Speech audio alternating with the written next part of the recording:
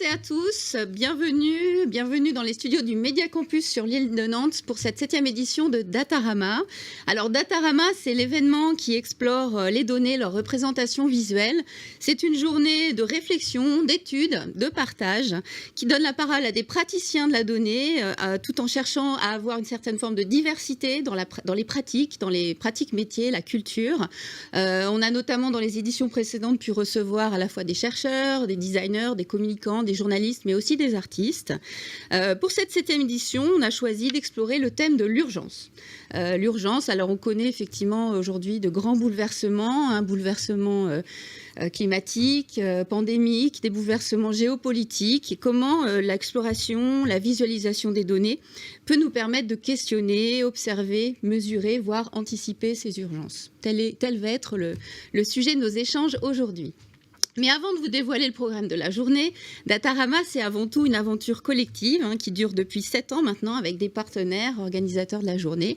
Donc, j'ai nommé l'école de design, Audencia Sciences Com, l'université des sciences du numérique de l'université de Nantes, le laboratoire des sciences du numérique, Yannick pour ce lapsus de l'université de Nantes, le LS2N, c'est plus simple, et West Media Lab. Donc, je vais leur laisser la parole dans quelques minutes pour qu'ils puissent se présenter. Tout d'abord, on tenait à remercier la Caisse des dépôts et consignations, qui est un partenaire fidèle depuis plus de 2 ans maintenant. Donc, un grand merci à eux pour ce soutien de l'événement.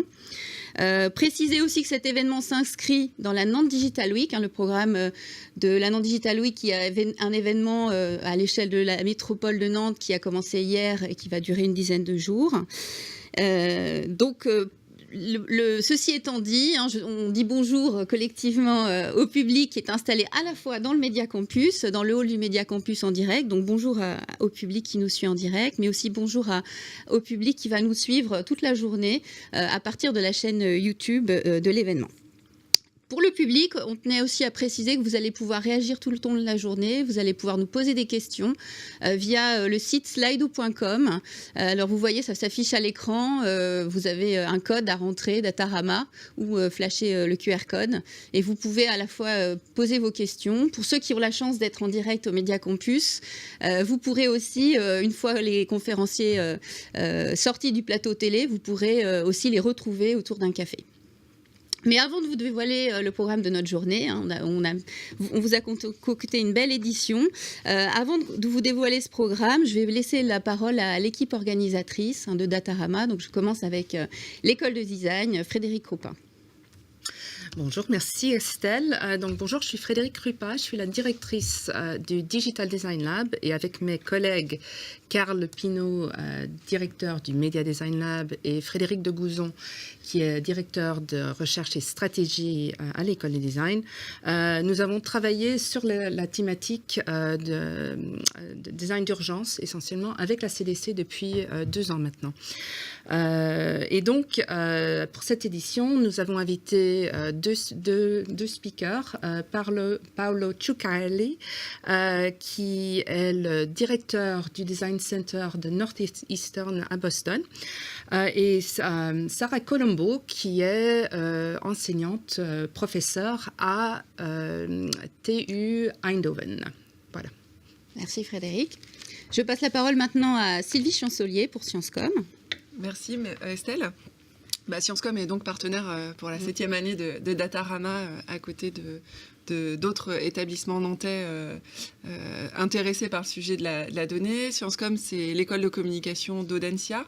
On forme à peu près 400 étudiants pour lesquels le sujet de la donnée est plus que jamais central. Évidemment, on a toujours formé des futurs communicants à la circulation de l'information, à raconter des histoires, embarquer des récits pour que les usagers, les utilisateurs vivent une expérience et s'engagent auprès dans des communautés, auprès de marques ou auprès d'institutions. Aujourd'hui, cette émergence énorme de données transforme ces informations dont ils disposent, nos futurs communicants, et tout l'enjeu autour de la data visualisation est central pour eux. Donc on est ravis d'être partenaires de Datarama et que nos étudiants et nos diplômés qui vont nous suivre puissent entrer dans cet univers-là et s'en saisir certainement pour leur futur métier. Datarama, c'est aussi une histoire de partenariat. Estelle Pruscar l'a rappelé, vous l'avez dit aussi, Frédéric. C'est un sujet clé pour nous à l'école d'être dans ce jeu collectif et dans des interactions avec nos écosystèmes, avec les autres acteurs ici du quartier de la création. C'est aussi à l'image du Média Campus qui nous accueille aujourd'hui sur le plateau télé. J'en profite pour remercier Télé Nantes qui met à disposition ce très beau plateau aujourd'hui. Donc voilà, une histoire collective ancrée dans ce que souhaite faire Sciencescom. Je souhaite une excellente 7e édition à Datarama aujourd'hui sur ce sujet là encore très actuel de l'urgence. Merci Sylvie. La parole à Yannick Prié pour le laboratoire des sciences du numérique de l'Université de Nantes. Merci Estelle. Alors, l'Université de Nantes a changé de nom il y a déjà un certain temps, parce que maintenant c'est Nantes Université. Oh, mince. Mais, donc voilà, je représente le LS2N, le laboratoire des sciences du numérique.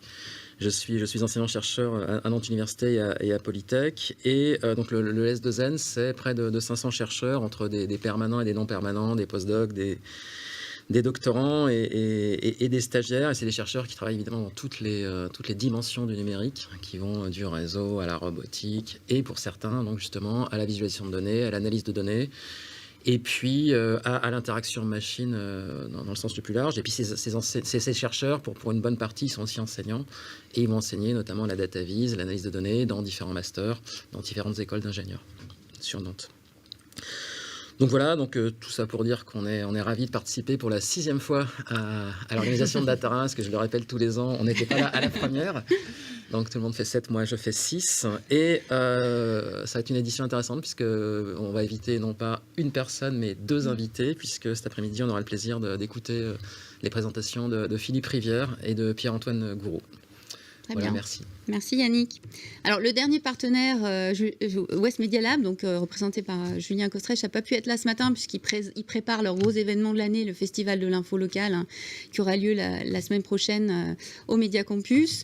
Quelques mots sur West Media Lab. Donc West Media Lab, c'est une structure qui existe depuis plus de 10 ans maintenant. C'est le laboratoire des médias de proximité. Il travaille à accompagner les médias dans leur transformation numérique à travers à la fois des formations, des événements, des hackathons aussi avec des étudiants en hybridant justement ces compétences, notamment autour de la data. Et évidemment, pour un partenaire comme West Media Lab, la question des données, de la visualisation des données et plus largement pour des journalistes et des médias, c'est aussi un sujet, une matière clé.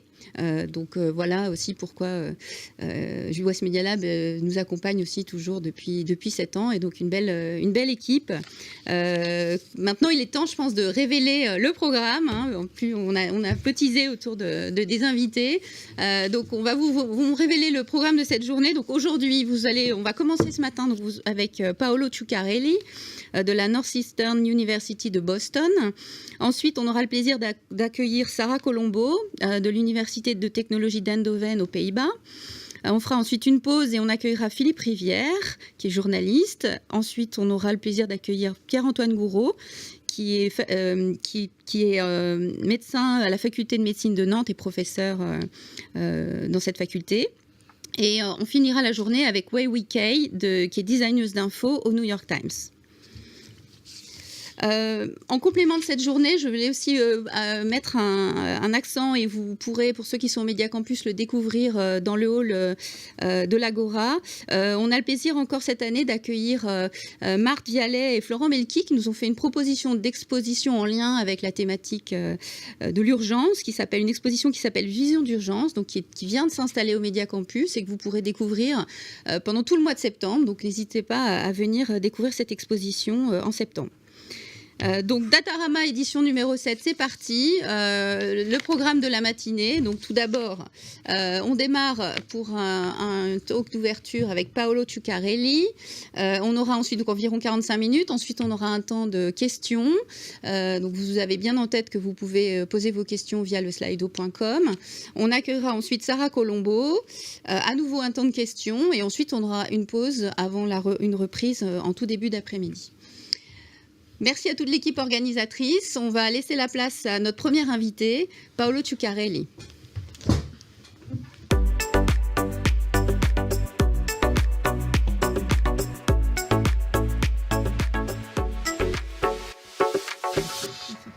j'ai oublié. Bonjour Paolo, hello. Bonjour. Nice to meet you. My pleasure. Frédéric, je vous laisse introduire, présenter votre invité. Merci beaucoup. Donc, Paolo Ciuccarelli est directeur du Center for Design de Northeastern. Il est architecte et designer en communication et donc il est aussi professeur. Et avant son arrivée à Northeastern il y a 2 ans, il était à Politecnico di Milano où il a dirigé le Density Design Research Lab. Il a été membre du conseil d'administration du doctorat en design et a été extrêmement prolifique dans sa production de data visualisation. Donc, je voulais quand même prévenir, nous ferons cette présentation en anglais. Donc là, nous allons basculer plutôt sur une introduction rapide en anglais et nous donnerons la parole à Paolo, donc, qui fera sa présentation et les questions-réponses en anglais aussi. Très bien. Donc, Paolo Ciuccarelli, welcome. Paolo is professor of design and the director for the Center for Design at Northeastern, and he arrives there after 20 years at Politecnico di Milano in Italy. At Politecnico, he coordinated the communication design program, the Bachelor of Science, Master of Science, and has been on the board of the PhD in design, and founded the Density Design Research Lab, an award-winning laboratory for data visualization and information. So I will let Paolo take it away from there. Thank you very much for the invitation first. I mean, it's the first time I'm in Nantes, and I think there couldn't have been a better way to get in contact with the city and the school that I knew before, they call the design in Nantes. So I think it's worth spending a few minutes talking about my journey in a way, so how I got interested in data and how I developed my research through that. So my background is in architecture. So I graduated in architecture in 1996, long time ago, and that's where I actually got fascinated about an idea, that is the idea of complexity, that I learned through some books that I think I wasn't happy at that time to read, but they really changed in a way my perspective on the world, I would say, how I was looking at the world. So books like, the method, La Méthode de Morin, is that something very tough maybe, or The End of Certainty, Prigogine and all of that, and that's how I got interested in this idea of complexity. So the world outside is complex and we have to cope with that. We have to find ways through that complexity in the world. Then I got a chance to enter into the design school and to start, participating in building that design school. And then I went to product design, and then eventually I came to the field that has been my field for a long time, that is communication design. And that's where I had this kind of a second enlightenment, I would say, when I saw an initiative, a research initiative in the UK that was trying at that time to map internet as it was growing. So they created this wonderful collection, the Atlas of the Cyberspace, where you could find incredible visualizations about data and the web itself. So that's where I started to think about the possibility to use visual languages to make that complexity that I learned about in architecture understandable and manageable somehow. Then a third encounter with a book that was really kind of a third step towards my journey in data that speaks about, that complexity I was talking about in a very, very effective way, for a lay audience in a way. And the network scientist that is behind that book, the author of this book, is nowadays a colleague of mine at Northeastern University. So, but again, in that book, I realized that really complexity is around us and we have to be able to interact with that, and then visualization might have been a way to create that connection. So that's why I decided to embrace that challenge to make complex phenomena visible, accessible, understandable, manageable, and that was the challenge that I brought to students. But when we started to design some of those visualizations that you can see in the web on the Density Design account, these were more diagrams, like system diagrams, more than data visualizations. Actually, I didn't know much about data at that time.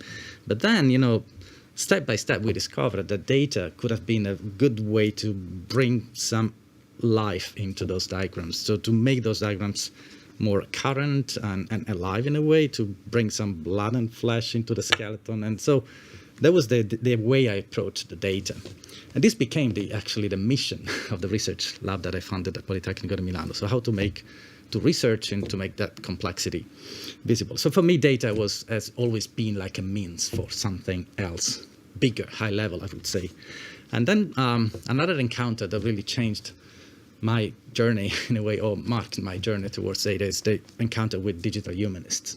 So for them, it was very clear that data is something that is not, there. It's something that you build. It's something that is taken, as Joanna Drucker says, it's not given. So it's something that you have to produce. You choose to produce as a reduction to that complexity, that I was talking about. So it's constructed as an interpretation itself, and then you have the interpretation that we design as designers working with data.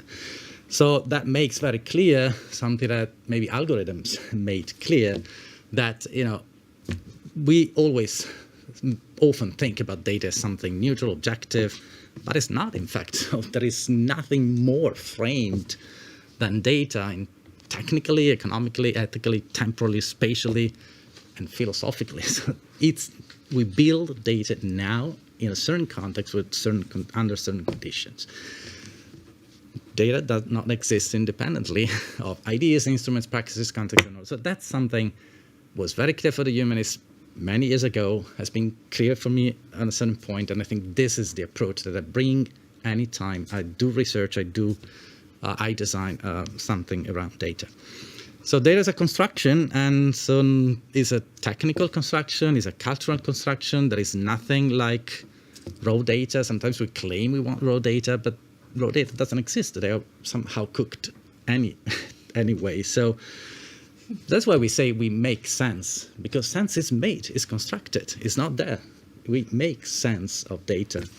And that's why to make sense, you need some clay, some bricks, and then you need someone that shaped that material, designers or architects. What does it mean to make sense, design with data in the age of emergency? That's the question I was, prompt with, and I liked at the beginning the idea that you have somehow a before the emergency where data can be helpful, and if you design them appropriately, and during the emergency that might be interesting, that might be useful to maybe cope and to react to emergency, and then after might be useful to have that. To have data and visualization of data and design on data to kind of, maybe become familiar with that and live with that, as we are now trying to live with this idea of pandemic that it became endemic in a way. But I think what is more interesting to me is what is in common, what those three dimensions have in common. And to me, as I started to think about that, what they have in common is the evidence, especially now now that we live with that idea of pandemic, we experienced the pandemic, and after that, I think it became very clear to me that there is something that goes across these three moments. That is a kind of a sense of frustration that sometimes I feel as a designer now working with data. This kind of lack of agency. So, it was really it is an unprecedented condition for many reasons. Last but not least, the fact that I think there hasn't been a moment where we had so many data about something that was happening. So tons of data are produced nowadays about that emergency. I think there hasn't been a moment where we had so many ways to visualize data. So we have scientific literature that is full of visualizations of data. We have magazines and journals speaking about that through visualization. We have all sorts of languages and visualization patterns applied to data. Nothing like that happened in the past. But still, I think it's very clear that being able to visualize data doesn't really mean that you have an impact. The gap between being able raising awareness and being able to convey an information and data and something happening, it's a big gap. So, maybe it's because I'm an actor, probably. So when you shape a building and you succeed and the building is constructed, then people behave accordingly. So you put some physical constraints and people go around, live or experience that building usually the way you designed it. So you can't really affect the behavior of people. With visualization, it's much harder. I think because we leave this sort of what I call the control room syndrome. So we have this idea that if we have data and if we can create those sort of environments, we can control the situation. But I think that the problem is that we have this idea of the dashboard. So the dashboards are if we think to the origin of that word, so they were this panel that you had in the trolleys in the past to protect you from the dash. That's where dashboard comes from. And then those panels became, when we had vehicles, then we have some controls. And so I think it's a powerful metaphor. So we think that we are in control of that machine, but there is no machine behind that. There is a social and natural phenomenon behind that is very complex, and that you can try to reduce that to those widgets and data, but at the end you are not in control. And so, but this is what you may think when you have those dashboards behind. And of course we had dashboards for trying to control the pandemic, and of course we were able to control the pandemic, and we are trying to just cope with it as you do with any complex phenomena. And I think it was again clear that knowledge, insights don't come from a single widget. You can design that in the best way possible, but then if you are able to extract any insight from that dashboard, it's because you have something to put within those widget. So you have that glow that comes from your knowledge, your experience, that makes sense of it. And that's something that many people, many of the stakeholders, so to say, of the emergency don't have. So they're not able to recreate those connections. I think that people working in the field may have thought, as I did, to someone that in the past, I think, lived that problem. I'm talking about Jon Snow, not the Jon Snow that you may think about nowadays, but the epidemiologist. He was an epidemiologist actually, but he became sort of able to cope with something with this cholera epidemic that hit London in 1854. Through visualization, in a way, because he designed, Jon Snow, a map. He produced a map to try to make sense of an experience. A book says about that was kind of defying the human understanding. So he produced this map, and I don't tell the whole story. I mean, something very popular and common in the field. So he designed that map, and he discovered actually what was the real cause of the epidemic. That was water and not air, as people thought at the time. But it wasn't easy. He had this visualization, and if you look at that now, you say, okay, that was very clear. But it wasn't easy at all, because when we brought that map to the experts, they couldn't really believe to that, because the knowledge they had in the mind was totally different. So there was a gap, and despite being very clear in a way, analytically speaking, the visualization, they couldn't really understand. And same, what he had to do, he had to try to remove the handle of the water pump that was the cause of the epidemic. He tried himself, because nobody was listening. And then the citizens also reacted. They were, just stop, please, don't do that. That's our water. It's public water. You can't remove the handle. And nobody was believing that, despite this availability of data that he produced and visualization that he designed.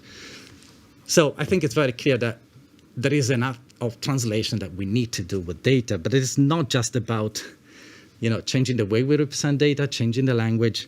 Sometimes it's really kind of a physical movement. So we have to bring data to the different stakeholders in a way that they can digest that.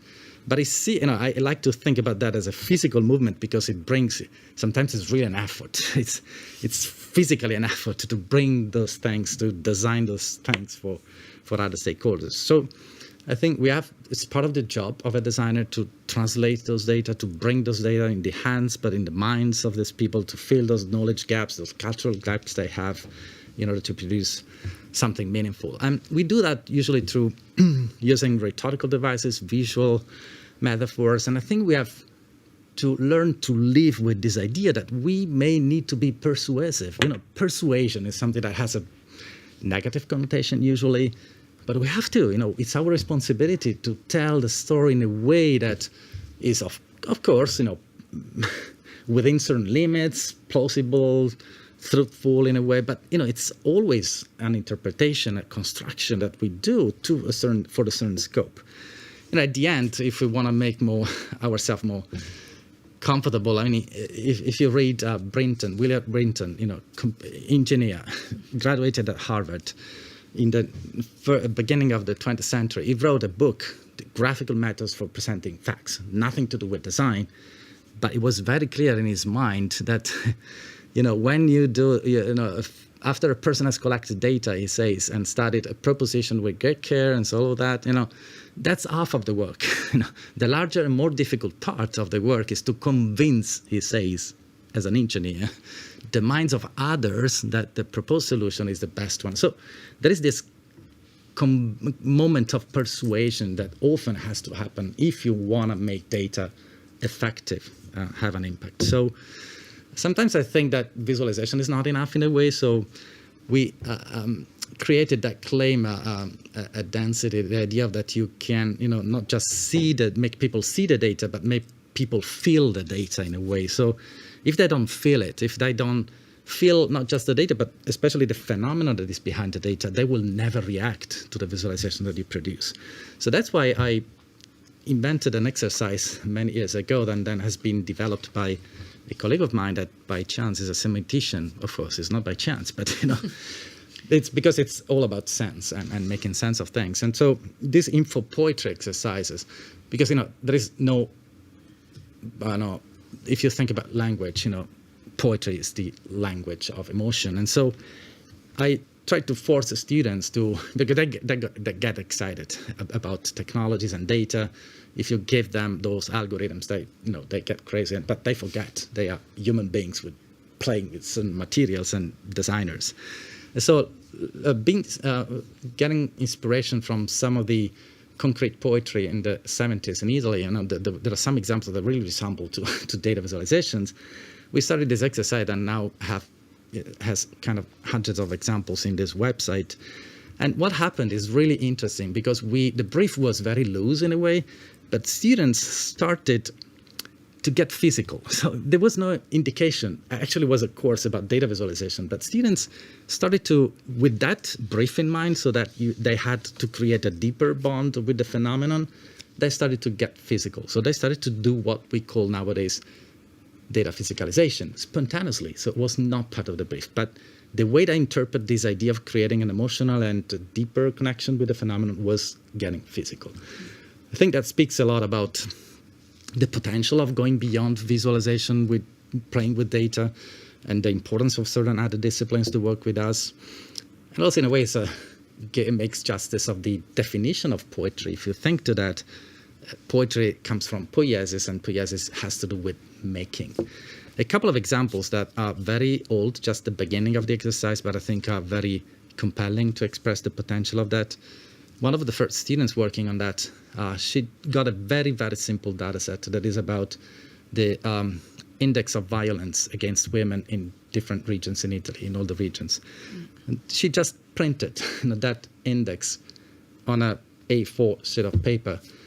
And then she tried to apply the same violence to the paper, proportionally. And then you get different pieces of papers with a different degree of violence applied. And that, I think, it's a very, very simple, probably, is not algorithmically translatable, but it's something that conveys this idea that it can go, and you've seen that physicality a value. And what she said, I think, in the presentation is very valuable, that, after a certain threshold, the paper will never come back flat again. It's something, if you overcome a certain, and you feel that, you see that. Another exercise, I think it's interesting because they really, some of them tried to really create a relationship with the phenomenon. So the student, she got some data set about iceberg melting in the Antarctic, and then translated those data into little icebergs. And so you have this piece of ice that were colored and then melt. as the actual phenomenon. They were transformed into these representations. So each piece of ice has been exposed to an amount of warmth that was heat that was proportional to the actual time of decay of the iceberg itself. So you could see the white ones that stayed as they were, and then the more they are blue or the more they melt, the more they actually melt in reality. So another way we are trying to recreate that connection with the phenomenon is data sonification. It's something that I started to work with at Northeastern University when I moved, and I was at that time supervising a PhD, Sara Columbo, working on the topic. We're still collaborating. We actually started it's a kind of a new field. So we started to collect examples of that because there wasn't a place to go to find relevant examples. So now we created this data sonification archive with kind of 400 examples. And it's becoming really relevant in the field because, there were artists doing that. There were some analysts in very scientific domains like astronomy working with data sonification, but there isn't a unifying framework for that I think design can provide. A bit about the advertising. In a couple of weeks, we will have this, actually next week, this event in Milano about data sonification. And the subtitle I proposed is Beyond Visual, on purpose, because I think if you want to recreate a good experience of what's going around, what's happening around through data, we need to go a little bit beyond that. One of the artists that will be part of this event produced the visualization and desonification the visualization that you saw in the poster, and I give you a glimpse of it. I hope the sound will work. Yes, it's a good sign.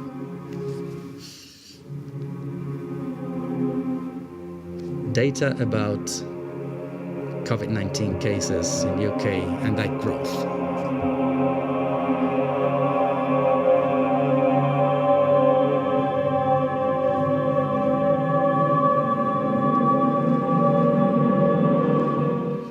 If you want to experience the whole thing, you have to come to Milano on the 27th. Besides streaming.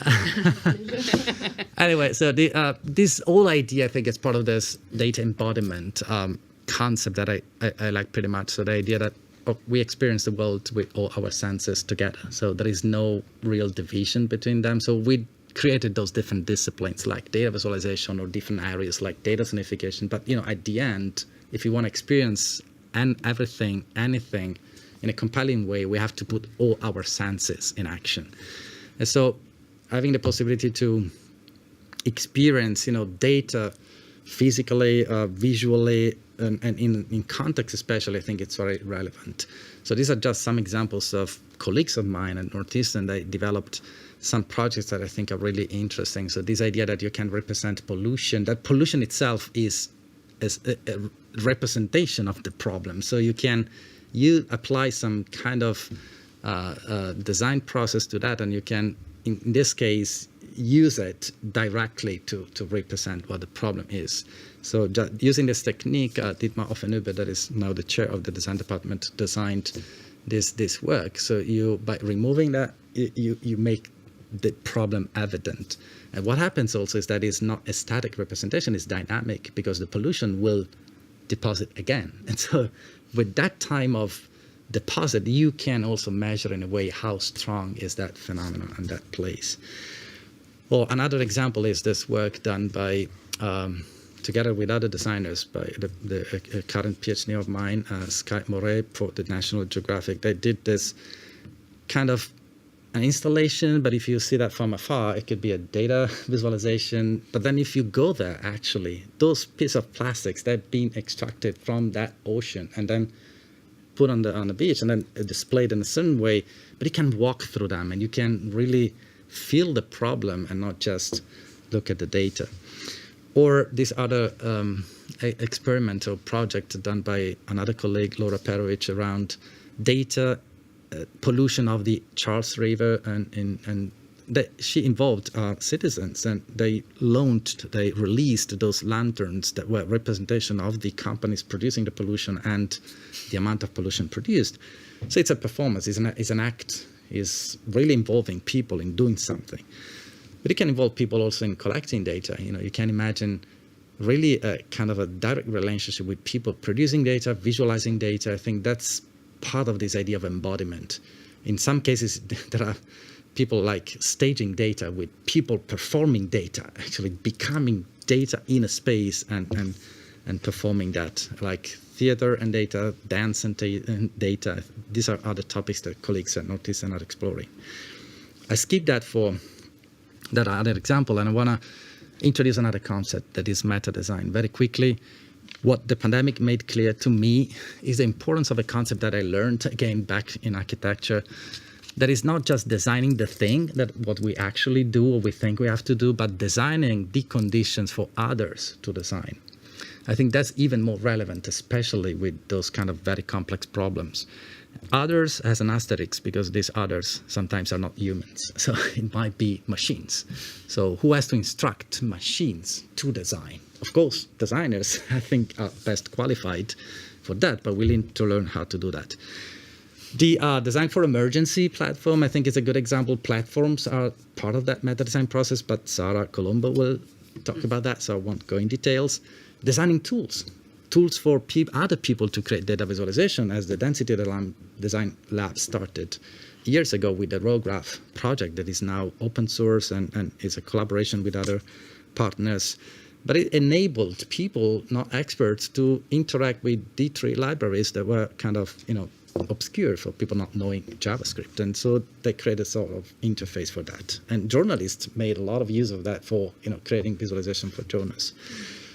Creating system grammars or like algorithms, and now is very common, especially when you have to deal with data real time, to create templates and algorithms and that generate automatically visualization of data representations. That became very common during the pandemic. This is work done by Elon Agency in Italy for the Johns Hopkins University.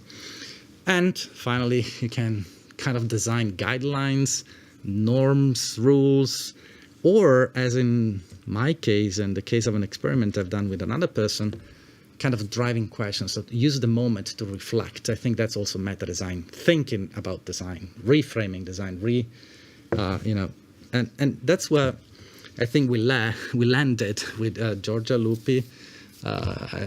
People in the field may know her, for several reasons, but she has been a PhD of mine and then turned in a way a little bit her career. But during the pandemic, we were in contact a lot, for just, talking and discussing together what was happening. So we decided in a way to consolidate that conversation into what we call data memos. So 12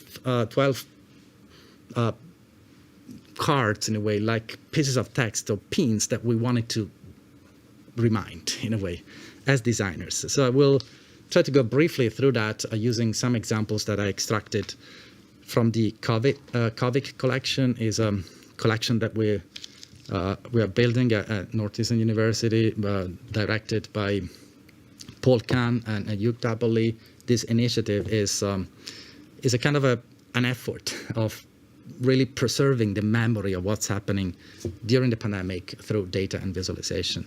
So it's an incredible collection. Has now like 12,000 examples, and is available online, so you can browse it. And I think there is another collection like that that represents really what has been produced and is produced constantly around data and the epidemic.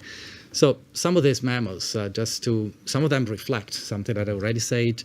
So data is a construction, and this construction has to be represented somehow as much as possible into the visualization itself. So I'm very happy when I see those kind of how to read that are very, very detailed, because they tell you what those actually represent. So don't be shy to dedicate part of the space you have to that part, because that's essential for people to understand, because death might be measured in very different ways. So, but they may mean something very different. So I think you have to be very precise with that. So some of these examples have been provided by Paul Kahn, that I thank, for that work and support, because he knows, by memory, more or less by heart, everything that is in the collection.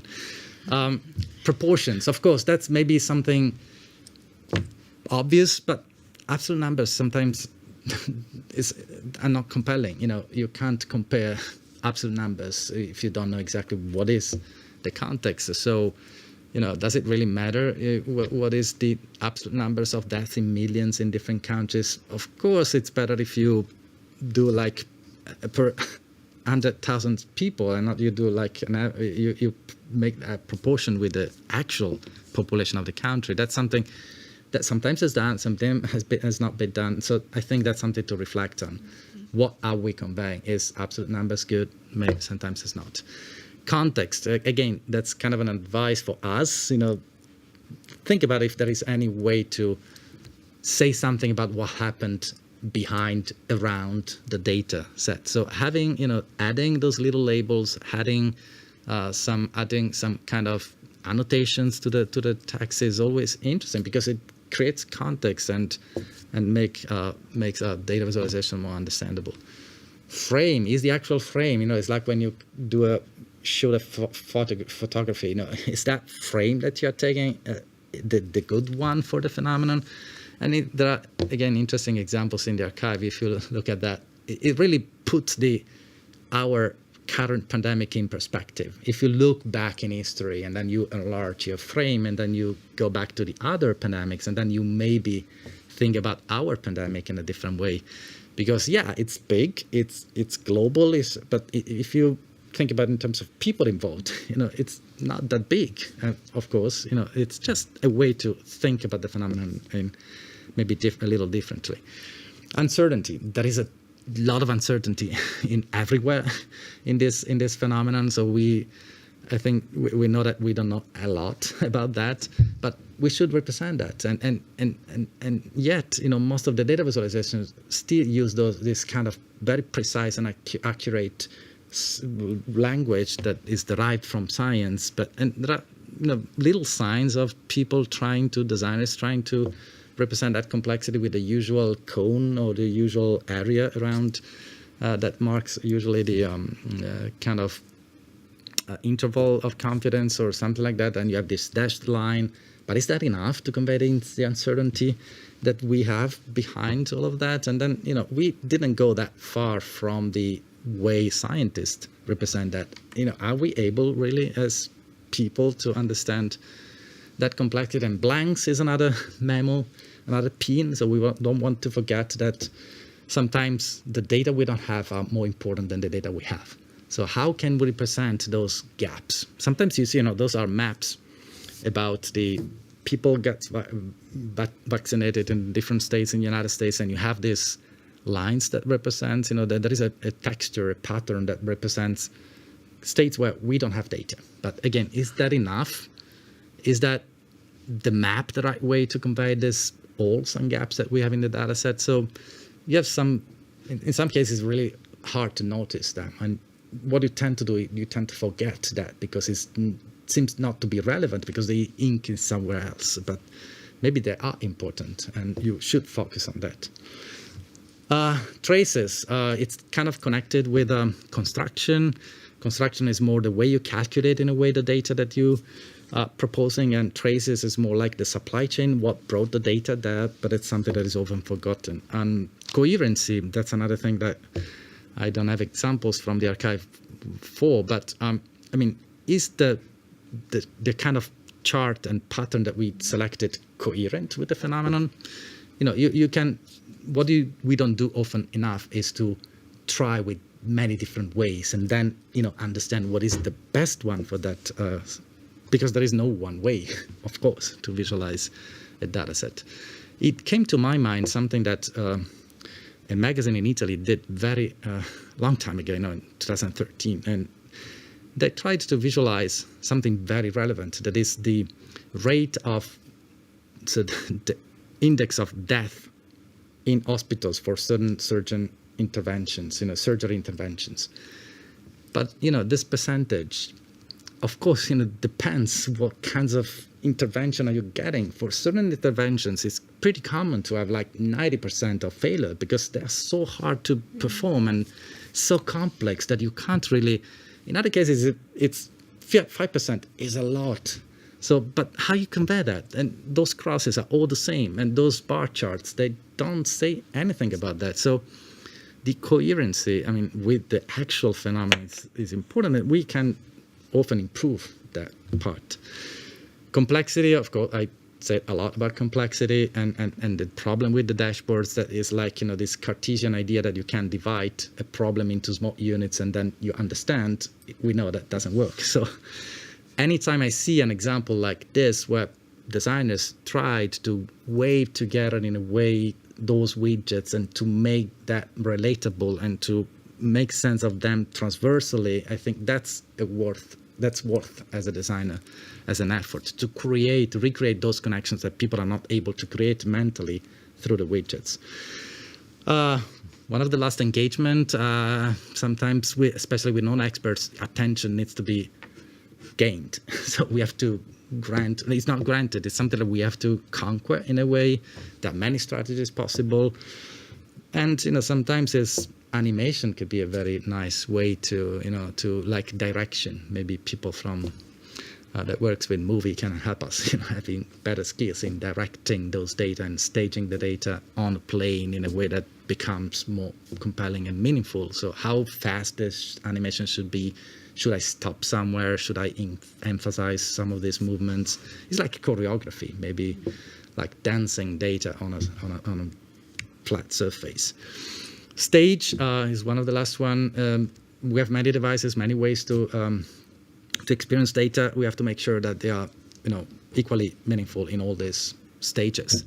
So yeah, you may, in that case, like moving from desktop to mobile, like unpack the sandwich and put it vertically, but maybe there are other ways to move from desktop to mobile. And some experiments I think are pretty interesting. This is a collective of designers in Italy that designed this purposely for Instagram. Instagram is a very used, very popular, especially with certain age groups, and this is a way to try to convey real-time, daily data about the pandemic to a certain audience that may be less interested in data. And I think at the end, it's interesting as an experiment because they try to use the device, the actual properties and features of the device, so horizontally, vertically, so they made sense of that in different ways. And it also connects with something I already said in terms of meta design. So I had to develop, in a way, an algorithm in order to automatize that. So it's not something that is designed every day. So they just designed the system, and the system produces every day that one. The last memo, and I'm close to the end, is about maybe the most important is about humanity. So at the end, behind all these abstractions, both visualizations and data are abstractions of something behind. There is plenty of research in how we should visualize data about humans, and if you go to this collection that is called Anthropographics, you have a wonderful representation of all the possible solutions. I think sometimes, again, going a little bit beyond visualization itself. So yeah, of course, you can design little humans, so you can design dots because you want to give dignity to the individual. But I think going beyond visualization sometimes can help. So I like a lot this example that is again in the COVID archive by the New York Times that tried to add some meaning to these dots and to these bars in a bar chart. So you actually have a bar chart, but with some kind of context behind it. So they asked people to tell their stories about COVID-19. There should be a voice here. So actually there is a voice, the actual voice of the person that has been recorded. And he was a fighter. And that is a dot. And he loved Gandalf.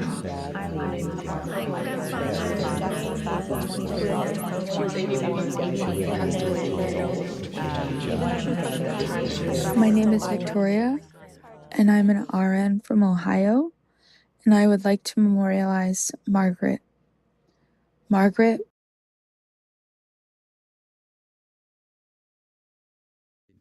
development of the phenomenon through very simple, clear analytical bar charts, but with some meaning on that in the different points of it. So I think that's kind of a way to add. So beyond visualization, we can call it sonification, but it's part of the additional layers that I think designers should bring to that. These are the all 12 memos. If you have ideas of other points that you think as designers we shouldn't forget, these are not rules. These are not like prescriptive indications. It's just ways to reflect. I close with last reflection. So the topic is Design for Emergency, was also the name of the platform that we developed.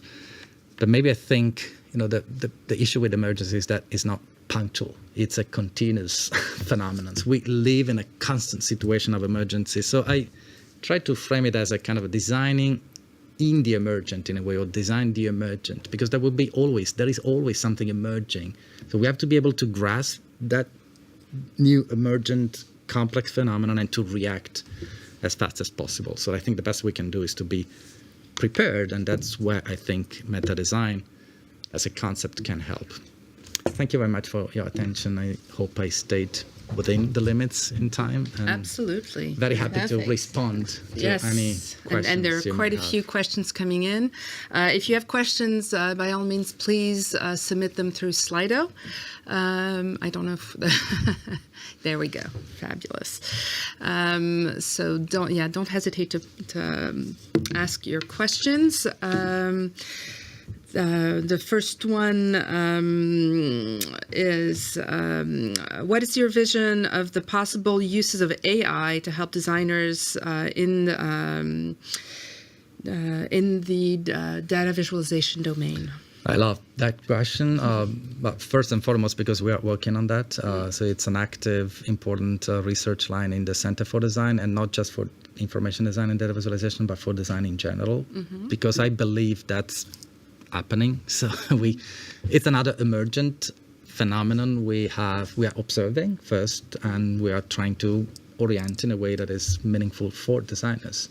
So as I said, there are already usages of AI, or little algorithms that then becomes more and more intelligent and smart, and they start to learn and then can assist the designers in their work. So I think, of course, we have to make the best possible use of this technology, as we did with any other technology, as any other tool.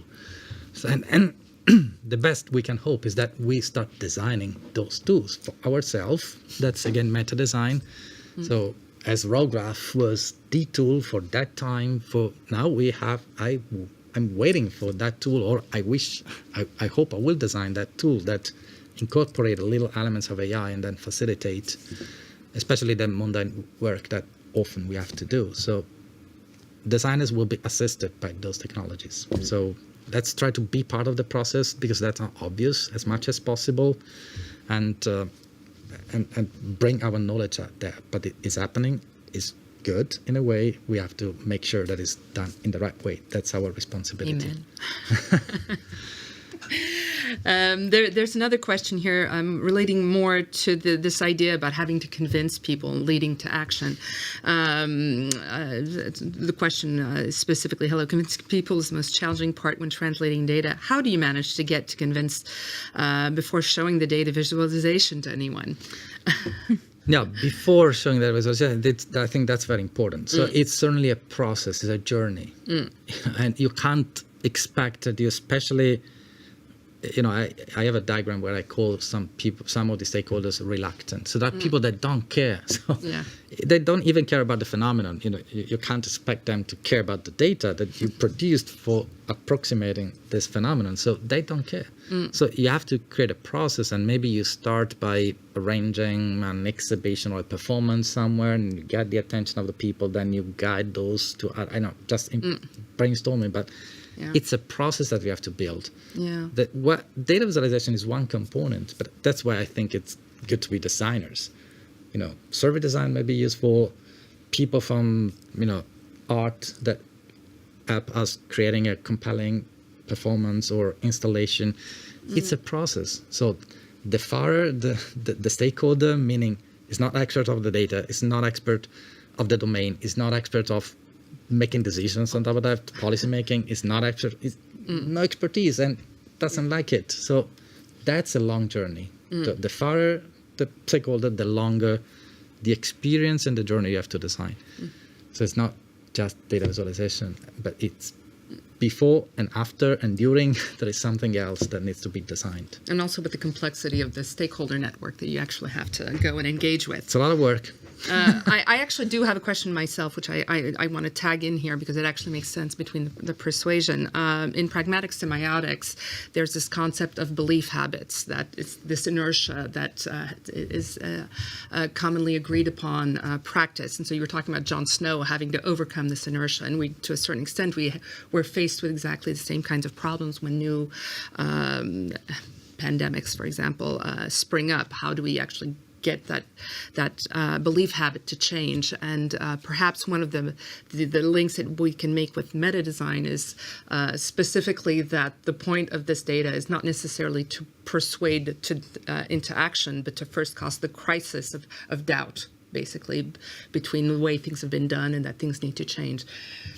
That's not a question. Yeah. That's a statement. I like sorry, it. Yeah, but I basically, I agree. How would you respond to that? Well, I agree, and I think the space where design is equally important is before designing the solution is to frame the problem or reframe the problem, redesign the problem.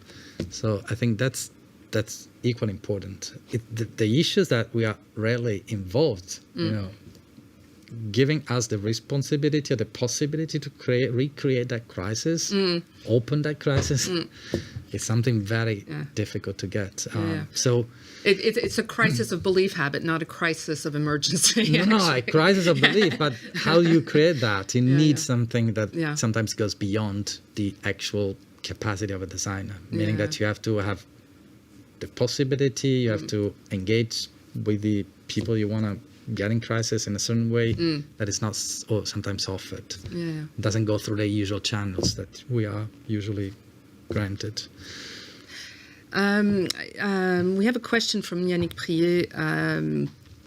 In more general terms, he has a question about the tools and the moment when the designer moves away from the data to go towards the visualization tools. Sorry, tripping over my own tongue. Is there something in your process about that particular moment, or how does that? Yeah, one of the suggestions, because myself, I found that very useful, is to get to the tools as last stage, so the latest possible, because and try before any other means like paper, sketching, thinking, drawing, whatever, that doesn't imply a tool, because tools as data, they bring some sort of framing, and so they is kind of a cage in any case, little, sometimes big, sometimes little cage. So before getting to the tools, I try to exercise my design knowledge in any other way that doesn't require a tool. So like, for example, sketching and drawing and writing down things. So this direct connection with the mind, I think it's a good exercise before getting into tools. So I don't know if that was the expected answer, but but I totally believe in tools, and I hope that designers will design many more tools in the future than they actually did in the past, because often other people designed them, and we are just using those tools for our purposes. As with methods, we borrow tools and methods from many other disciplines, and we very little produce on our own. So that's, I think, a problem, and falls back to meta design. Okay. We have another question of Slido. Could you share your thoughts about the role of interactivity, not only in one viz frame, but also between viz? That means exploration paths between. Interactivity is interesting in visualization, and I think it's not I mean, it's not clear enough, at least to me, to what extent and when, under which conditions it works. So, because it's kind of a trade-off, constant trade-off between the willingness and the ability of people to interact and the possibility to do that. So sometimes you offer a certain degree of interaction, they're not used, and in some other cases you don't, and you should have because of that. I think so. I'm still kind of learning in a way what is the best way to make use of interaction, because it's less obvious than I thought. That's my first reaction, because there was a certain moment where we thought that interaction was key, and the more interactive the piece would have been and the more people would get engaged. But then, of course, we discovered that it's not that linear. Then there might be, but learning the exact, how to mix that interaction and how to do that is through devices, different devices. Again, it's part of that journey. Should I make that little mobile thing interactive, or maybe create an interaction between the mobile thing and the desktop thing, and then maybe with something that is in the context? So, yeah, I agree. This goes a little bit beyond pure interaction, human, single machine, and it's more like a broader network of interaction that probably needs to be built. But I'm still trying to understand what is the right configuration and the right amount of interaction, and depending on what you should provide that. So happy to discuss that further. If we could bounce off of that question, if we think about this idea of the exploration paths, and we look at the COVID project with all of the different visualizations around COVID, the idea is to also potentially give a vision as an artifact, as a memorial, since it really is about a collection of work that has occurred. Yeah. We didn't think to that. I didn't. I don't know if Paul gave it that a thought, but I think there are many ways to extract value on that. So maybe that's one way, and we wrote essays on that. So you can constantly reanalyze that. So I think it's more like a process of extracting value, and I invite anybody to think about that. We provide everything. So data are available, the visualization themselves have been captured, so you can use that, but metadata especially are available. So I invite students to use that as a platform, as a sandbox for creating something, because all this metadata, I think, put together, they are meaningful. So what are the topics more represented? What are the patterns that are being more used? What are the countries that spoke more about certain things? And I'm not sure it's 100% statistically relevant, but that's not the point. It's more like representing this immense corpus of work that has been produced during this time and what is within it. I think it's an incredible data set that students from any sort of design discipline could work on, or even computer science or epidemiology. If you get those data and you do an analysis of that, I think it's kind of unique as a data set. So I invite to have ideas as yours on how to translate that into value. Okay. We have another question relating much more to the idea of bias in data, and how can we train students to reduce bias as much as possible? For example, in data visualization that appears in journalism, right? So as not to basically confuse the user or mislead the user. I mean, at the moment, I'm really truly learning that by practice. So immersing myself first and the people working with me. So the research we are doing, for example, in AI and design in AI has that purpose. So it's a 4-year project, so we're just at the beginning. But the idea is to understand what kinds of biases we may incorporate into the design process at every stage. So we are now using data to understand the user, massive scraping of data from the web, but where do you scrape this data and who wrote those data? And then this creates already biases. And the way we learn, we train the algorithms that interpret those data, then again, we'll incorporate some. So we are trying to learn, actually. It's everywhere. Biases are all over in this process. And so now we are practicing that process with that focus so that we can learn and then hopefully come up with some strategies. And that's the purpose at the end of the project, to kind of strategies and guidelines on how to avoid or how to mitigate. It's kind of inevitable. That's the way we produce data. So we have to produce that, and inevitably we will make it visible as much as possible, honest. Explainable AI is still a lot for experts, but there isn't that much for non-experts and different level of non-expertise. And this is something that I think we should work more and expand a little bit the field of explainable AI. So be honest, make that visible as much as possible, and then try to mitigate that. I think you can't do much more than that. Being upfront and honest about it. Yeah. It's already a good start. If there are any other questions, be sure to send them in. We have a few comments to say that your talk was fascinating. So, Thank you. I appreciate it. We answered everyone's questions. Yes, so I think I personally really enjoyed your discussion relating to this idea of different moments within an emergency, and what are we reacting to, what are we responding to, because that's essentially a discussion we're starting to have with this idea of ultimately creating the data, being able to analyze the data, being able to extract useful information, things that will lead to action, convincing people, obviously, and this persuasion element. The other thing I also really enjoyed is this idea of your info poetry, and the idea that in order to make it more impactful, that we need to physicalize it and sense it in ways that is not purely visual. So that's something I discovered, actually. Students themselves, they took that path, by themselves. That was interesting. And I think this idea of building data, that's maybe a suggestion to try to engage as much as possible students with the actual activity of building data sets. So create your own data set.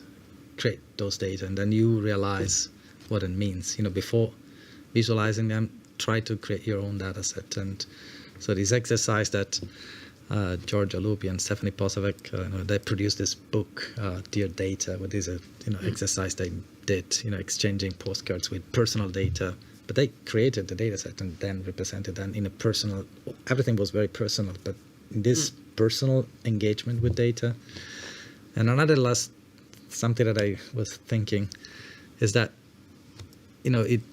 Jon Snow was there at every stage. He, reacted to the pandemic. He went out, he produced the data, then he came back, he sat down and then designed the map, and then brought that map to the stakeholders, and then went to the pump and tried.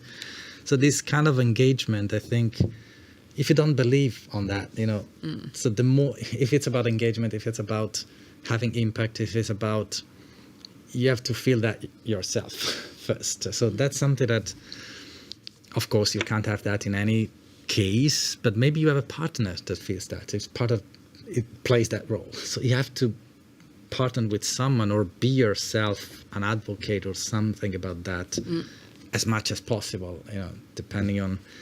But with emergencies, I think it's needed somehow, because it's not like, it's not business analytics. It's trying to cope with a very complex phenomenon with many stakeholders outside. So if you don't get into that process, into that kind of level of engagement yourself or with partners, it's very difficult. Then he won. He had an impact. At the end, it was very difficult, but he managed in a way to get them convinced, and he got the permission to remove officially that and stopped in a way the pandemic. So, and other people that had similar maps. There's an interesting paper where two other maps identical were produced in the same time by other people in the same moment for the same purpose, to understand the phenomenon and try to do something. No one of the two others managed to. Of course, he had this idea in mind, so he saw the insight. They didn't, but then he brought that and was able to. But the same for Florence Nightingale. If you know the story, she invented this diagram to convey the problem of people dying in the hospitals and not in the battlefield. There were more people dying in the hospital for the infections that they got in the hospital, and not but they collected the data herself. They analyzed the data. They got the insight. They produced this new way of visualizing data that is persuasive, because it's not. There is another paper from statisticians. They say that's not a good way to represent the data analytically, but there was a purpose. So she designed that, and she brought that to the governors, and asking for doing something, and she won. So this kind of engagement sometimes. Now that we have all these tools, all this, disengagement, Scraping with the web to get we have all these levels of disengagement that we have to feel in a way somehow ourselves with partners, but we have to recreate that connection with the phenomenon and the actual experience other people are having in order to be effective. So it's much more than visualization alone, but also getting back in touch with the data. With and the phenomenon. Maybe immerse yourself into that if you can, and we'll have.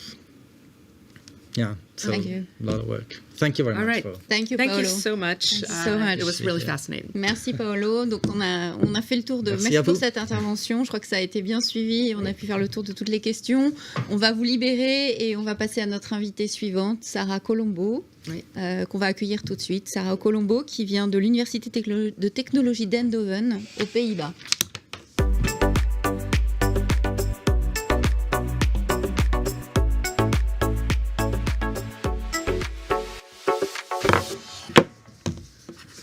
Hello, bonjour Sarah. Bonjour.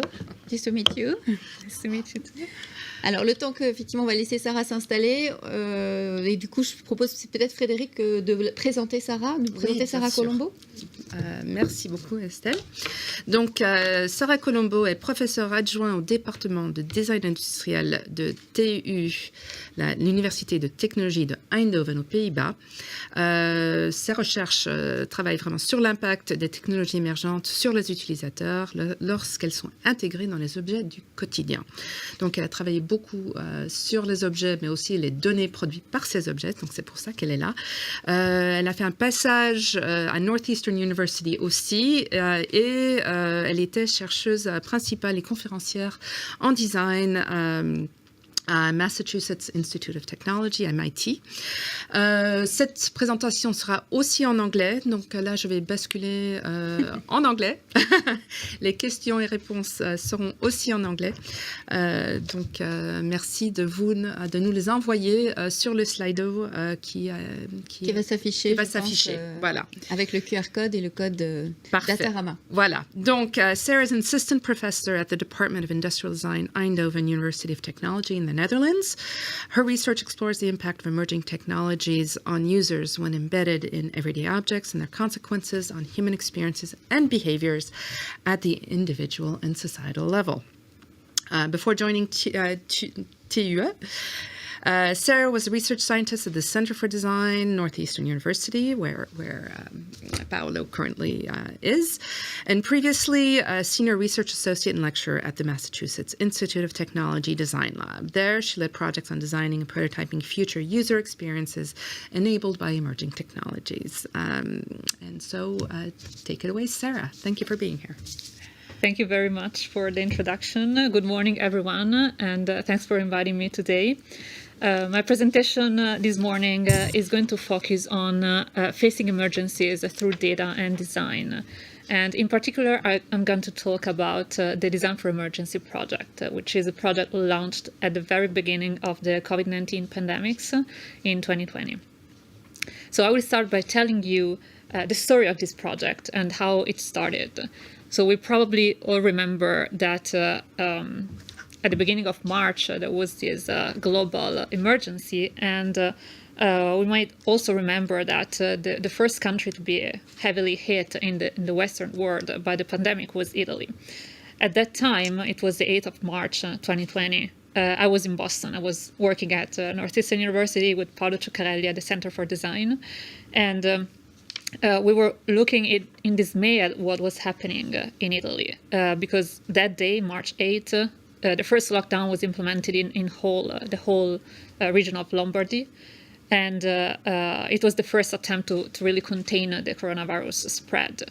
After just 3 days, the lockdown was extended to the whole country. So that was the very start of a long period of lockdown, although they said that it was going to last only for 3 weeks. So by being so far away, we were really trying to understand what was happening in our country, because both Paolo and I are from Italy, and we were looking at how design was responding to this emergency. And what we witnessed was a huge effort of the design community to intervene, but mainly focusing on the healthcare system.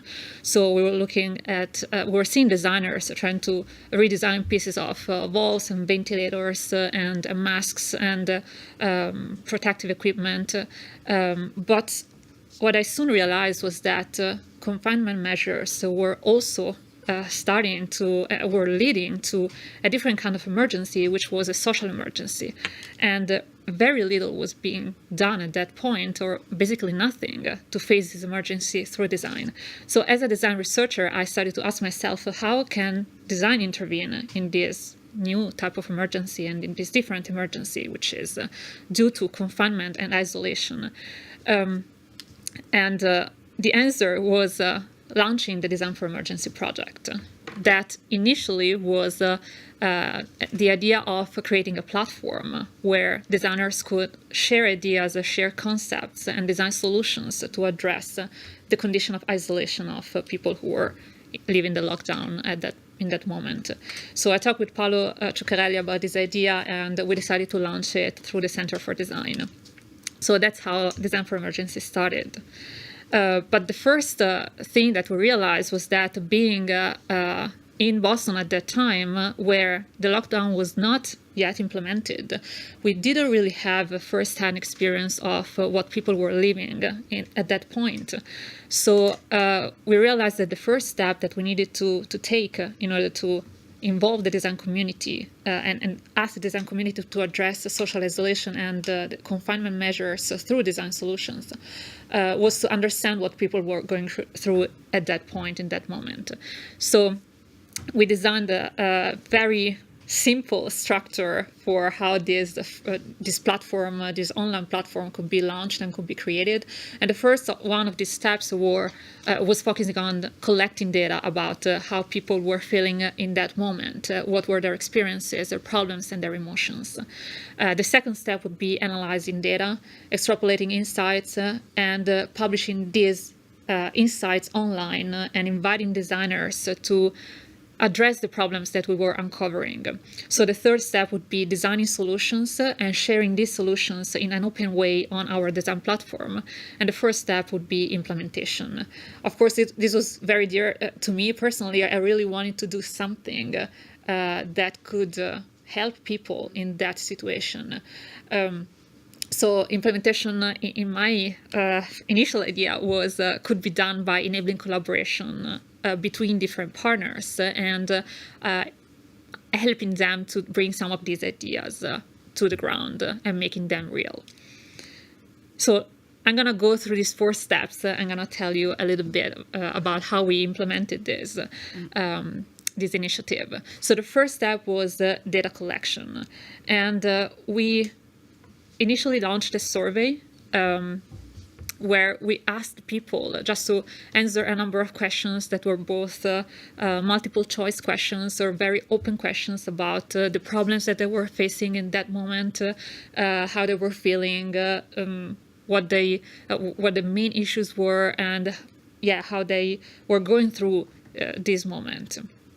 So on March 15th, just after a few days after the full lockdown was implemented in Italy, we launched designforemergency.org. So we created this website where we published our survey and a call to answer or to fill in our survey. So this was, of course, in Italian, and then it was translated also in English to make it a bit more inclusive. And we asked people to respond, basically, through our social media. So we spread the word through the means that we had. And we were surprised to see that after just 4 days, we collected 1,600 responses, especially from Lombardy, but also from the rest of Italy. So we realized that we were dealing with a lot of data to analyze because we wanted to extrapolate insights as soon as possible from this data to make them public and to ask designers to act upon this and to design solutions. So we started with, of course, what could be easier to analyze, so the multiple choice questions, the more quantitative data that we had, and we tried to gather preliminary insights from this data. We created some rough visualizations. This was about the demographics, so who had responded to our survey, but also some visualizations focusing on the contents of the survey, so the emotions that people were feeling. And as you can see at the top, anticipation in that moment was the most the most common emotion among our respondents, but also hope, surprisingly, as well as sadness and despair and fear. And we also tried to categorize the results or to cluster the results by age. And we saw that there were differences between different age ranges of how people were responding to the situation. We also tried to make other types of visualizations, so a day-by-day change in the emotion of the people who responded to our survey. And finally, a list of, or like a bar chart that was representing the most encountered problems at that time. And the first one was finding a new routine. Of course, it was a huge shock going into lockdown, so that was the most important problem for people, but also making essential purchases, of course, and also receiving reliable information on what was happening. So it was interesting, the fact that as soon as we started to disseminate this initiative, we were contacted not only by designers, but also by other figures, for instance, journalists.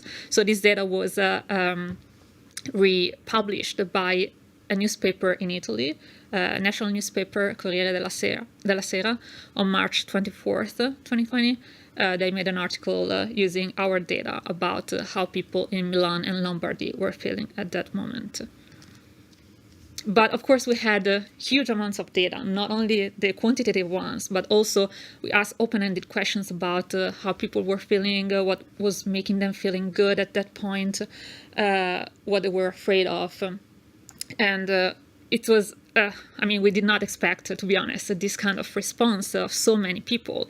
So 1,600 responses for each of these questions was a lot to analyze manually, of course. And our intention was to create insights, generate insights as soon as possible. So we turned to using technology in order to help us extrapolate some insights. And we collaborated with awesome partners, people from all over the world who stepped in and helped us analyze these data. So we actually made a lot of experiments. So we tried out many algorithms. Some were actually developed ad hoc for our responses, but none of them really worked out. And we finally found one, which was a natural language processing algorithm that had been already tested in other contexts and had been developed for different languages, not only Italian. And we found this one to work very well on our responses.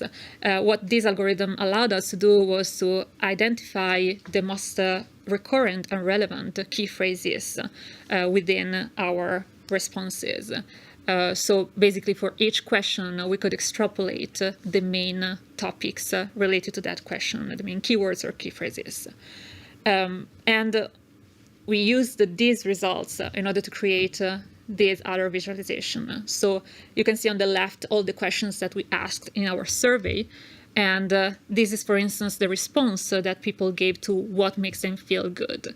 What you can see in the smaller bubbles are the key phrases that emerged from the application of our NLP algorithm.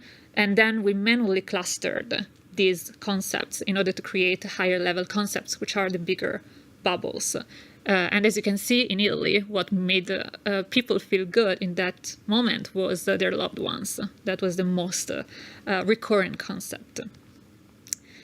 So between March and July, this initiative actually expanded in a way that we did not anticipate at the beginning. So we started from Italy, but then in the next few months, we were contacted by a lot of institutions or research centers or even just designers who wanted to help this initiative, and especially who wanted to bring this initiative in their own country.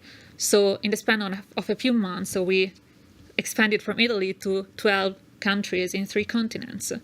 And we collected 7,600 responses to our survey.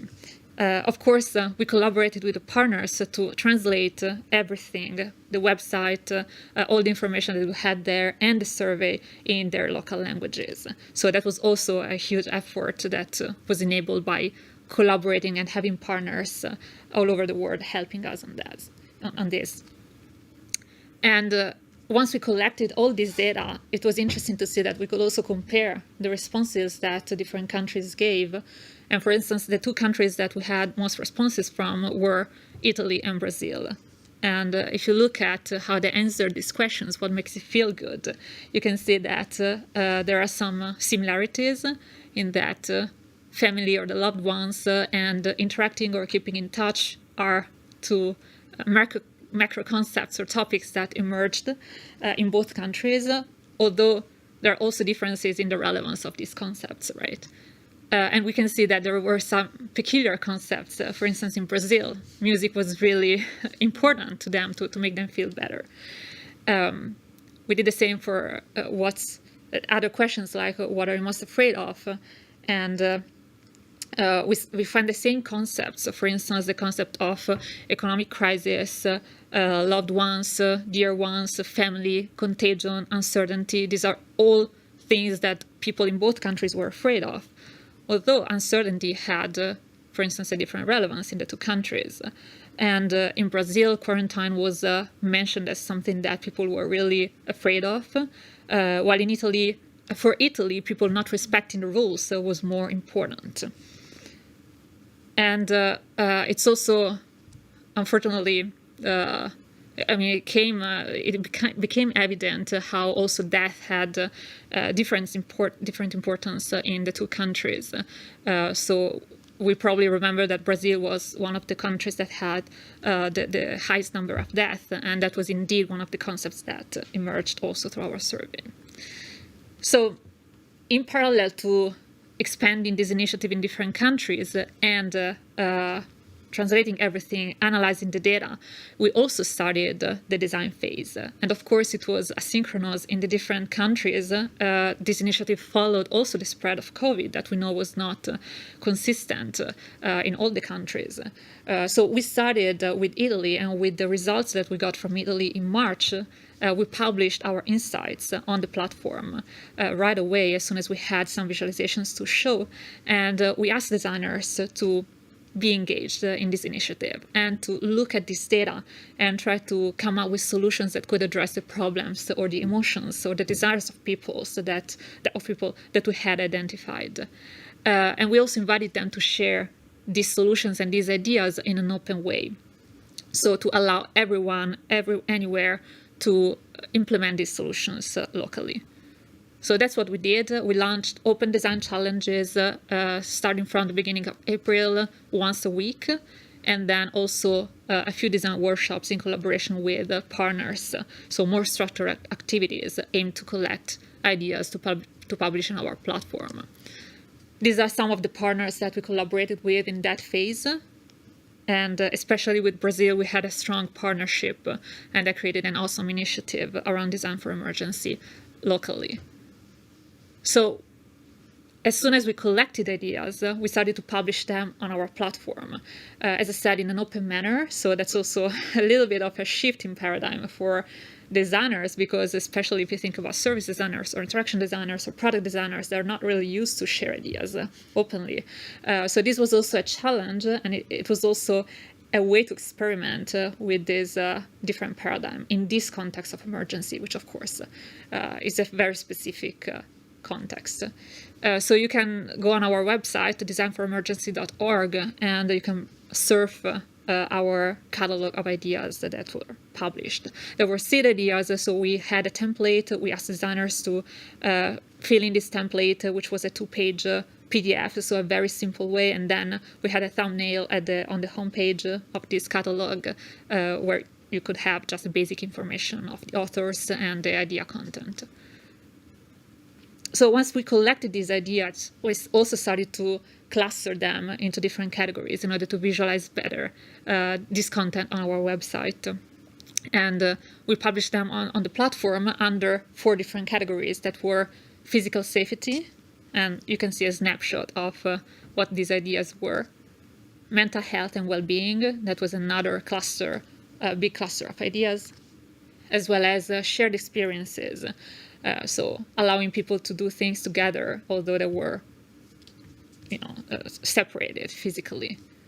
And then community support. So how can communities support people within the community or in other communities? So how can you create these connections? So this was how we created this design platform. And it's also very interesting to see how some of these ideas were really focusing on the emergency phase of COVID-19, while by keeping this platform open, in the following months, the other ideas were trying to address the new normal or the shift towards other ways of living and supporting communities, supporting each other. So we didn't want to end the initiative after the emergency phase, also because it was coming back, as we know, in waves. But we wanted to keep it open and to allow designers just to address the problems we were uncovering step by step. And once we had all these ideas, as I said at the beginning, one of the main goals of this initiative was to really implement some of these ideas and make them real. Now, I have to say that we did not imagine this initiative to get to that scale. So we had a very small team of volunteers because this was all made possible by the work of volunteers, great professionals actually that volunteered their time and resources to do this. So we didn't have many resources, and we decided to focus more on allowing other countries to get this initiative on the ground than to really push the implementation of ideas. It was very hard to plan it in advance, so this is also one of the things that we realized in a state of emergency or in the situation of COVID. We could not really plan everything because we had no idea of what would be the next step, what would happen next. So basically we reached the implementation phase after a few weeks, and we started from there. We started to try to create partnerships in order to enable the development of the ideas that we had collected through Design for Emergency. These are 4 examples of some of the ideas that were developed further. And of course, we don't know everything that happened with the ideas that were published because we were not really asking people to notify us in case they were using these ideas. But these are the ones that, some of the ones that we know about. And I'm going to focus now on one of these ideas, which is Angelo. And I think this is it's a great example of how this initiative really brought to something concrete locally, in this case in the north of Italy, in Lombardy. So this idea, as I said, is called Angelo, and Angelo is a device that was designed in order to allow elderly people who were living in nursing homes to better communicate with their family members. Because one of the issues that the pandemic created after the lockdown phase, so when family members can go back to visit their relatives in nursing homes, was that, of course, there was the distance to maintain, and people were using masks, and sometimes there were plastic walls that separated people. So for elderlies with hearing impairments, it was really hard to communicate with their dear ones. And this is an example of one of the means that this family used in order to communicate. So they were writing and showing these pieces of paper, and that was the only way, really. So this person, Luciano Fumagalli, came up with a quite simple idea, but very effective one. So just amplify an amplifier for a voice amplifier, basically. So there was a microphone on one hand, there was an amplifier, and there was a headphone on the other hand. And this was a way to, of course, adjusting the sound and improving the sound. It was a way to reach to the other person in a very effective manner. So that was the first prototype that I showed, but then we basically received this idea on our platform, and we helped Luciano to get in touch with designers that were actually also his own contacts. And these designers developed this idea further, improved it, made it more usable as well. And it was republished on our platform. It was prototyped after this, and then eventually we created a connection with a school in Lombardy, a professional high school that was really excited about the idea of developing this idea further, developing this concept, and basically donating all these prototypes to local nursing homes. So this is a really great example of possible networks and collaborations and partnerships that emerged around this initiative. So as you can see, they worked as an educational activity on redesigning this system, customizing this system, and then they donated it to 4 different nursing homes. And this is one picture that shows the moment where they donated it. And you can also see how they witnessed the use of this device in nursing homes, and not only for actually for elderly to talk with family members, but also to talk with nurses in the nursing home, or the personnel or the staff. So on the left, you can see the previous condition where you have to be very close by and the communication is really hard. But then on the right, you can see that by using this system, the communication is actually improved and is made much easier. And the person is interacting much more. And I also want to show you these 2 images that I think are very emotional, of the moment where these students that you can see on the other side of the door are testing the device with guests of nursing homes. And you can see the faces of these 2 people who had a very hard time hearing voices. When they heard the voice through Angelo, they were really surprised and excited. And it was really emotional to see these images. So just to conclude and to give you some numbers around this initiative, what we created was a project that was built by, again, a very small core team of awesome people that participated in this initiative. We had 11 members across different countries. And then we collected more than 1,700 responses, again, from different countries, in particular 12 countries. We launched 5 open design challenges plus 2 closed challenges, so very specific design activities that we planned with partners.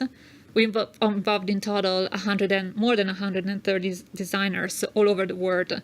We published 59 ideas, of which 8 have been under development or have been completely implemented.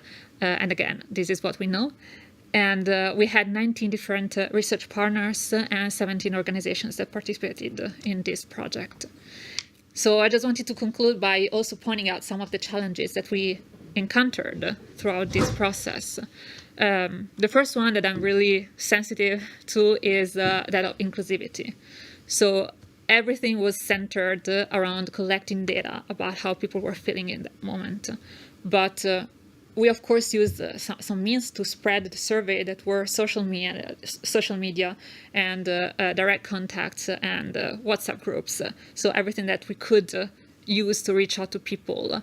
But we realized throughout the project that this type of participant engagement could actually create the risk of marginalization, because we were not able to reach out to any person or to any category of person. So if we think about people with low tech literacy or people who are not social media users, they could not be reached by this initiative. So going on, I think it's very important to think about ways to make data collection inclusive.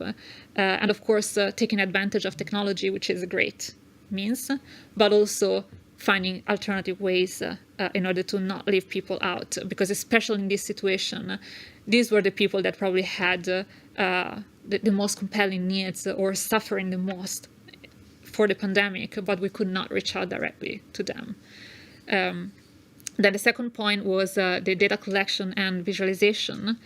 So challenges related to that was that we had to collect and analyze data in 12 different languages. Well, almost, because some countries had the same language, but it was many languages. And we had to rely on our awesome partners. But at the same time, this was time consuming. So translating everything, making sure that the content was consistent, etc. And that was also an issue for the creation of the results and the extrapolation of the insights. Then another challenge connected to this is the use of the natural language processing algorithm, which of course accelerated a lot of the extrapolation of insights, but it still needed manual tweaks.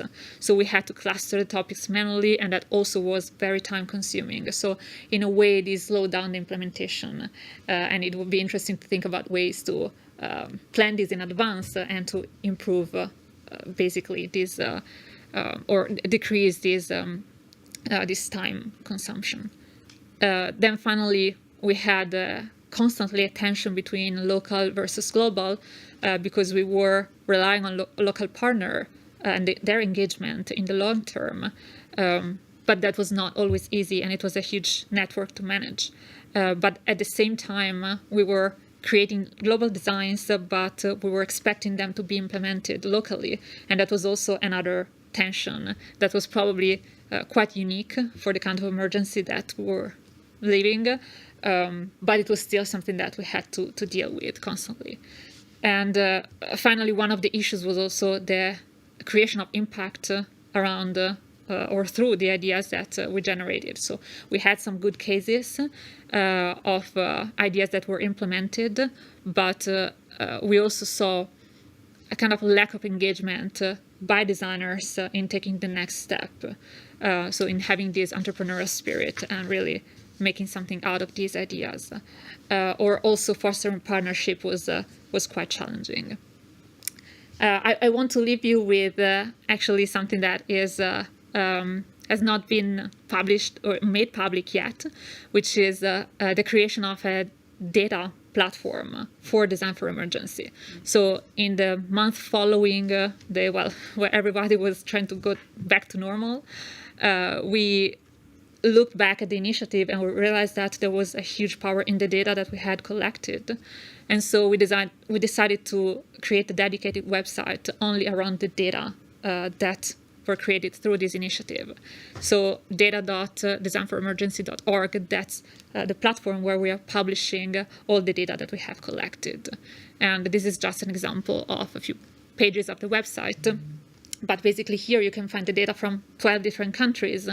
We have created new visualizations or new ways to access this data.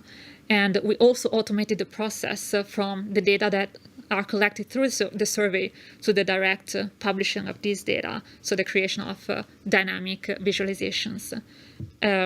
You can also download the raw data for each country through this platform. And it would be interesting to see how this can be used not only by designers, of course, maybe at this point, but also by other figures. So how we can create value around data for different kinds of domains. And finally, just one small remark.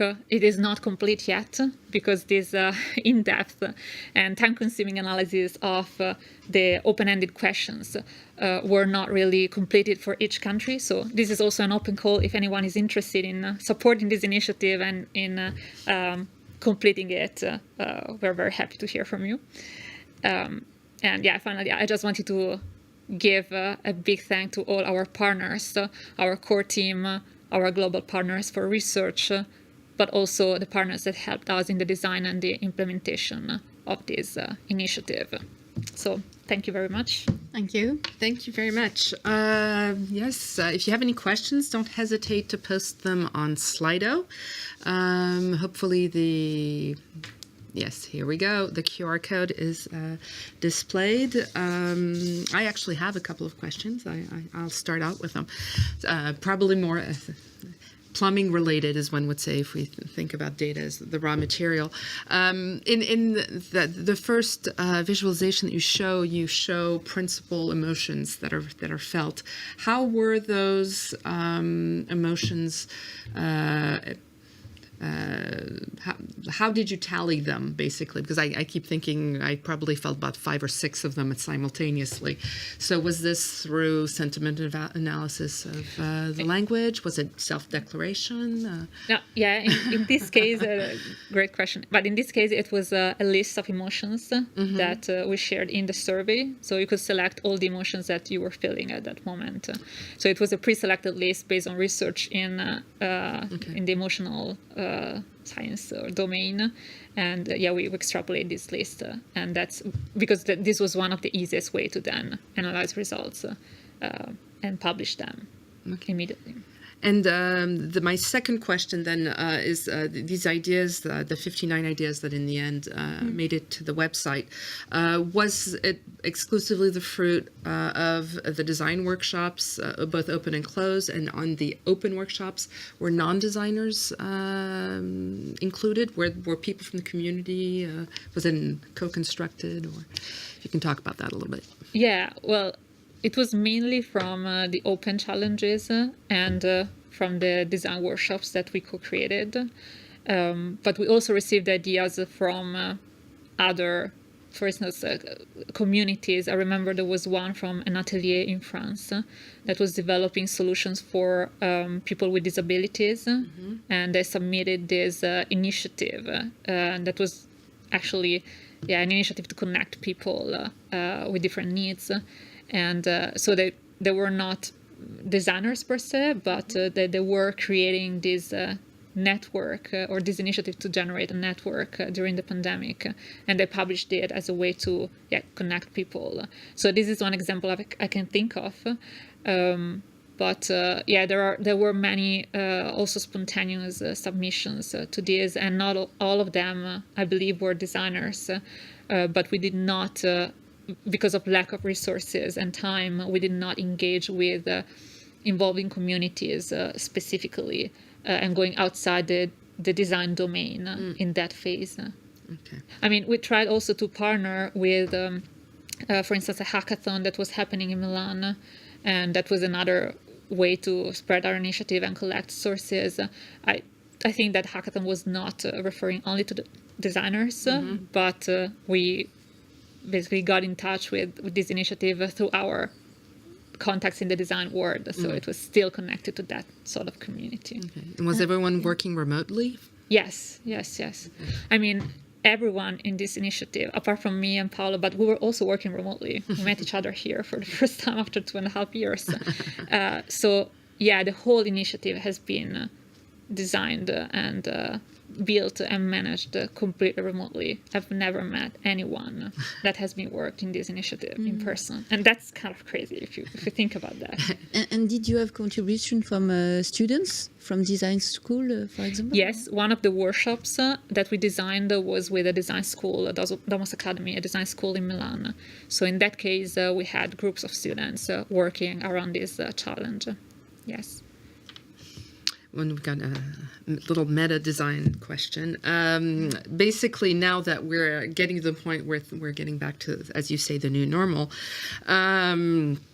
and there was all this motivation to participate and use our skills in order to do something, contribute in an effective manner. What happens with this initiative?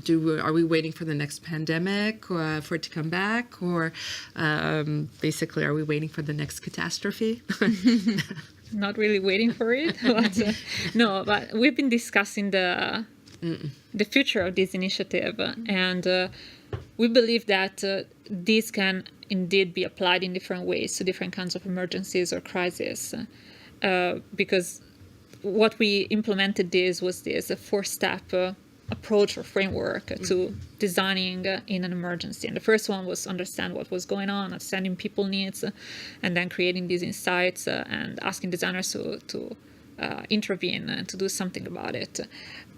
So this was, as I said, this was not planned knowing what the context was from the beginning or how the context could change.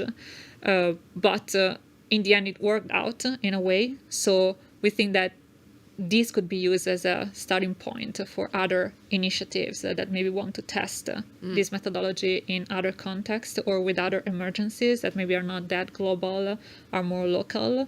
Or we've been discussing applying the same approach to, for instance, the climate change. So a crisis more than an emergency. Well, there are also emergencies connected to climate change, but it's more something that in this case is global.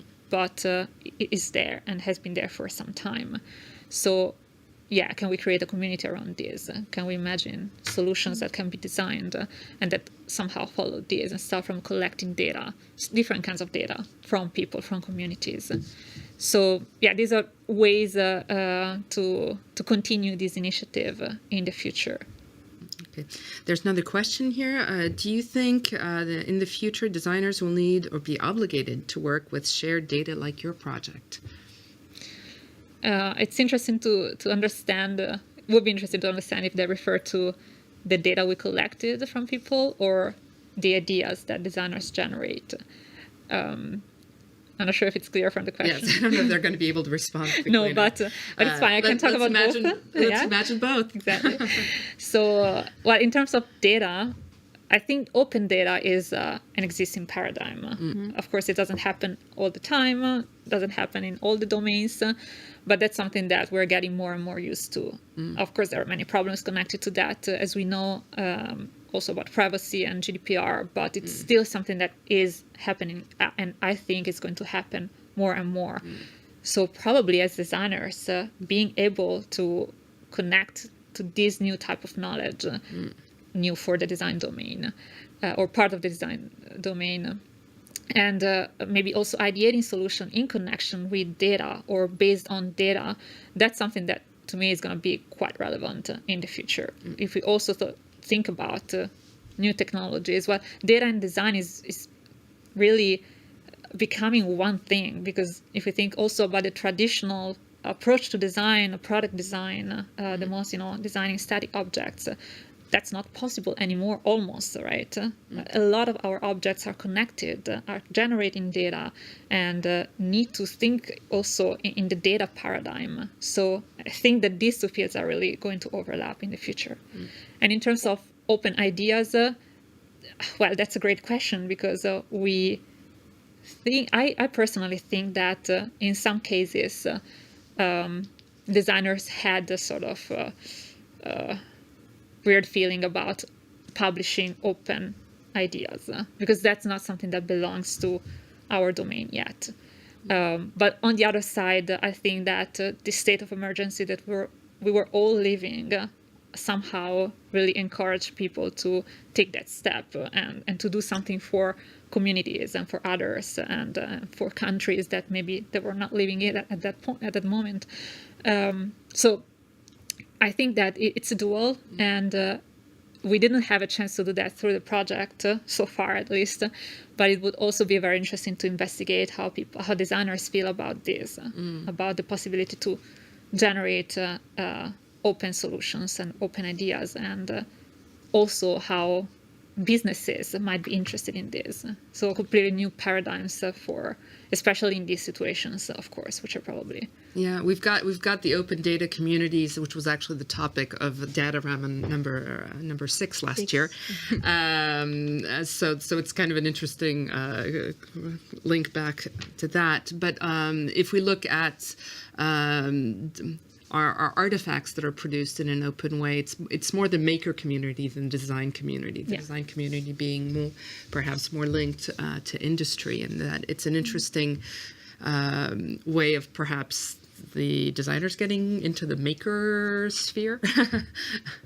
Yeah. Were the maker community involved? Yes. I mean, some of the people who published the ideas were also makers, and also the case study of Angelo is a good example of how then the initiative was also connected to some makers labs or the makers world.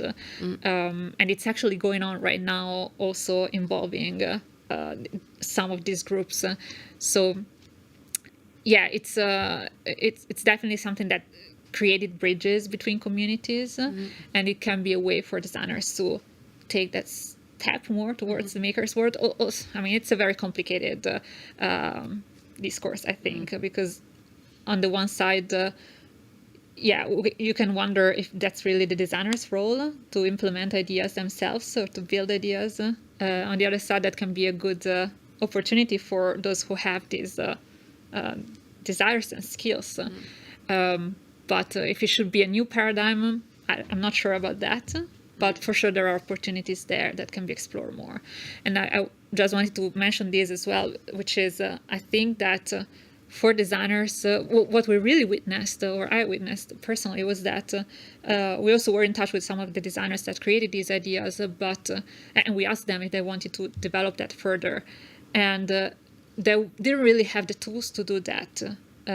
There were many competencies involved to develop, for instance, a mobile app or a system that was based on artificial intelligence. So how to create these partnerships and how to enable designers also to become entrepreneurs and to make their ideas real, that could be another interesting avenue to take and to explore. Fabulous. Okay. Merci Sarah, thank you. Thank you very much. Merci pour votre intervention. On vous renvoie donc à cette plateforme, data.designemergency.org, qui est déjà lancée. Oui, presque. il est là. Donc merci à tous d'avoir suivi cette matinée. Il est temps pour nous de faire un petit break. Donc on va, entre guillemets, vous laisser et on se donne rendez-vous pour le deuxième volet de cette journée de Datarama à 14h, toujours au Média Campus, dans le plateau télé. Et on vous souhaite un bon appétit. À bientôt. À bientôt. Thank you.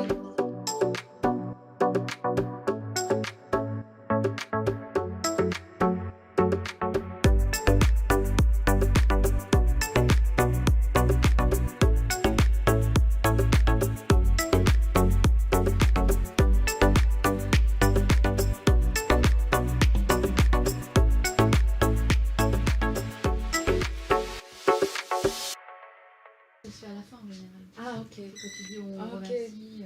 Est-ce que voilà.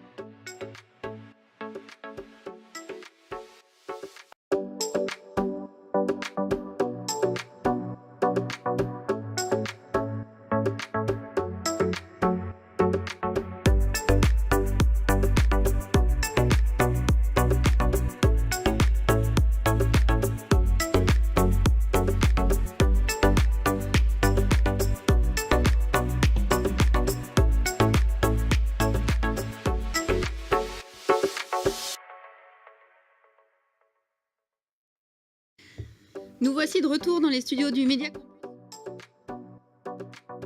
Datarama.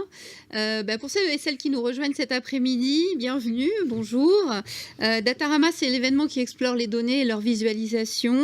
C'est une journée d'études, de réflexion et de partage d'expériences qui donne la parole à des praticiens de la donnée, tout en cherchant à la fois la diversité, le mélange des expériences. On a ainsi, lors des précédentes éditions, on a déjà parlé ce matin, mais reçu à la fois des chercheurs, des designers, des communicants, des journalistes, mais aussi des artistes. Et c'est ça qui fait aussi l'intérêt, l'originalité de cette journée.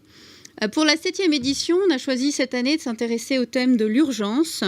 On traverse effectivement en ce moment une période de grands bouleversements, à la fois des bouleversements pandémiques, des bouleversements climatiques, mais aussi des bouleversements géopolitiques. Et il est intéressant de s'interroger comment effectivement l'exploration, la visualisation des données peut nous permettre de questionner, d'observer, de mesurer, voire d'anticiper ces urgences.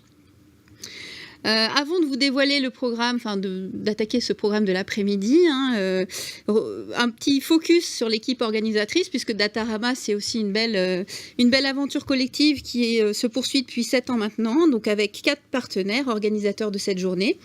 Donc l'école de design de Nantes Atlantique, Audencia Sciencescom, le laboratoire des sciences du numérique de l'université de Nantes Université et West Media Lab, le laboratoire des médias de proximité. Un grand merci de la part des organisateurs à la Caisse des dépôts et consignations qui soutient aussi cet événement depuis 2 ans maintenant. Donc merci à eux. Un rappel pour vous dire que cette journée s'inscrit dans le cadre de Nantes Digital Week qui a démarré hier dans la ville de Nantes et qui va se poursuivre pendant 10 jours encore. Pour le public, donc présent à la fois dans le hall du Média Campus ou en ligne sur la chaîne YouTube de l'événement, vous pouvez à tout moment poser vos questions sur slido.com. Donc je crois que ça s'affiche à l'écran. Vous allez sur slido.com et vous rentrez le code Datarama et vous pourrez ainsi échanger avec nos invités. On va tout de suite vous présenter nos invités de l'après-midi. Donc, on va démarrer tout de suite avec un premier invité, donc Philippe Rivière. Ensuite, on passera à Pierre-Antoine Gourraud. Alors attendez, il y aura aussi un moment de questions-réponses, donc c'est ça, il y a eu un petit changement dans l'organisation, donc on va d'abord attaquer avec Philippe Rivière qui est journaliste, Pierre-Antoine Gourraud qui est praticien à la faculté de médecine de Nantes et professeur, et puis on fera à nouveau une petite pause avec des questions et on recevra à distance cette fois-ci une designeuse d'information au New York Times qui s'appelle Weiyi Cai. Donc Datarama. Et enfin, vous pourrez aussi, j'en ai parlé ce matin, mais c'est important de le rappeler, on a une exposition qui s'inscrit aussi dans la thématique de notre Datarama 7e édition, donc ce thème de l'urgence. Exposition proposée par Marc Vialet et Florent Melki, autour dans le Média Campus, dans le hall du Média Campus. Donc vous pourrez la voir à partir de ce soir dans le hall et tout le mois de septembre. Je vous encourage vraiment à vous déplacer pour voir ce travail qui est assez formidable. Donc on est parti pour cette deuxième partie d'après-midi. Tout de suite, laissons la place à notre premier invité, Philippe Rivière. Bonjour. Donc bonjour Philippe. Je vais déjà proposer à Yannick de vous présenter. Bonjour. Tu lèves le doigt comme à l'école, c'est bien. Ouais. C'est très discipliné. Yannick Frier, donc à l'université, c'est pour ça que je lève le doigt. Donc, on est très heureux d'accueillir Philippe Rivière, qui va venir nous présenter quelques-uns de ses travaux. Alors, une petite introduction. Philippe, tu étais chercheur en maths à l'origine. Ensuite, tu es entré un peu par hasard dans la presse. Tu as bossé comme journaliste au monde diplomatique pendant une vingtaine d'années. Tu as aussi participé à l'aventure SPIP. Pour ceux pour les anciens de l'Internet français, ça peut leur rappeler quelque chose. Et ça existe encore, paraît-il. Et puis ensuite, tu as décidé de changer un peu. Tu t'es intéressé à la cartographie du fait de différentes relations, rencontres. Et tu as co-créé et animé un site qui s'appelle Vision Carto, que pas mal de gens connaissent, autour comme lieu d'échange et de réflexion entre praticiens de la carto. Et puis en parallèle, tu avais une activité de freelance avec pas mal de projets, avec des artistes, des chercheurs et des instituts de recherche. Enfin, tu as décidé aussi d'utiliser tes outils, enfin tes compétences en fait aussi d'informaticien pour fabriquer des outils, pour participer à différents outils autour de D3 et plus récemment de Observable HQ dont tu nous parleras. Et donc si j'ai bien compris, tu vas nous parler de tes travaux, enfin tu as fait une relecture de tes travaux autour de la thématique de l'urgence qui te servira de fil rouge pour présenter à la fois ces travaux et puis les pratiques qu'il y a autour. Merci. Merci.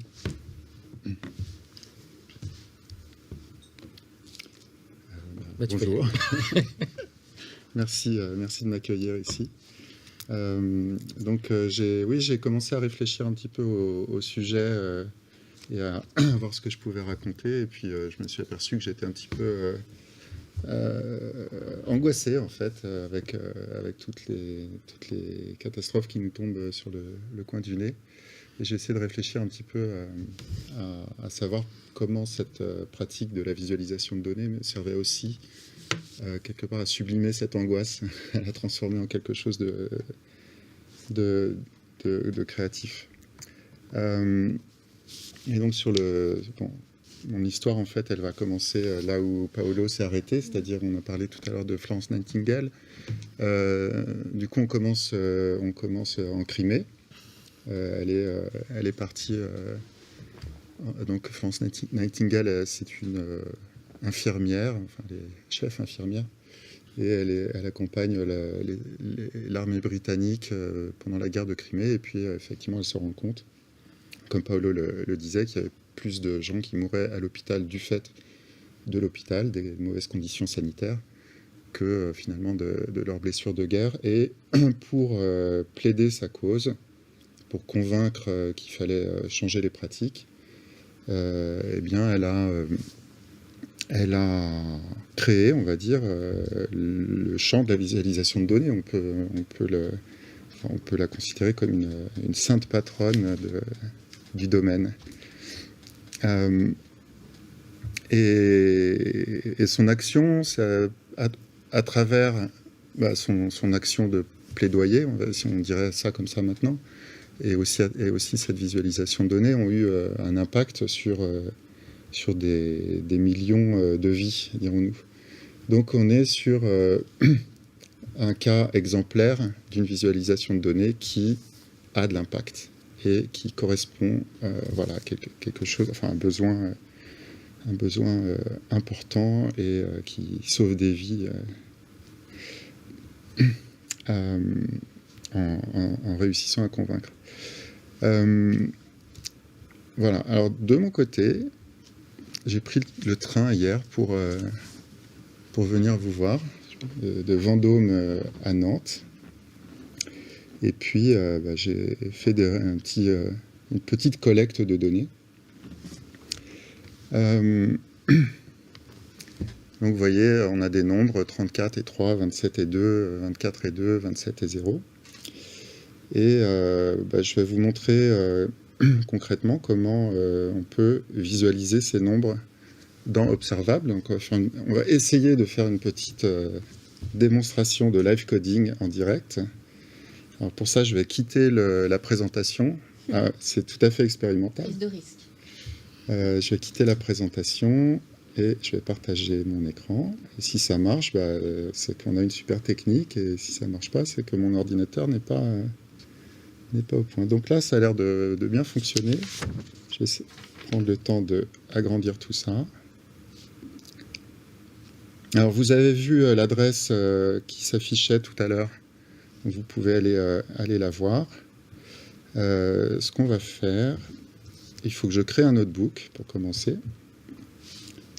Donc, je crée mon notebook. On va l'appeler TGV. Et si vous allez à l'adresse, il faut que je fasse une petite manipulation ici pour lui donner une adresse, puis que je le transfère ici. Donc maintenant, si vous allez à l'adresse que je vais rappeler ici, https observablehq.com/tgv. Je ne sais pas si l'adresse se voit bien, mais normalement elle devrait s'afficher quand même de manière assez visible. Donc si vous allez là, vous devez normalement me voir coder en direct, si tout se passe bien, si tout se passe comme prévu. Donc je vous ai montré des chiffres. Ah, je vois qu'il y a déjà quelqu'un qui se connecte là, puisqu'il y a une petite icône. Donc c'est Nicolas Lambert qui vient de se connecter. Bonjour Nicolas. Voilà. Donc là, je code en direct sur cette page web, et tout le monde peut venir et aussi travailler avec le code, puisque la page est éditable par tout le monde, sauf qu'il n'y a que ce que moi je mets qui va être enregistré. Donc je vais enregistrer mes données. Donc mes données, elles s'appellent TGV, et puis je vais les enregistrer comme ça. Et donc si vous vous souvenez des chiffres, je vais les ressaisir. Si vous vous en souvenez pas, normalement je les ai enregistrés quelque part pour ne pas avoir à les taper en direct, parce que ça c'est long. Alors, c'est expérimental. Voilà. Donc là je tape mes chiffres. Donc vous voyez, j'ai juste comme ça des chiffres les uns à la suite des autres, et puis ce que je vais faire, c'est que je vais considérer que c'est un fichier CSV, et donc j'utilise D3, qui est la librairie dont on a parlé tout à l'heure, pour enregistrer mes données. Donc voilà mes données. En voiture 18, il y avait 34 passagers au statut 0 et 3 passagers au statut 1. Et je vais faire une petite manipulation que je ne vais pas expliquer parce que je n'ai pas le temps de tout expliquer, mais en gros, il s'agit de transformer les nombres ici en nombres et non pas en chaîne de caractères, ce sera plus pratique. Et maintenant, je vais utiliser une autre fonction qui s'appelle plot. Et ce que je vais faire, c'est que je vais faire une barre horizontale avec mes données, avec le TGV, où le X, ce sera le nombre de passagers, où le Y, ça va être la voiture, et où la couleur, ça va être le statut.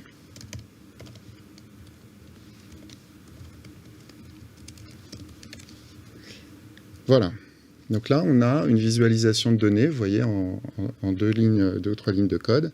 On a une visualisation de données qui nous explique que dans la voiture, il y avait un certain nombre de passagers en noir. Et bon, vous avez sans doute deviné que c'est les passagers qui ne portaient pas de masque. Et en rouge, les passagers qui portaient des masques. Et là, on peut se demander, qu'est-ce qu'on retire de ça, par le fait que plus personne ne porte de masque. Et moi, maintenant, donc, je suis qu'à contact depuis hier. Donc, ne vous inquiétez pas, on est à une certaine distance. On peut donc en tirer un insight immédiat. Les gens ne portent plus de masque, alors que la situation, la 8e vague arrive, et que on connaît maintenant les conséquences du Covid long sur ne serait-ce que la population active, et le fait qu'on sera entre 2 et 4% de la population active qui ne peut plus travailler. Et puis, donc ça, c'est l'insight, hein, n'est-ce pas? Après, on peut essayer d'avoir une réflexion sur l'optimisation. Hein. C'est toujours ce qu'on essaye de faire avec les données. On essaye d'optimiser nos chances ou d'optimiser nos gains, etc. Donc là, en termes d'optimisation, je n'avais pas vraiment d'endroit où me cacher, n'est-ce pas? Et puis, qu'est-ce qu'on peut faire d'autre? Pour ma part, la réponse, c'est de paniquer, c'est-à-dire de savoir... Enfin, voilà, je me suis retrouvé là et... avec ça, c'est les données complémentaires, le Covid long, etc., qu'on trouve dans la presse. Toutes ces données, moi, elles me mettent en panique. Donc, autre sujet qui m'incite pas, qui ne m'incite pas à être très optimiste, c'est cette fameuse courbe du hockey stick qui nous explique donc l'évolution des températures moyennes depuis une reconstitution depuis l'an 1000 et puis des mesures depuis les années 1850, là en rouge. Donc dès 1999, on avait la certitude qu'on allait dans le mur sur le plan climatique. Bien sûr, les attentats du World Trade Center, etc., ont tout bouleversé pendant 20 ans. On a pris 20 ans de retard et maintenant on a la guerre en Ukraine qui va nous faire prendre encore du retard. Et là... on n'est pas dans la situation où Florence Nightingale fait sa visualisation de données et les choses changent. Hein, on est dans une situation où on a les données et rien n'est fait. Voilà, donc on respire et on essaie de voir est-ce qu'il est possible de simplement essayer d'utiliser la visualisation de données pour... excusez-moi, il faut que je change mon écran. Essayer d'utiliser la visualisation de données pour sortir un peu de cette panique. Donc le collègue que j'ai rencontré, avec qui j'ai commencé Vision Carto, il s'appelle Philippe Rivière. Lui, il a une expression qui est qu'il fait des cartes en colère. C'est un cartographe en colère. C'est souvent à partir de la colère face à certaines situations qu'il travaille. Et je me suis demandé, à l'occasion de cette invitation, je me suis demandé si pour moi, c'était pas justement pour essayer de sublimer mon angoisse, ou en tout cas de tenter de la calmer, que je travaillais sur ce type de données, où je travaillais sur la visualisation, pour essayer d'avoir un sentiment de compréhension au moins, sinon de maîtrise. Donc les urgences, on en a parlé, hein, climat, santé sociale, géopolitique. Je n'ai pas besoin de vous faire un dessin. On a donc créé ce site il y a quelques années, visioncarto.net. C'est un site où il y a beaucoup d'articles sur la cartographie et plus généralement sur la représentation du monde. Avec des choses assez pointues et détaillées sur le plan technique ou sur le plan sur des sujets de recherche en cartographie, sur la cartographie sensible, sur de savoir si la représentation des population sur une carte, elle est juste ou bien elle est biaisée par le fait qu'il y a des populations urbaines qu'on ne voit pas parce que les villes sont toutes petites par rapport aux aires rurales dans lesquelles il y a beaucoup moins de population, etc. Donc on travaille sur tous ces éléments. Voilà, donc l'idée de ce travail de visualisation de données et de cartographie, c'est essentiellement tenter de comprendre les enjeux, de poser le contexte, etc. Voilà. Dans la première carte que j'ai faite, dans ma carrière, toute petite carrière de cartographe, c'est la couverture de ce livre de Sonia Shah. Et comme vous voyez, c'est un livre qui a été publié en 2016, dont le sujet était les pandémies. Ce qui fait que, effectivement, quand le Covid est arrivé, j'étais prêt. Voilà, donc c'est un livre qui vient d'être traduit. Je fais de la pub au passage, parce que les éditeurs ont beaucoup de mal à vendre leurs livres en ce moment, et le papier coûte très cher, donc il faut les soutenir. Le livre vient d'être traduit en français. Même s'il n'aborde pas le Covid, il est très intéressant dans le sens où il montre, en partant notamment de la comparaison entre l'épidémie de choléra qu'il y a eu à New York au, je crois, 18e siècle. Il y a la date ici, que j'arrive plus à lire. 1830. Non, c'est au début du 19e. Et puis l'épidémie de choléra qu'il y a eu en Haïti, si mes souvenirs sont bons, en 2012, suite à l'action, à l'arrivée des casques bleus après le tremblement de terre. Casques bleus qui ont amené le choléra, apporté le choléra en Haïti. Justement, la comparaison la narration de ces deux histoires est vraiment un point important du livre qui explique beaucoup sur ce qu'on vit actuellement.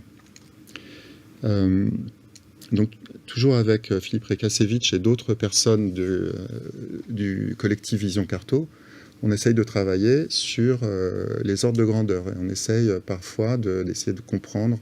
Donc là, c'est la planète spéculative. C'est un travail de Philippe Rivière de 2011. On essaye de comprendre un petit peu quelle est la part de l'économie réelle qui est symbolisée. Enfin, déjà, ce qu'on appelle l'économie réelle, c'est déjà en soi un problème, mais c'est symbolisé ici par la petite bille bleue sur la gauche.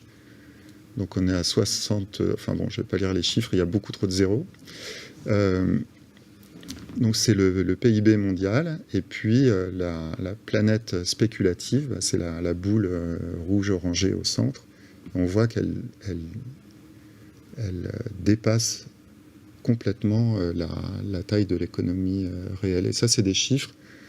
Quand on les lit comme ça, simplement le chiffre, déjà on n'arrive pas à le lire tellement il y a de zéros, ou alors on passe par des ordres de grandeur qu'on ne maîtrise pas, des milliards de dollars, etc. Et puis on a du mal à les comparer. Voilà. Donc une fois qu'on les compare visuellement, c'est simple, hein, c'est certainement même simpliste comme approche, mais ça permet de savoir où est-ce qu'il faut essayer de concentrer le regard. Et bon, tout le travail à la fois sur la finance et sur les paradis fiscaux est vraiment, de ce point de vue, est vraiment... on sait que c'est plutôt là qu'il faut se concentrer, dirons-nous. On a de nouveau travaillé avec Sonia Cha pour son nouveau livre.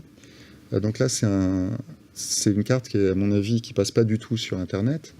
C'est une carte qui représente, avec un semis de points, les petits points grisés, là, ça représente la densité de population. Je pense qu'on ne la voit pas à l'écran. Et puis les zones qui sont assurées, etc., ça représente les zones de crise climatique. Bon, évidemment, on parle de ça au moment où un tiers du Pakistan est noyé sous les inondations. Donc ça, c'est un travail qui est publié dans un livre sur les migrations que Sonia Cha a publié l'an dernier et qui est à paraître le 20 octobre 2022. Je continue ma publicité aux éditions Sociétés en langue française. Il y a une dizaine de cartes dans ce livre qui accompagnent toute une étude sur les migrations, qui ne sont pas seulement des migrations humaines, mais aussi les migrations des espèces face au changement climatique. Bon, moi j'ai trouvé le livre passionnant, indépendamment de la question des cartes. Un autre travail dans lequel on s'est inscrit, même si là je n'y ai pas participé directement, c'est avec un collectif qui s'appelle Migre Europe, collectif de recherche sur les migrations. Et donc Nicolas Lambert, qui s'est connecté tout à l'heure sur mon notebook, fait partie de ce collectif. C'est peut-être même bien lui qui a fait la visualisation qui est représentée ici. Donc ça, c'est des photos que j'ai prises hier dans l'exposition qui a lieu actuellement à Nantes, dans l'espace Cosmopolis, 18 rue Scribe. Et c'est une exposition qui a été montée par plusieurs collectifs. Enfin, il y a le collectif Migre Europe dont je viens de vous parler, puis un collectif qui s'appelle Étrange Miroir, qui est plutôt une compagnie artistique. Et ensemble, ils ont créé cet ensemble de livres c'est des livres en bois. Il n'y a rien d'inscrit sur les pages, mais il y a un projecteur qui projette des cartes animées. Je vous recommande d'aller le voir. C'est un dispositif assez intéressant. Il y a aussi une exposition de photos qui accompagne. Donc là, il s'agit dans la carte que vous voyez sur la gauche. Je crois que cette carte, c'est Lucie Bacon qui l'a faite. Il s'agit de représenter un parcours d'un migrant, enfin ou d'une personne qui voulait se rendre à Bruxelles. Je crois que c'est pas une personne qui était en migration, c'est une personne qui venait pour une rencontre de militants et qui s'est retrouvée à devoir justifier de papiers, de ceci, de cela, où rien n'allait, et à devoir faire des allers-retours et des détours incroyables pour simplement pouvoir participer à cette conférence. Voilà, donc on essaye comme ça de travailler sur différents sujets qui nous permettent de comprendre la situation, comprendre les crises actuelles au prisme de l'histoire, au prisme de l'économie, etc. Donc ça, un autre exemple, c'est Agnès Tienne, une artiste cartographe, avec qui on travaille aussi régulièrement dans le cadre de Vision Carto, enfin qui fait partie du collectif, et qui donc, voilà, je vous montre une carte sur les essais nucléaires. On a plein d'autres documents de ce type que je vous invite à voir sur le site. Donc là, on est sur tout ce que je vous ai montré jusqu'ici, c'est des représentations cartographiques où l'expression est plus artistique que ce qu'on a l'habitude de voir avec des SIG ou avec des cartes très, très léchées, dessinées avec Illustrator, etc. Donc on appelle ces cartes plutôt des esquisses, même si on a un petit peu inversé les choses, à savoir que très souvent ces cartes qui sont faites ici au crayon de couleur ou parfois à l'aquarelle, etc., elles ont une esquisse qui est faite par informatique. Donc on a souvent on inverse l'approche, c'est-à-dire qu'on fait l'analyse de données par informatique, et ensuite le rendu est fait avec des moyens graphiques plus artistiques, on peut faire de l'art avec les logiciels. C'est pas mon point, mais ce que je veux dire, c'est qu'on peut vouloir aussi rendre une carte avec des méthodes graphiques plus traditionnelles. Mais jusque-là, donc, c'est le rendu qui est un petit peu particulier. On peut aussi travailler sur l'analyse des données. Et l'analyse des données, donc ici c'est un projet que j'ai fait en 2015, sans vraiment de raison, qui n'a pas été publié à part sur notre site. L'idée, c'était de voir si on pouvait analyser les votes des différents pays, enfin de tous les pays membres des Nations Unies, et puis de voir quel pays vote, sans regarder vraiment les sujets sur lesquels ils votent, mais quel pays vote ensemble. C'est-à-dire, si on a des votes où tout le monde vote ensemble, bon, ça fait un point pour tout le monde, c'est pas un vote qui est discriminant, mais si on a des résolutions sur lesquelles les votes sont opposés, on va avoir, par exemple, je sais pas, le Belize et le Nicaragua votent de la même manière ou votent séparément, bon, ça va commencer à séparer les points. Et on peut analyser donc le nombre de votes ou de co-occurrence des votes avec des méthodes d'analyse de données. Ici, c'est relativement classique comme technique d'analyse. C'est une analyse en composantes principales que j'ai faite. Donc c'est des choses qui existent depuis très longtemps. Et simplement, cette analyse des co-occurrences, elle permet de clairement montrer qu'il y a une majorité de pays qui votent tous ensemble. Ils sont dans la partie comme ça en bas à droite. Ils votent tous ensemble et en gros, ils votent toutes les résolutions pacifistes, si on peut dire ça comme ça. Il y a une partie en bas à gauche qui va plutôt être les pays européens ou occidentaux qui, eux, se trouvent à voter de manière de manière assez différente de l'autre groupe. Donc ça veut dire qu'ils n'ont pas les mêmes intérêts. Et puis il y a quelques pays qui se détachent vraiment, et on les voit dans la partie que j'ai mise en évidence avec le fond blanc, là, en haut à gauche. Et là, c'est des pays qui votent rarement ensemble, mais qui votent absolument pas comme les autres pays. Et clairement, j'ai encadré en rouge ceux qui disposent de l'arme nucléaire. À part la Chine, tous les pays qui disposent de l'arme nucléaire sont identifiés comme des pays qui votent différemment. Bon, et comme il y en a beaucoup qui sont dans le Conseil de sécurité, évidemment, bon, le rapport de force n'est pas lié au nombre de pays qui votent, évidemment, mais on peut mettre en évidence comme ça, par l'analyse, des choses qu'on ne verrait pas forcément. Enfin, c'est difficile d'éplucher tous les votes. Après, ça ne nous apporte pas forcément des révélations extraordinaires sur le fait que les pays nucléaires votent systématiquement contre les résolutions qui voudraient le désarmement nucléaire. C'est presque une évidence. Mais bon, c'est une analyse qui n'est pas géographique, mais qui nous permet de voir un petit peu les rapports de force entre les différents pays. Voilà, de comprendre un peu mieux la géopolitique et de voir qu'il n'y a pas cette notion qu'il y a deux blocs qui s'opposent ou quoi autour de la guerre en Ukraine. Elle est quand même fortement nuancée par cette visualisation. Au-delà de l'analyse, il y a la question de l'enquête. Donc, ce que je vous montre ici, je vais essayer de l'expliquer rapidement. Donc, c'est Alexandre Laumonier, qui est un éditeur et un chercheur, qui a travaillé sur le trading à haute fréquence. Le trading à haute fréquence, c'est des logiciels qui se connectent aux bases de données de la bourse ou des échanges de monnaie, etc.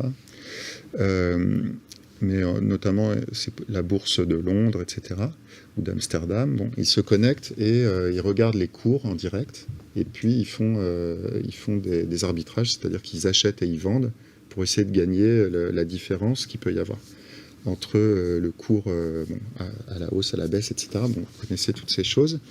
L'idée de la haute fréquence, c'est qu'ils font ça extrêmement vite, et que finalement, s'il y a plusieurs traders à haute fréquence qui jouent sur la même action, c'est le premier qui va avoir envoyé son ordre qui va gagner.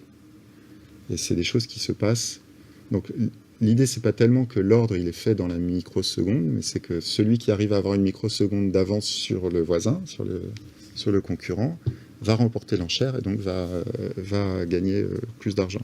Et donc pour que le signal aille le plus vite possible, ils n'utilisent pas Internet, ils utilisent des ondes radio qui sont transmises par ces tours, qui sont souvent des anciennes tours militaires désaffectées, qui sont rachetées par des traders.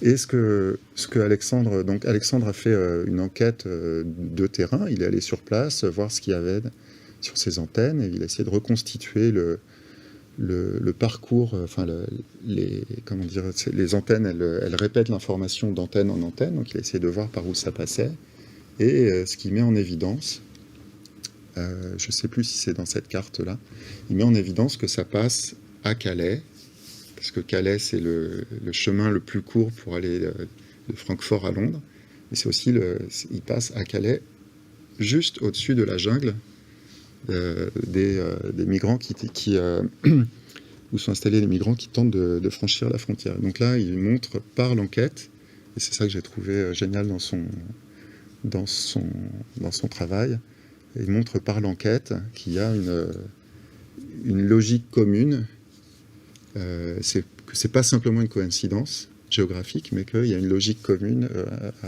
au fait que ces deux flux essayent d'aller le plus vite possible. Voilà, donc c'est cette notion d'enquête des données me paraît assez cruciale aussi pour la visualisation et pour comprendre ce qui se passe. Ce qui m'amène à un autre projet que je voulais vous montrer, qui est le travail de William Hacker. William Hacker, il a fait ce livre « Où sont les gens du voyage ?». Je fais encore la publicité, c'est publié par les éditions du commun. Donc lui, son approche, donc, il est juriste, il a grandi en caravane, donc il connaît bien de l'intérieur les conditions dans lesquelles les gens dits du voyage sont obligés à vivre. Hein. Ils n'ont pas le droit d'aller ailleurs que sur les aires d'accueil, ils doivent payer des loyers sur les aires d'accueil, etc. Et ces aires d'accueil, et là il faut mettre aussi beaucoup de guillemets, elles sont souvent situées dans des endroits pollués par du bruit, simplement. Ici, vous voyez une aire d'accueil typique qui se trouve entre une bretelle d'autoroute et une ligne de chemin de fer et à côté d'une carrière. William montre que les aires sont souvent loin des centres-villes, donc éloignées, plutôt près des cimetières et des déchetteries que près des villes. Et quand les associations ou les personnes qui vivent sur ces aires se plaignent, on leur dit oui, mais c'est vrai que l'aire sur laquelle vous êtes, c'est pas terrible, mais on y travaille, etc. Et ce que William essaie de montrer, c'est que c'était un problème systémique, qu'on a ça partout en France, et qu'il n'y a pas assez d'air, et que les aires sont situées dans des endroits souvent isolés ou pollués, ou bien isolés et pollués, voire pire, à côté d'un site Céveso. Il a fait ce travail de collecte des données. Alors, il n'est pas allé, évidemment, il n'a pas sillonné la France pour trouver toutes les aires, mais il a fait son enquête, notamment en utilisant les images satellites, en cherchant les aires d'accueil sur OpenStreetMap ou sur Google Maps, en prenant des photos, comme ça, des photos satellites. Et dans le livre, on a travaillé pour que ces images placent systématiquement l'aire au centre de la page. Et comme ça, on voit par la répétition aussi les différents éléments qu'il mentionne sur l'isolation, la pollution, etc. Pourquoi est-ce que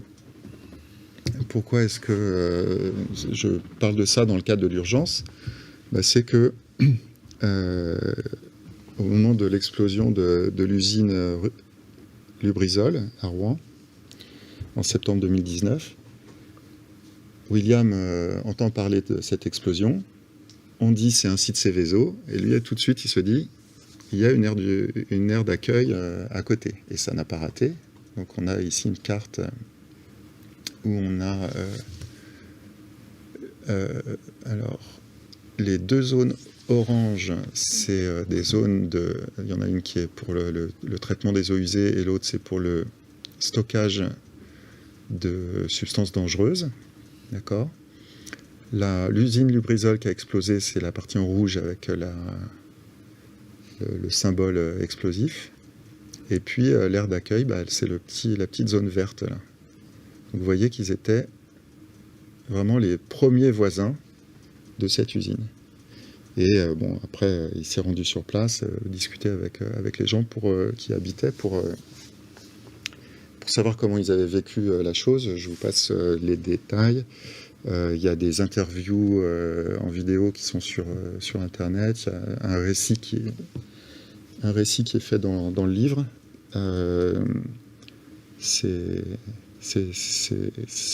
Voilà, c'est vraiment pas glorieux et c'est très inquiétant. Autre cas d'urgence, là on est plutôt sur l'urgence sociale, c'est le travail que j'ai pu faire avec David Dufresne et toute une équipe, dont d'ailleurs deux Nantais que j'ai croisés ce matin, sur les violences policières pendant la répression des Gilets jaunes. Donc David Dufresne, c'est un journaliste qui a fait pas mal de choses, et puis au moment des Gilets jaunes, il venait juste de rentrer en France, il avait vécu au Canada, et quand il a commencé à voir les images de violences policières sur Twitter, il s'est dit que c'était pas possible, que ça devienne pas un sujet national, parce que ça avait pas l'air d'être des cas isolés. Et puis très rapidement, il s'est rendu compte qu'il fallait qu'il fallait recenser ça, faire circuler l'information et puis un petit peu comme William avec les aires d'accueil, montrer qu'il y avait tellement de cas que c'était une question systémique. Et donc on a travaillé avec un petit groupe autour de David, on a travaillé à faire ce projet Alloplace Beauvau qui recensait toutes les blessures, les décès évidemment. L'image que vous voyez, c'est une image qui a été mise à jour en janvier 2020, donc c'est incomplet. Les éborgnements, les mains arrachées, etc. C'est un outil qu'on a mis en place aussi avec de la cartographie. Voilà, donc j'ai un petit peu fait le tour des éléments de mon travail qui correspondent un petit peu au sujet de l'urgence. Je voudrais dire 2 mots à propos des outils, si j'ai encore un peu de temps. Donc le premier des outils, c'est le temps. Et ça, il n'y a pas de miracle.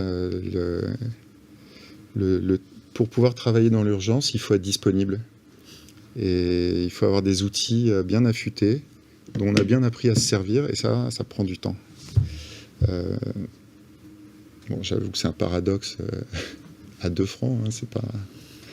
J'ai pas inventé l'eau tiède ici, mais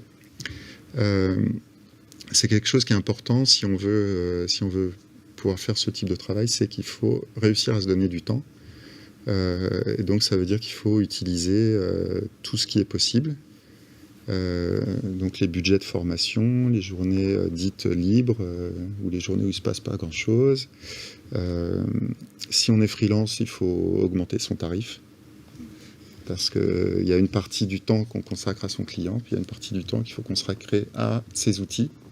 Et les autres clients en bénéficieront, et voilà, c'est important de le faire.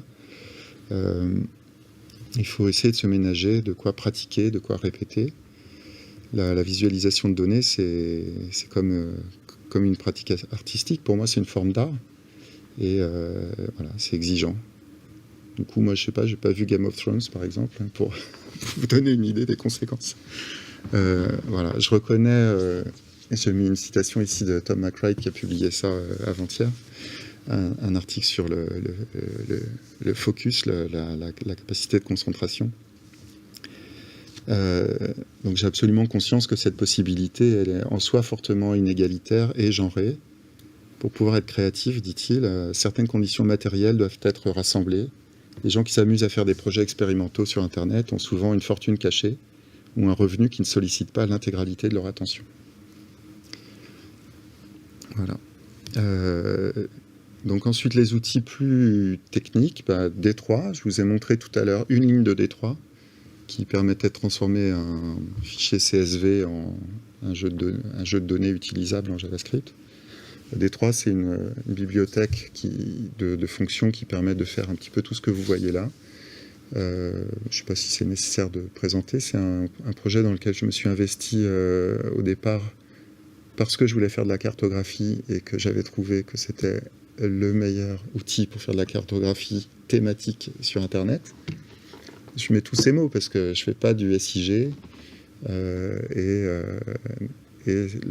on peut faire de la cartographie thématique avec d'autres outils pour le print, par exemple.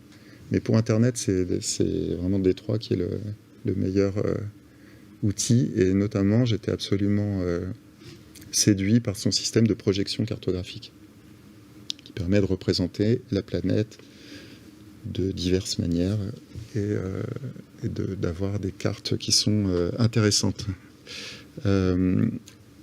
Alors, avec D3, j'utilisais quelque chose qui s'appelait Block Builder à l'époque. Je ne vais pas vous le montrer. C'était un outil en ligne, comme une page web, dans laquelle on pouvait éditer du code. Et le code, à chaque fois qu'on tapait sur une touche, le code était réinterprété. Ce qui fait qu'on pouvait voir immédiatement la conséquence d'une modification du code. Et donc, comprendre beaucoup plus vite comment un code marche, puisqu'il suffit d'enlever une ligne pour voir ce que ça enlève sur le résultat, ou de rajouter une ligne pour voir qu'on a ajouté un bug ou qu'on a réussi à transformer le résultat en quelque chose de nouveau. Et cet outil Block Builder, finalement, enfin ce type d'idée, reprise par le créateur de D3 qui s'appelle Mike Bostock, a donné lieu à un autre outil, celui que je vous ai montré tout à l'heure, qui s'appelle Observable, c'est une société Observable qui fournit une plateforme dans laquelle on peut développer du code, des visualisations de données, de l'analyse de données, mais aussi, pourquoi pas, du texte. On peut faire un blog si on veut, on n'est pas obligé de faire de la programmation. C'est un endroit où on peut mélanger les différents éléments d'une page web. Donc on peut avoir de la vidéo, on peut avoir du traitement de données, on peut avoir de l'interactivité, du texte. Et c'est devenu vraiment mon outil principal, c'est-à-dire que depuis que cet outil existe, j'ai fait, je crois, plus de 5000 blocs, enfin plus de 5000 notebooks. C'est-à-dire que c'était un petit peu ma pratique artistique, j'ai fait mes gammes. Voilà, j'ai fait mes gammes, j'ai essayé de faire un notebook par jour. Pour moi, je n'ai pas tout publié. Voilà, donc ça donnait lieu à plein de choses que j'aurais pu montrer si on avait eu 3 heures. Donc on avait parlé en vue de la préparation de cette intervention, on avait parlé du travail cartographique. Donc ça, c'est un ensemble de 30 objets cartographiques que j'avais créés en 30 jours dans le cadre de ce qu'on appelle le 30-Day Map Challenge. C'est tout le mois d'octobre. Et mon conseil, c'est vraiment de se plonger dans ce type de challenge. L'idée, c'est pas d'être en compétition avec les autres, c'est de se donner des défis à soi-même. Le défi, le premier jour, c'est de faire une carte avec des points. La première carte que j'ai faite, si vous vous souvenez de ce que j'ai raconté tout à l'heure, première carte que j'ai faite, c'était les cas de choléra à New York en 1832. C'était une carte avec des points. Donc ça aurait pu être pour le premier jour du challenge. Voilà. Donc Observable est devenu mon outil pour l'exploration de données, et aussi pour tout ce que je fais, y compris pour des clients en freelance. À savoir qu'il y a une partie d'Allo Place Beauvau que j'ai codée sur Observable avant qu'on la mette dans le site de production. Donc voilà, je l'utilise tout le temps. Je vous invite à l'utiliser. J'ai eu la chance d'être embauché, on va dire, par Observable depuis 1 an pour travailler sur un projet qui s'appelle Plot. Donc voilà, il y a un logo là, je suis vraiment dans le représentant de commerce. C'est un logiciel libre, Plot, qui est basé sur D3 et qui permet d'avoir une syntaxe très rapide pour créer des visualisations de données. Si vous vous souvenez tout à l'heure quand j'ai montré les données du TGV, en une ligne de plot, je disais, voilà, je veux une barre où le X soit le nombre de passagers, le Y soit la voiture, le numéro de la voiture du train, et la couleur soit le type, c'est-à-dire savoir s'ils sont masqués ou non. Et ça s'exprime effectivement en une ligne de code. Donc le rôle de Plot est de permettre d'explorer et de visualiser ces données le plus rapidement possible, avec l'idée non pas de gagner du temps, mais avec l'idée au lieu de faire un graphique en une journée ou 3 jours, parce qu'on veut un graphique et que c'est difficile à faire, ben là on va faire un graphique en 5 minutes. Donc au lieu d'en faire un, ben on va en faire 10, et peut-être qu'on va voir autre chose, on va pouvoir observer nos données de plusieurs manières différentes et donc voir autre chose, avoir des nouvelles idées qui naissent de ça. Pour terminer, je vous invite à retourner pas loin de la Crimée, en Ukraine, et à regarder cette vidéo. Je ne vais pas la diffuser, évidemment. Je vous invite à aller voir cette vidéo de Volodymyr Agafonkin. Donc Vlad, c'est un Ukrainien qui vit à Kiev, et il a fait cette présentation qui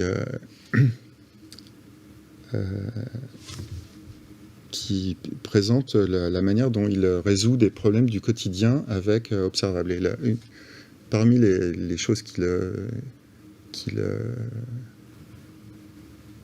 qu'il présente. Il y a, donc lui, il vient de passer le permis de conduire. C'est un développeur très connu. Hein. C'est lui qui a inventé Leaflet. Et il travaille chez Mapbox.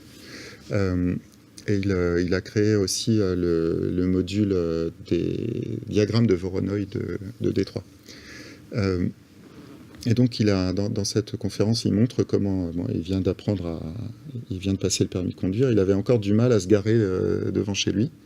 Donc, il a fait tout un notebook pour essayer de voir comment il pouvait où prendre ses repères, etc., pour pouvoir garer sa voiture sur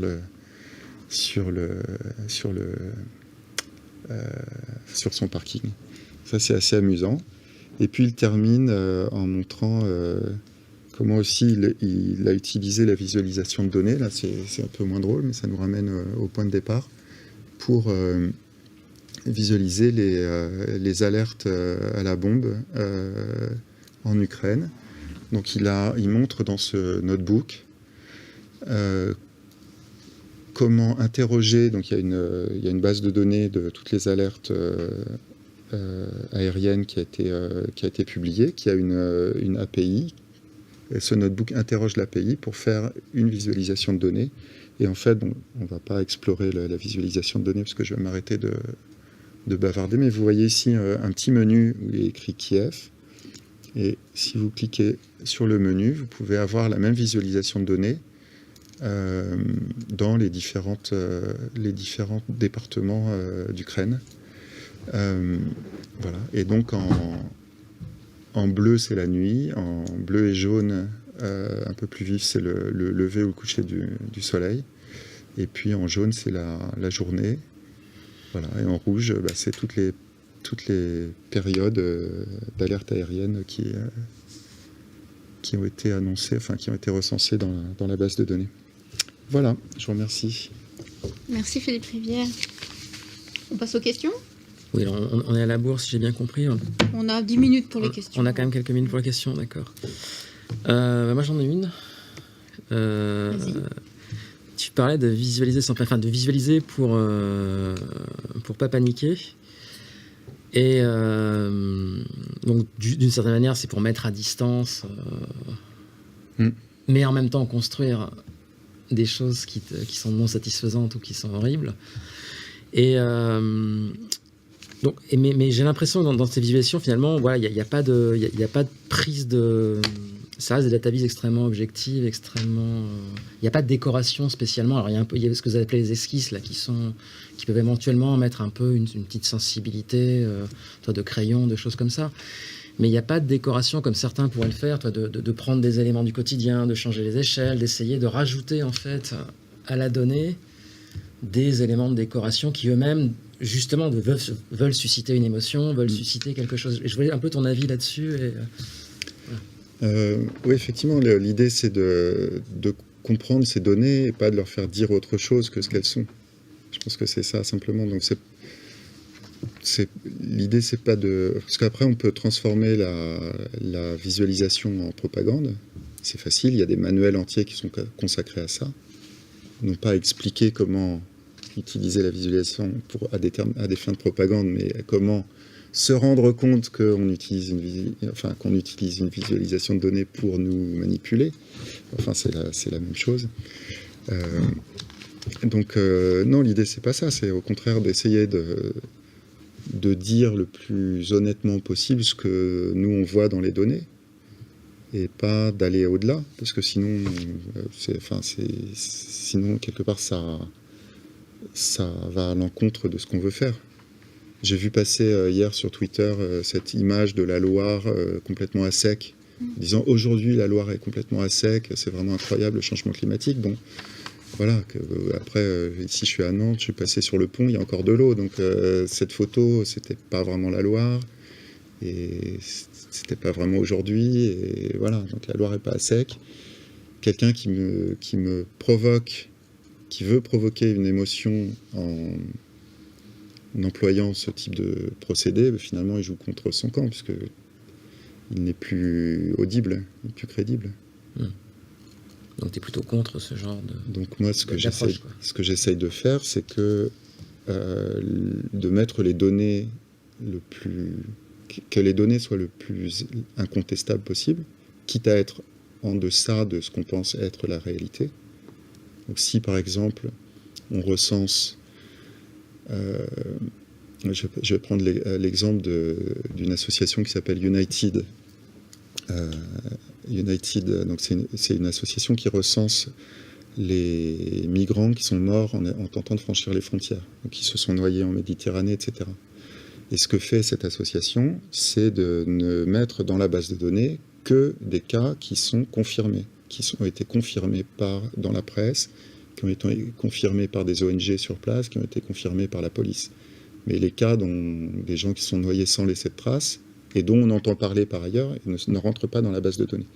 Et en faisant ça à minima, ils ont une liste de plus de 30 000 personnes, en ayant les dates, les lieux, etc., sur laquelle on peut construire.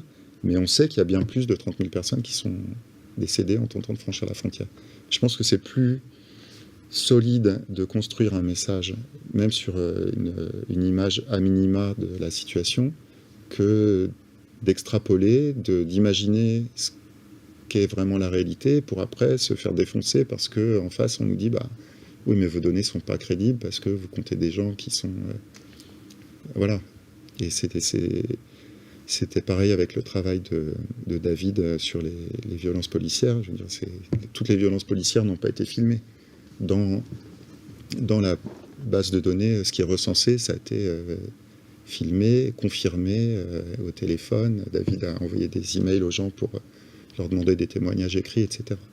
Donc là, ou ce que fait William aussi, il ne met que des choses qu'il a pu confirmer. Donc on est sur une éthique, je dirais, de la collecte de données qui tente d'être irréprochable, de manière à ne pas être récusable.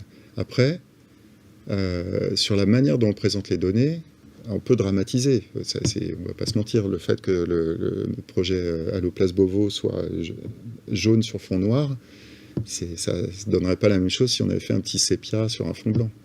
Donc ça compte évidemment dans la manière dont le message est reçu. Mais dans les données, les échelles qu'on emploie, elles ne sont pas mensongères. J'ai peut-être juste une question sur on a parlé au tout début de ton intervention sur l'utilité finale de la Dataviz. Quand Florence Nightingale représente le nombre de morts, de décès dans l'hôpital, c'est pour alerter sur les conditions sanitaires dans les hôpitaux et donc qu'on règle plus ou moins le problème, ce qui a été fait. Est-ce qu'aujourd'hui on visualise plus pour calmer sa propre colère ou pour se donner l'impression effectivement qu'on maîtrise la situation et tu avais l'air un peu pessimiste sur l'utilité finale. Est-ce que ça change vraiment quelque chose? Et qu'est-ce qu'il faudrait dans la visualisation de données pour qu'on atteigne cet objectif final qui soit que non seulement on calme sa colère et on se donne l'impression de maîtriser les choses, mais en plus ça change un petit peu quelque chose? Eh bien, si je savais, je le ferais. Non, moi j'ai un petit peu l'optimisme de la volonté, comme on dit, mais le pessimisme de la réalité. C'est-à-dire que, effectivement, le Covid a été absolument probant de ce point de vue. C'est-à-dire qu'on a toutes les informations sur... les interventions nécessaires, les masques, etc. Et puis, ça a été combattu, tourné en ridicule. Et finalement, il y a assez peu de gens qui, maintenant, pratiquent l'autodéfense sanitaire, mettent des masques alors que c'est plus obligatoire, etc. Moi, ça me rend absolument pessimiste sur ce qui va se passer avec les changements climatiques. Et je ne vois pas comme... Enfin, voilà, des gens disent oui, il y a une prise de conscience, etc. Mais la prise de conscience n'aboutissant à rien. Moi, je suis un pessimiste absolu là-dessus. Mais ça ne m'empêche pas de faire ce travail. Voilà. C'est un paradoxe aussi, peut-être. Merci en tout cas. Merci Philippe Rivière. Merci d'être venu à Nantes pour nous parler de vos projets. On va vous raccompagner et on va passer à notre nouvel invité, Pierre-Antoine Gourraud, qui est professeur des universités et praticien hospitalier à la faculté de médecine de Nantes.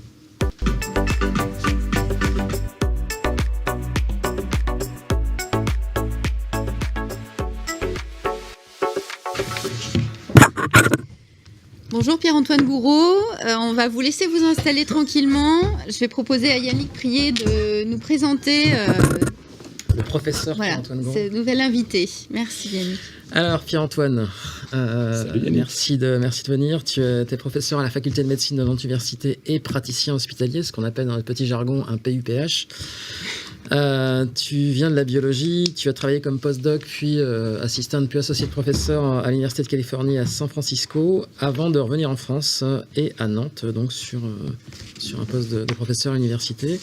Tu travailles en immunologie et génétique, mais surtout depuis longtemps que tu travailles avec des données, ce qui a donné lieu d'ailleurs à au moins 2 entreprises, et puis aussi au fait que tu es un peu la tête pensante des questions de données au CHU.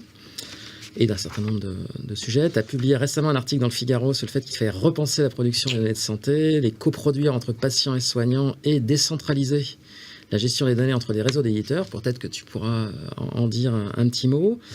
Encore un tout petit point, puisqu'on parle d'urgence, tu es un des initiateurs pendant le confinement du projet marquée, dans laquelle il s'agit de monter en quelques semaines un respirateur open source à bas coût, qui a montré qu'une équipe interdisciplinaire de volontaires et de volonté en fait pouvait faire de grandes choses.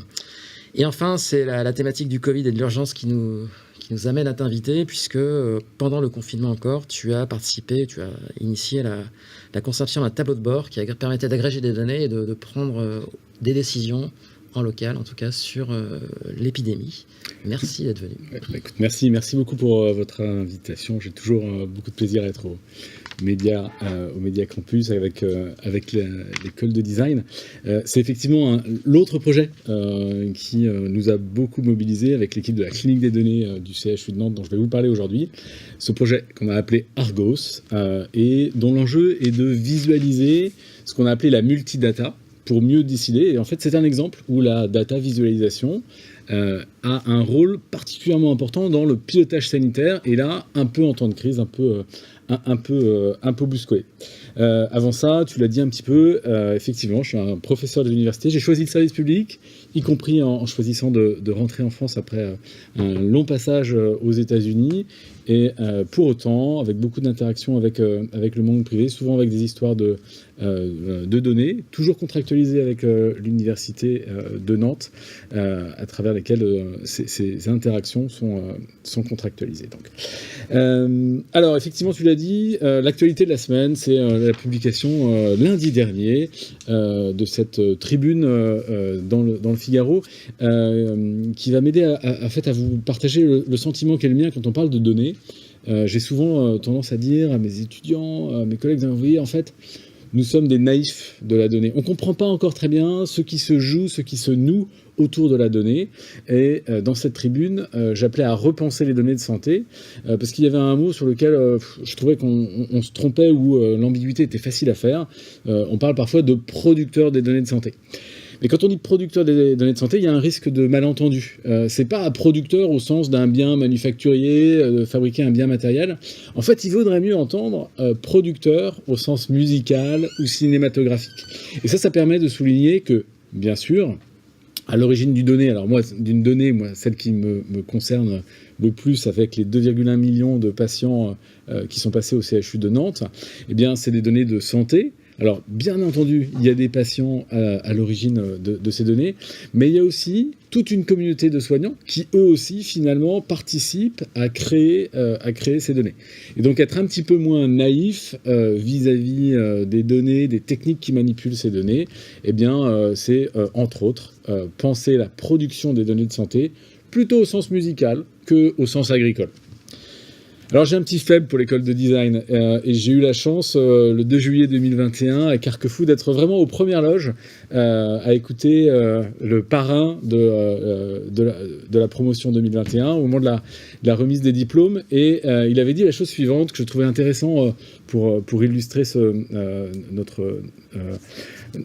l'intervention d'aujourd'hui. Il dit finalement, à l'école de design, ce qui est en jeu, c'est le rapport au monde. Et j'ai le jeu de mots qui est pas facile à tweeter, c'est que l'école du design, c'est l'école du Dasein. Et ça, c'est emprunté directement à Heidegger. ne sera pas dit qu'on n'aura pas eu aujourd'hui un petit propos un peu philosophique, mais dans le design, ce qui se joue, en fait, c'est l'être là, c'est l'être au monde. C'est dire que finalement, il y a une tension existentielle dans notre rapport au monde, et que ça se joue dans notre préhension des techniques, et en particulier dans les techniques des représentations des données, qui sont finalement une représentation que nous donnons du monde. On l'a très bien vu avant dans l'exposé précédent à travers des cartographies, mais c'est peut-être aussi ce qui se joue dans notre propre rapport au monde. Et donc vous voyez, les étudiants de l'école de design sont bien armés pour penser leur rapport aux données, penser la visualisation des données et surtout être maître et possesseur de ces techniques qui permettent de les représenter. Alors ce qui va nous occuper aujourd'hui, en fait, c'est peut-être le récit de ce projet Argos. Alors, tu l'as rappelé un petit peu, Yannick, mes fonctions au CHU de Nantes, donc elles sont un peu particulières.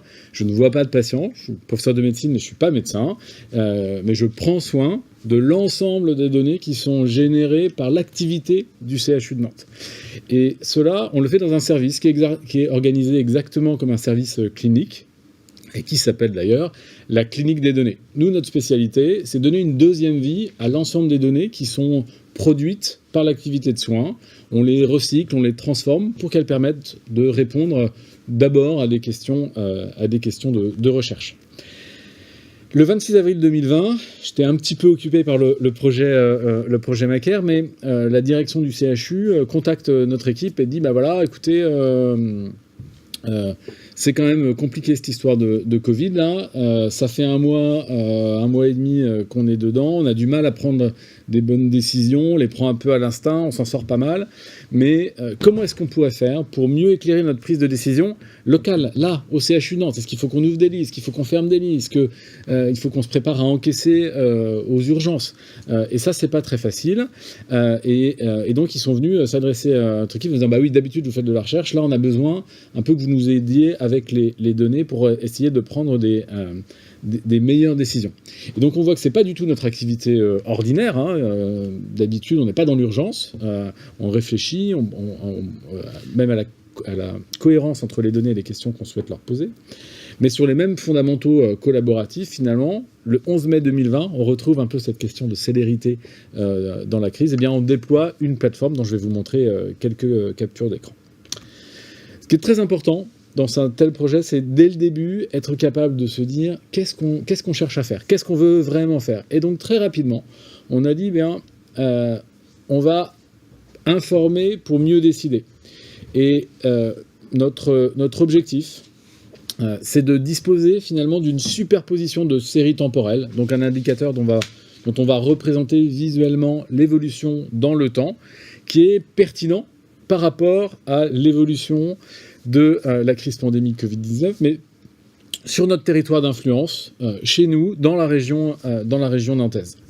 Et donc l'idée là, c'est d'avoir un faisceau d'arguments qui viennent peut-être de plusieurs orientations, un faisceau multisource, c'est cette fameuse multidata. Et donc l'objectif opérationnel, on l'a reformulé de manière finalement très directe, c'est-à-dire il faut, alors l'expression n'est pas de moi, fournir à un directeur d'hôpital moyen la possibilité d'interagir avec des tableaux pour affiner, selon 3 critères, la vision qu'il a de l'évolution de la crise pandémique. Alors, 3 critères, on veut filtrer, voir ça par âge, par sexe et par localisation géographique. Et on voit bien que notre objectif, là, c'est pas de donner un conseil à un décideur, c'est en fait d'autonomiser sa décision à travers les outils qu'on lui sert. Et ça, finalement, c'est ce que l'on fait dans mon équipe de recherche, c'est ce qu'on fait dans le service de l'hôpital. On sert sur un plateau des données pour prendre une meilleure décision, éclairer une situation. Et donc le défi, c'est de s'appuyer sur la multidata. Alors qu'est-ce que c'est que la multidata ? C'est une donnée qui, en fait, dépasse le cadre d'une seule source d'information. D'habitude, nous, on travaille dans le périmètre du CHU de Nantes. On travaille volontiers, et tout le métier qu'est le nôtre d'enseignant-chercheur, c'est de travailler en collaboration. Et bien là, on va dire, OK, on va peut-être sortir du périmètre qu'est le nôtre habituellement. C'est la crise, tout le monde est en dehors de sa zone de confort. Eh bien, on va avoir des données, on va empiler des indicateurs qui viennent de responsabilités juridiques différentes, mais qui sont volontaires, évidemment, dans leur coopération. Et donc, on va bien sûr avoir des flux d'informations qui viennent du CHU de Nantes. Qu'est-ce qui se passe aux urgences, les entrées? Qu'est-ce qui se passe aux radios? On fait des radios pulmonaires pour voir où en sont les patients. Le scanner, pareil. Dans le service de biologie, on fait des tests. En gériatrie, on a des relations avec les EHPAD, des difficultés. On a quelques informations, mais centralisées sur l'excellente plateforme nationale Géodes, avec un petit décalage temporel. Et puis, on a déjà des bonnes relations avec nos excellents collègues de SOS Médecins. C'est des médecins généralistes qui sont en première ligne. C'est eux qui vont faire des visites chez les patients. C'est eux qui, les premiers, voient arriver les premiers symptômes de la maladie. Plus grave, nos collègues du SAMU. Et puis, les laboratoires privés, laboratoires Bioliance, ils ont aussi des données. Ils participent aussi aux tests et donc nous permettent d'avoir accès à leurs informations. Donc ça pose aussi des questions pour demain sur quels sont les cadres juridiques qui permettent de faire l'évolution de ces informations. Alors de manière un peu graphique et un peu chargée, ce prototype fonctionnel qu'on fait un peu dans l'urgence, il repose sur 3 piliers. Le premier, c'est ces fameux flux, c'est ces fameux multidata, donc des flux de données indépendants. C'est-à-dire que chacun de ces flux nous donne un regard un peu différent sur la pandémie. Le regard qu'on peut avoir à travers les urgences, le regard qu'on peut avoir à travers les services de radiologie qui font les examens d'imagerie, le service de biologie qui non seulement va détecter la présence du virus Covid, alors maintenant tout le monde est bon en PCR, mais c'est aussi des variants différents, c'est aussi des niveaux d'anticorps qui expliquent plus ou moins le niveau de protection de chacun des individus. Ça, c'est des informations, c'est chez nous au CHU de Nantes, on s'en sort à peu près. À chaque fois, ce sont des flux individuels, mais aussi de l'extérieur. SOS Médecins, les laboratoires de ville avec les laboratoires Bioliance, le SAMU 44, et puis donc des flux internes, des flux externes, et puis malgré tout des flux publics, agrégés, organisés par la puissance publique, sur lesquels on peut se connecter. Ces flux de données, ils convergent à travers des systèmes informatiques, des API, vers une base de données qui est déployée au CHU de Nantes. On la déploie chez nous, avec, on a l'habitude d'héberger des données sensibles de santé, on a les certifications possibles, et puis on s'organise pour pouvoir le faire de manière un peu plus agile dans le temps de crise. Et puis, donc ça accueille des données de granularité individuelle, des données ce qu'on appelle pseudonymisées, donc elles ne contiennent aucun identifiant, on n'en a pas besoin pour identifier les patients. Les patients vont nous servir à faire des décomptes, des pourcentages, des sommes. Mais pour autant, on a besoin de cette granularité individuelle parce que je vous rappelle l'objectif, c'est de pouvoir filtrer par âge, par sexe et par localisation géographique. Et puis cette base de données, elle va alimenter une interface de visualisation. Une interface, il y en a des dizaines, on choisit une interface de type Kibana, qui va être finalement la fenêtre à travers laquelle on va regarder cette base de données. Vous en avez ici quelques exemples. On s'appuie sur du logiciel libre qui est déployé à l'intérieur de l'établissement. Ces infrastructures IT, finalement, il faut être aussi très clair sur les objectifs qu'on a, même quand on est dans un temps compressé. Donc c'est vraiment libérer l'accès aux données. Les flux rentrants, les flux sortants, l'alimentation. Donc il y a des flux externes qui viennent de plusieurs sources, cette fameuse multidata. On va les centraliser de manière sécurisée, identifiée à l'intérieur du CHU de Nantes. On organise ces données.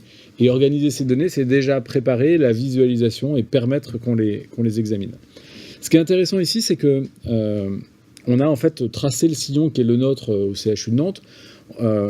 On ne s'est pas jeté sur des modèles d'intelligence artificielle, des modèles passionnants, autorégressifs, qui permettraient de faire des prédictions. Ça, on a dit, ça peut-être, mais ça ne vient pas d'abord. D'abord, les données. Et il faut peut-être mieux avoir plusieurs manières de regarder la même pandémie à travers des angles, des prismes différents, plutôt que de se dire, j'ai les données que j'ai moi au CHU de Nantes, je vais être sur une source unique et essayer de prolonger les données, essayer de les faire parler avec des modèles mathématiques. Donc on a mis ça en deuxième plan et une fois que les données étaient bien intégrées, un peu plus tard dans le projet, on a par exemple estimé le fameux R0, le taux de réplication du virus, supérieur à 1, l'épidémie progresse, inférieur à 1, l'épidémie régresse, et puis d'autres méthodes mathématiques qui peuvent être intéressantes à partir de ces données. Alors quand on a dit ça, il faut quand même que je vous montre quelques captures d'écran. J'en ai choisi 5. la première illustre à quel point la première ambition, c'est bien de donner les moyens d'une interaction avec les données. Alors, je vais essayer de vous montrer ça en pointant avec ce petit point rouge. Donc, on a les sources de données qui sont ici rappelées, d'où viennent les informations que l'on obtient. On peut faire le tri ici par département, 44, 49, 55, 72, 85. On peut régler la tranche d'âge des patients que l'on souhaite analyser. Alors, soit en rentrant les bornes, soit en faisant glisser un petit curseur pour sélectionner une plage. Et puis, on va décider d'inclure femmes, hommes, etc. Et en appliquant ces changements, eh bien, on va modifier la vision qu'on a de la maladie. Alors, la force de la direction du président de CME de l'époque, le professeur Antoine Magnan, ça a été très vite de dire « Ok, c'est bien ça je veux pouvoir filtrer par âge, par sexe et par localisation géographique. » Ce qui veut dire, par exemple, avant même qu'on ait eu l'idée que peut-être c'était intéressant, on pourrait dire que peut-être on a un problème chez les hommes de plus de 65 ans en Vendée. Eh bien, on va pouvoir interroger les données pour entrer en ping-pong avec ces interfaces graphiques. On le fera à travers ça. Donc ça, c'est peut-être le premier point. À travers cette interface, comment l'interface de visualisation, finalement, permet d'interagir avec les données, de les confronter aux intuitions, aux questions qu'on peut poser. Alors nous, on l'a pensé pour les décideurs du CHU de Nantes, mais on pourrait bien entendu imaginer que ça ait pu servir à la population générale, peut-être pour mieux comprendre les décisions des pouvoirs publics. Alors sur cette diapositive, en fait, on a ici l'évolution de l'occupation des lits au CHU de Nantes. Donc vous voyez, ça fait un magnifique profil topographique. On voit la première vague, la deuxième vague, les différents soubresauts, etc. Et puis on voit ici en rouge, non pas l'ensemble des lits à l'intérieur de l'établissement, mais l'occupation des lits en réanimation. Et donc ça permet d'avoir un regard un peu différent sur la première vague, sur la deuxième vague. Et un des éléments où je trouve que les données sont très fortes et doivent nous aider à nous interpeller, c'est que autant on dit première vague, deuxième vague, mais en fait, ce ne sont pas des vagues de même nature. On a appris entre-temps, on n'a pas les mêmes pratiques, on met d'ailleurs beaucoup moins en réanimation. Bien ça, on le voit dans les données. Vous voyez qu'on a une plus grande occupation des lits Covid, tous services confondus, et proportionnellement, une plus petite occupation des lits de réanimation. On s'est moins affolé, on a appris que peut-être si on pouvait éviter de mettre les patients en réanimation en utilisant de l'oxygène par exemple, eh bien on arrivait à ne pas saturer nos services de réanimation. Et donc ça, ce sont vraiment de la puissance des visualisations de données. Ici, on a un très bon exemple de superposition des courbes pour voir comment les choses évoluent à travers le prisme des urgences de l'hôpital, de SOS médecins en bleu et du SAMU en rouge. Et donc on corrèle les activités journalières donc ici en compte, on peut avoir évidemment soit des comptes absolus, soit des comptes relatifs, des pourcentages. Et là aussi, on suit et on regarde quasiment en temps réel l'évolution de l'épidémie pour peut-être objectiver le débat et prendre de meilleures décisions. Alors, on a des données qui sont des données au niveau national et peut-être de manière plus fine. Ici, avec les données du laboratoire Bioliance, on a regardé le taux de positivité des tests. Mais on sent bien que la positivité du test, dans le privé, dans le public, elle peut avoir elle peut être sensible à différents effets. Et là encore, il s'agit plutôt d'utiliser ces données pour alimenter le débat. Il y a, donc on regardait un petit peu ces chiffres comme le lait sur le feu, comme on dit, mais on peut aussi l'utiliser pour finalement poser des questions. Et je me souviens en particulier autour d'un week-end de l'Ascension, on avait vu un début de pic, premier jour, deuxième jour, et à travers ces données, on a appelé les collègues des SOS Médecins, on a dit mais qu'est-ce que vous en pensez, qu'est-ce que vous en dites vous sur le terrain? On dit oh non, c'est les veilles de week-end ou c'est les retours de week-end, c'est normal qu'il y ait un pic. Donc c'est bien comment la donnée, sa visualisation est placée au cœur du débat. Et plutôt que d'asséner des vérités, elle nous aide à réfléchir un petit peu mieux. Je voulais vous montrer ça également. Alors c'est toujours Donc à la fois des sources publiques et des sources locales. Hein. C'est vraiment ce principe de subsidiarité qui nous est cher. Ce que je voudrais pointer un petit peu ici, c'est, on le voit particulièrement bien ici dans le décalage entre les courbes bleues et les courbes rouges. En fait, c'est beaucoup de bon sens. C'est-à-dire que on va avoir des montées en charge, parce que je dis bien SOS médecin et SAMU. On va avoir des montées en charge chez SOS médecin qui précèdent celles du SAMU. Et on le voit également ici en termes de positivité. En fait, on peut avoir des corrélations entre pics qui nous permettent de dire c'est finalement assez logique. Les premiers symptômes sont vus par les médecins généralistes et on a 5 jours pour que les patients les plus graves arrivent aux urgences. Donc ça fait 2 jours pour être sûr qu'on a bien vu les données, 1 jour pour prendre la décision et il reste 2 jours pour réorganiser les services et se préparer à encaisser la vague. Je dirais un tout petit peu moins en aveugle, hein, tout simplement. Et c'est vraiment ce rôle de la data là. Et finalement pour nous la crise a été l'occasion d'un changement de pratique dans les données. 5e et dernière capture d'écran, puisqu'on avait centré cette discussion sur la data visualisation, je trouvais intéressant de mettre l'un à côté de l'autre une capture d'écran, la même, issue d'un ordinateur en format paysage, et puis la même, celle qui était souvent celle que je regardais le matin au réveil sur mon téléphone portable.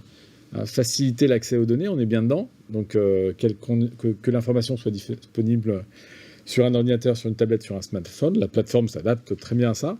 Sauf que, en termes de data visualisation, on n'a pas du tout la même impression. Hein. Et vous voyez à droite, on a l'impression que c'est beaucoup plus aigu que ce que vous voyez ici étalé. Donc c'est aussi une question de culture, de visualisation de données. Peut-être d'être un peu mieux armé pour digérer, mettre en question ces graphiques. Vous avez la même chose en bas à gauche et en bas à droite.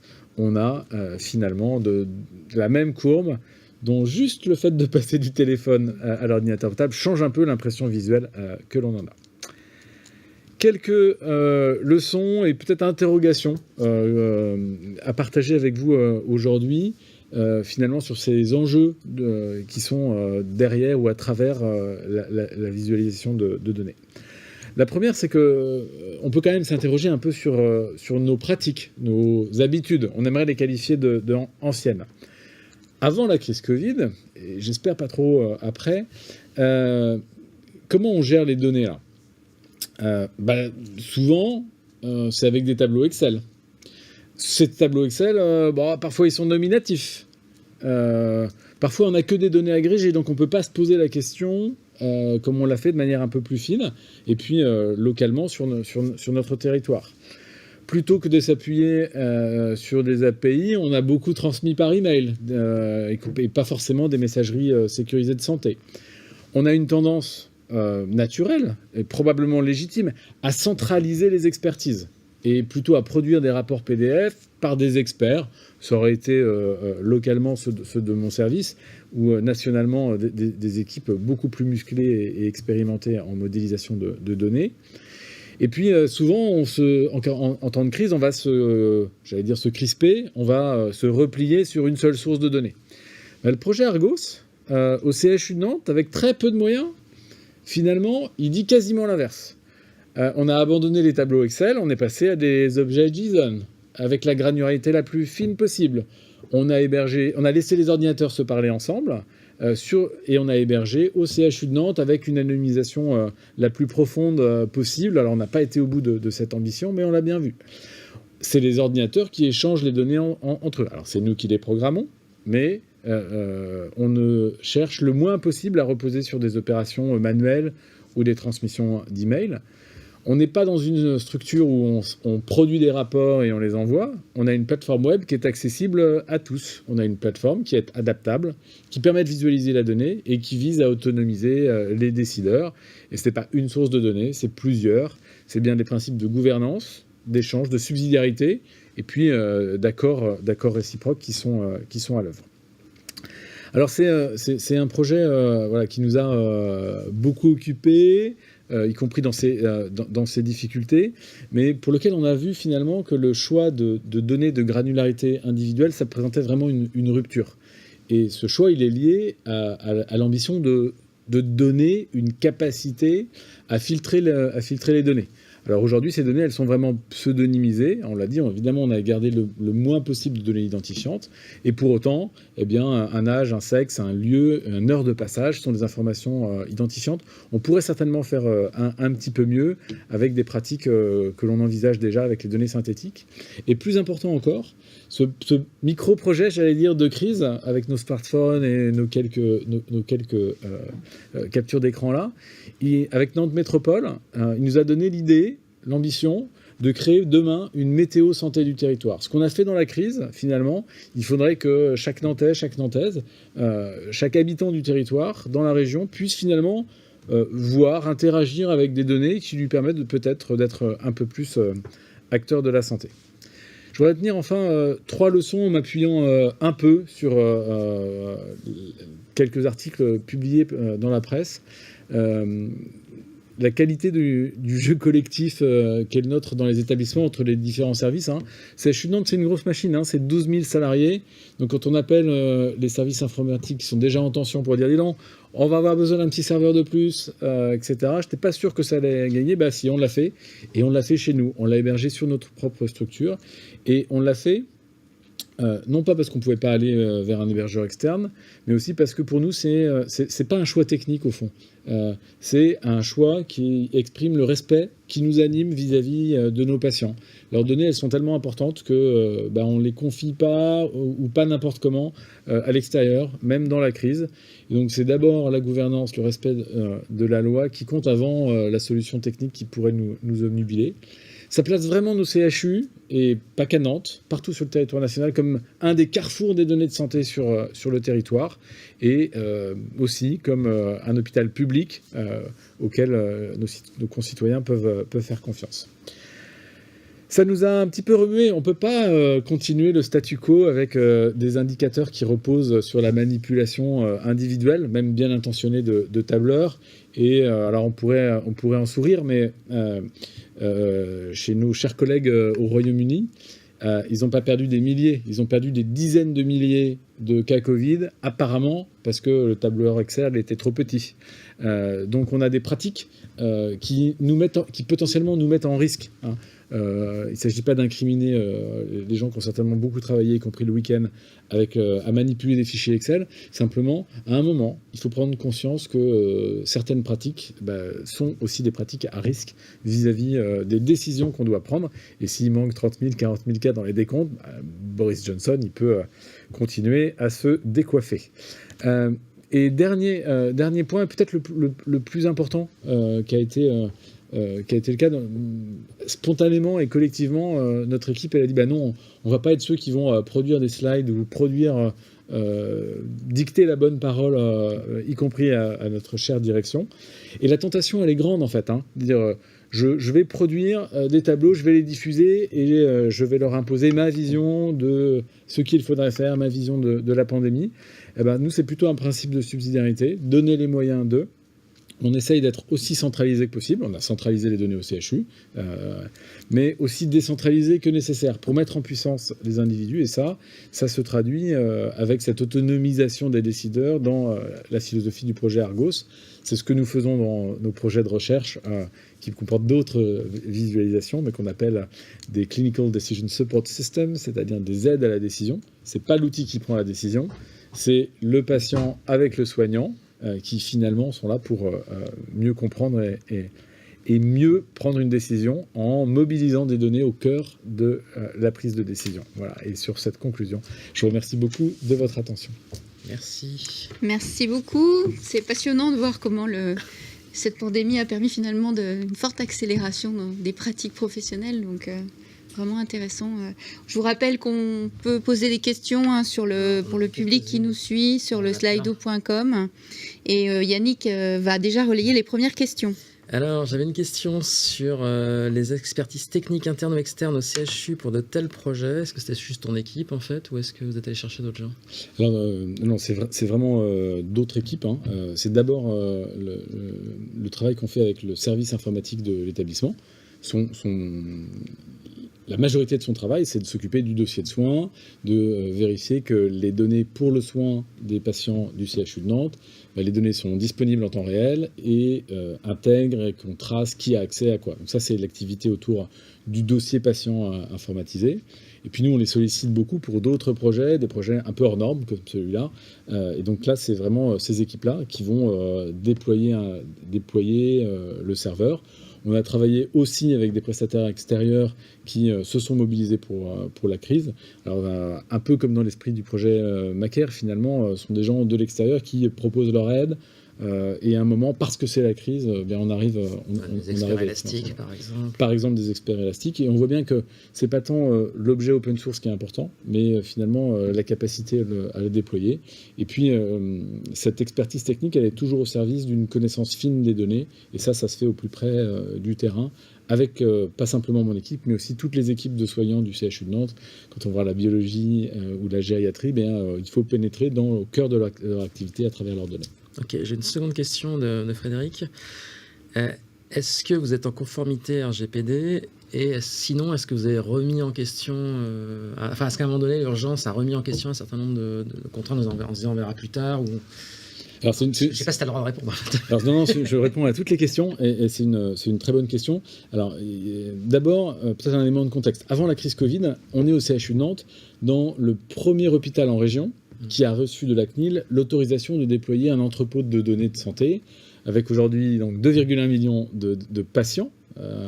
On pense qu'on a quasiment une personne sur 3 sur le territoire qui passe au CHU de Nantes dans une période qui peut aller jusqu'à 10 ans.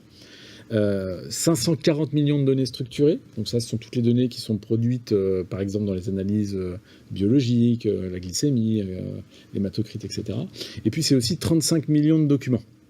Donc on sait faire avec beaucoup de données et c'est pas tant un enjeu technique, mais on s'est déjà organisé pour avoir la gouvernance à l'intérieur de l'établissement, les dispositifs légaux qui permettent, puis je vais saisir cette occasion pour le rappeler, chacun des patients du CHU Nantes a le droit, sans se justifier, d'exprimer son opposition à ce que les données soient utilisées pour de la recherche. Et donc ça, il n'y a même pas besoin de se justifier. Il écrit à vos données personnelles à chu-nantes.fr et on vous retire de la base de données qui est utilisée à des fins de recherche. La question qui se pose ici, c'est est-ce qu'on est à des fins de recherche ? Si on est à des fins d'évaluation de recherche, le cadre légal est un petit peu différent. Et donc ça, on est probablement l'un des CHU les plus avancés en termes de réglementation et matière des données de santé. Et très sincèrement, on ne joue pas avec ça. Pour une raison très simple, c'est que c'est la confiance que nous font les patients. Donc il y a des usages qui sont permis par la loi et il y en a d'autres qui ne le sont pas. Et ceux-là, on ne les laissera pas passer. D'accord, merci. J'ai une autre question aussi. Évidemment, vous avez accumulé pas mal de données qui ne sont pas dans le système centralisé, on va dire, Covid national. Ou est-ce que vous les avez versées ou est-ce que vous allez faire une base de données open source spéciale Pays de la Loire ? Alors, d'abord, ça marche dans l'autre sens. On a bénéficié des données centralisées entre autres, mais c'était un de vos flux. Donc, c'était un de nos flux. Et notre idée, c'était qu'on avait besoin localement d'informations plus précises, plus individuelles. Les flux donc de Santé publique France, qui a vraiment fait un travail remarquable sur toute la France, ils ne sont disponibles que par département ou par sexe, mais pas ou par tranche ou par âge, mais on ne peut pas combiner les critères. Dès que vous voulez combiner 3 critères un peu à façon, Santé publique France pourrait très bien le faire, ils ont tout à fait la compétence, mais ils le précalculent quelque part. Nous, ce qu'on utilise ici, on a pris conscience qu'on avait non seulement accès à de la donnée en temps réel, mais qu'on avait aussi accès à du calcul en temps réel. Et c'est cette capacité à faire du calcul en temps réel qui requiert des données de granularité individuelle et de faire les calculs. Ce n'est pas le type de données qui est remonté au niveau national. Souvent, au niveau national, on nous demande de renvoyer des indicateurs globaux et ils sont agrégés sous forme pondérée. D'accord, merci. Alors, moi, je vais me permettre une petite question. J'étais content de voir qu'il y a faut venir suivre des cours de Dataviz parce que pour les light charts, en fait, il y a une règle qu'on appelle, qui est même pas une règle, c'est une sorte de bonne pratique, et la règle des 45% qui dit grosso modo, il faut que les pentes fassent à peu près 45% pour que ce soit ni trop large, trop plat, ni trop resserré, où on a des courbes énormes. Et c'est exactement l'application finalement de cette règle dans le passage, on va dire, mobile. Exactement. Voilà. Ouais. Et je pense que c'est vraiment un truc qui est dans les cours de façon assez standard. Je me posais la question de... Tu dis qu'il y a eu un changement de pratique, donc voilà, donc vous avez d'une certaine manière passé à des tableaux de bord. Donc tout ça, c'est dans les entreprises, hein, c'est ce qu'on appelle la BI, la Business Intelligence. Il s'agit de remonter les données d'entreprise pour faire des tableaux de bord qui permettent aux décideurs de prendre des décisions. Et j'ai deux remarques de ce point de vue-là, c'est-à-dire du coup, ces décideurs, il faut qu'ils aient un peu de ce qu'on appelle de littératie des données, data littératie, mais aussi, on ne peut pas leur donner des indicateurs trop complexes, parce qu'à partir du moment où on prend une décision, on met sa compétence en jeu. C'est-à-dire si je dois réduire la production, augmenter la production, baisser la masse salariale, embaucher des gens, j'en sais rien. J'ai envie de savoir quand même de remonter aux données plutôt que d'attendre un indicateur global pour lequel je ne sais pas aller. Donc c'est aussi logique d'une certaine manière que vous soyez sur des indicateurs simples parce qu'il faut qu'ils soient compréhensibles par les décideurs qui vont eux engager leur métier et ce qu'ils sont en tant que professionnels. Alors du coup, tu as parlé de changement de pratique, mais du coup, est-ce que vous avez fait d'autres tableaux de bord? Est-ce que l'hôpital a muté ou est-ce qu'on est reparti dans les vieilles pratiques une fois l'urgence passée? Peut-être d'abord une remarque préliminaire. Ce qui a été finalement là où on a été le plus rapide, c'est probablement à définir ce qu'on voulait faire. Et c'est pas si évident ça en fait, surtout quand on est dans la crise, dans une entreprise, en business intelligence. Finalement, les questions, le coût près, le chiffre d'affaires sont des informations assez claires et c'est facile de décider. Je pense que là où on a été très bon, c'est pas les équipes techniques ou de data science qui ont pris la main là-dessus, c'est de dire ok, je veux voir des séries temporelles filtrées par âge, par sexe, par localisation géographique, et éventuellement, ce serait quand même pas mal d'avoir plusieurs flux d'informations. On a un petit peu discuté avec des gens qui sont spécialisés en édition stratégique à l'armée. Ils ont dit mais c'est incroyable, vous avez adopté finalement une philosophie militaire. J'ai plusieurs flux d'informations. Alors on pourrait revenir sur les diapositives, mais il y a un moment où les flux s'arrêtent parce qu'on a un truc technique qui marche pas bien à un moment. Ben, c'est pas grave parce qu'on a quand même encore les deux autres flux pour pouvoir étayer notre décision. Alors après oui, je pense qu'on va changer les pratiques. En fait, je rêverais qu'on change d'un claquement de doigts, je crois que ça n'arrive jamais. Donc on a initié un changement qui va prendre plusieurs années. Pour ça, il faut des moyens, il faut avoir un peu l'esprit libre. L'intervenant précédent l'a dit extrêmement bien. Si on est sous l'eau à cause du soin, de l'enseignement, de la recherche, on n'a finalement pas beaucoup de temps pour penser, j'allais dire accepter un changement. Et Yannick en parlait, les décideurs qui donc avaient ces outils, vous avez dû aussi les accompagner, enfin en termes de pédagogie, d'apprentissage des outils, de lecture des tableaux. On voit cet exemple aussi quand on passe sur le smartphone et la vigilance qu'il faut avoir parfois sur la lecture des données. Comment ça s'est passé pour vous Alors, la première étape, c'était plutôt d'avoir des problèmes de connexion. D'avoir la bonne adresse, le bon mot de passe, stocké. Et puis après, effectivement, d'être le plus simple possible. Voilà. Donc le prototype, il a fonctionné 1 an, hein, donc on l'a arrêté au bout d'un an pour plein de raisons.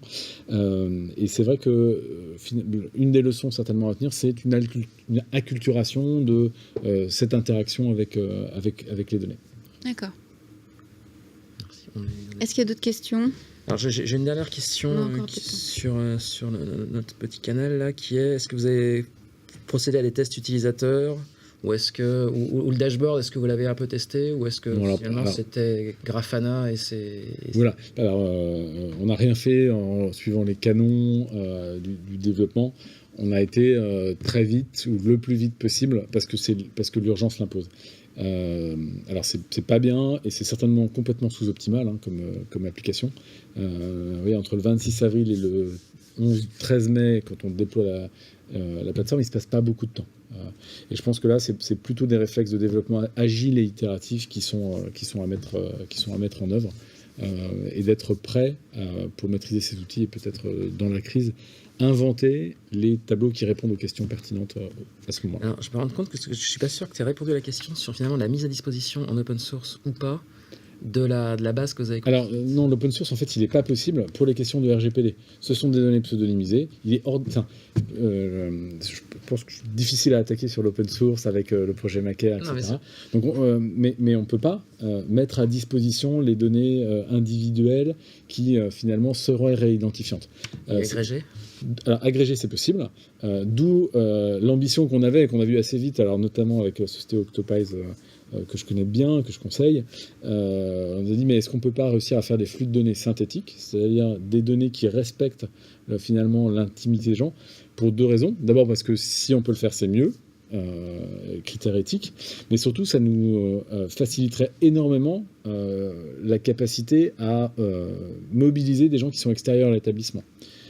Et donc ça fait partie des regrets. On pourrait imaginer que pour la prochaine crise, on ait une réserve de geeks prêts à se mobiliser, de designers, d'experts de la donnée dans toutes ces dimensions, qui seraient prêts à se mobiliser et à nous aider pour pouvoir faire les bons tableaux pour le directeur moyen d'hôpital qui n'a pas de culture de données, ou peu, ou de plus en plus, mais aussi pour la population générale. Voilà. Merci. Merci beaucoup. Merci à vous. Merci Pierre-Antoine Gourraud d'être venu nous parler de ce projet du CHU qui était passionnant. On va poursuivre avec notre dernière invitée de la journée, qui elle est à distance puisqu'elle est loin, elle est à New York Times. Donc il s'agit de Weiyi Cai, qui est designeuse d'information. Je vais laisser Denis Vanier, qui l'invite, la présenter. Oui, une invitation qui est...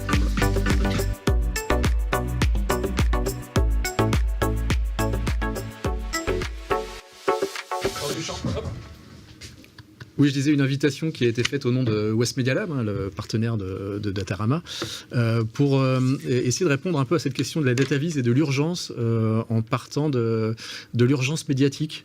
Parce que vous savez que la plupart des médias sont toujours pris de court, pris par le temps pour proposer des visions en data journalisme les plus rapides possibles. Donc c'est un peu le défi dans beaucoup de journaux. Comment faire pour contextualiser un événement avec des données fiables, si possible sur le long terme, si possible à des grandes échelles.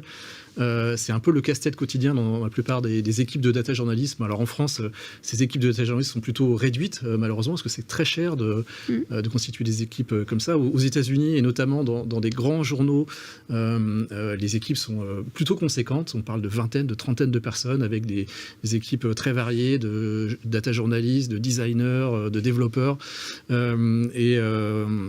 On a choisi d'aller poser quelques questions à Weiyi Cai, qui est designer d'information au New York Times. Alors, elle a quelques années d'expérience derrière elle, notamment au Washington Post, à Reuters, qui sont aussi des rédactions très réputées pour les travaux de data visualisation en information.